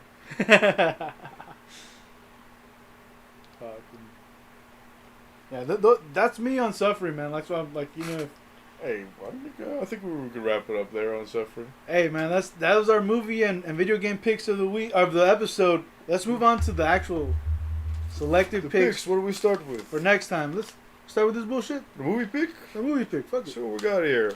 Oh my lord, we've got some photographs. Okay, well, The Woman King, How Oprah Ruled Daytime TV. Hey, you know how it be. Disney presents. Mirror, mirror. Oh, mirror, mirror on the wall. Who's the Ferris. There's Benedito. Death of a Con Man. Stanley Shane? Shane Dawson. Oh, Directed by Shane Dawson. oh, directed. Did I fuck up? What's that word there? Oh, starring Shane. Starring Shane. I'm a leading gay straight man. Guns are the loudest silent killer. What, navigated or awakened? Narrated. Narrated by Alex. She killed myself. Baldwin. Yeah. Midsburg, directed by DJ AM. I famous yet Lucas.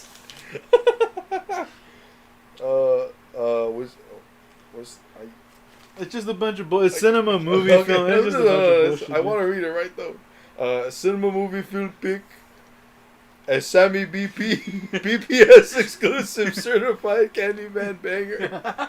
I put this pot on God. Alright, let's see what we got here. Is this Dr. Vergita Strange? I haven't seen it yet. Is this Michael Flanagan? Yeah. Ooh wee. It's a spiritual sequel to the Haunted House Vergita. Part 8.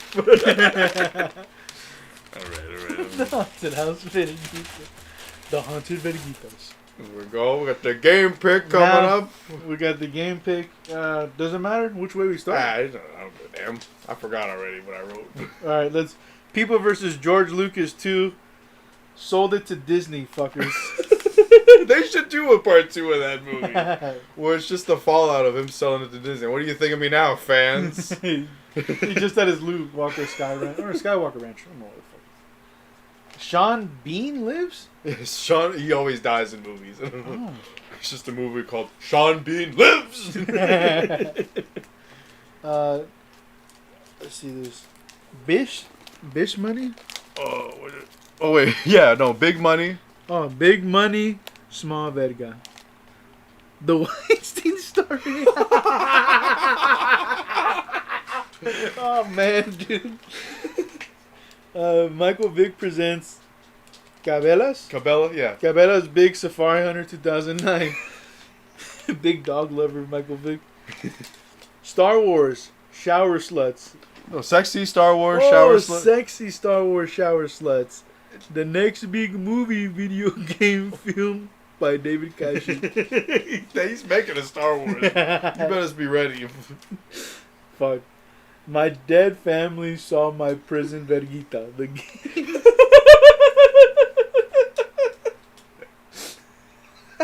Your dead family ever see your prison Vergita? Not yet. You can tell me.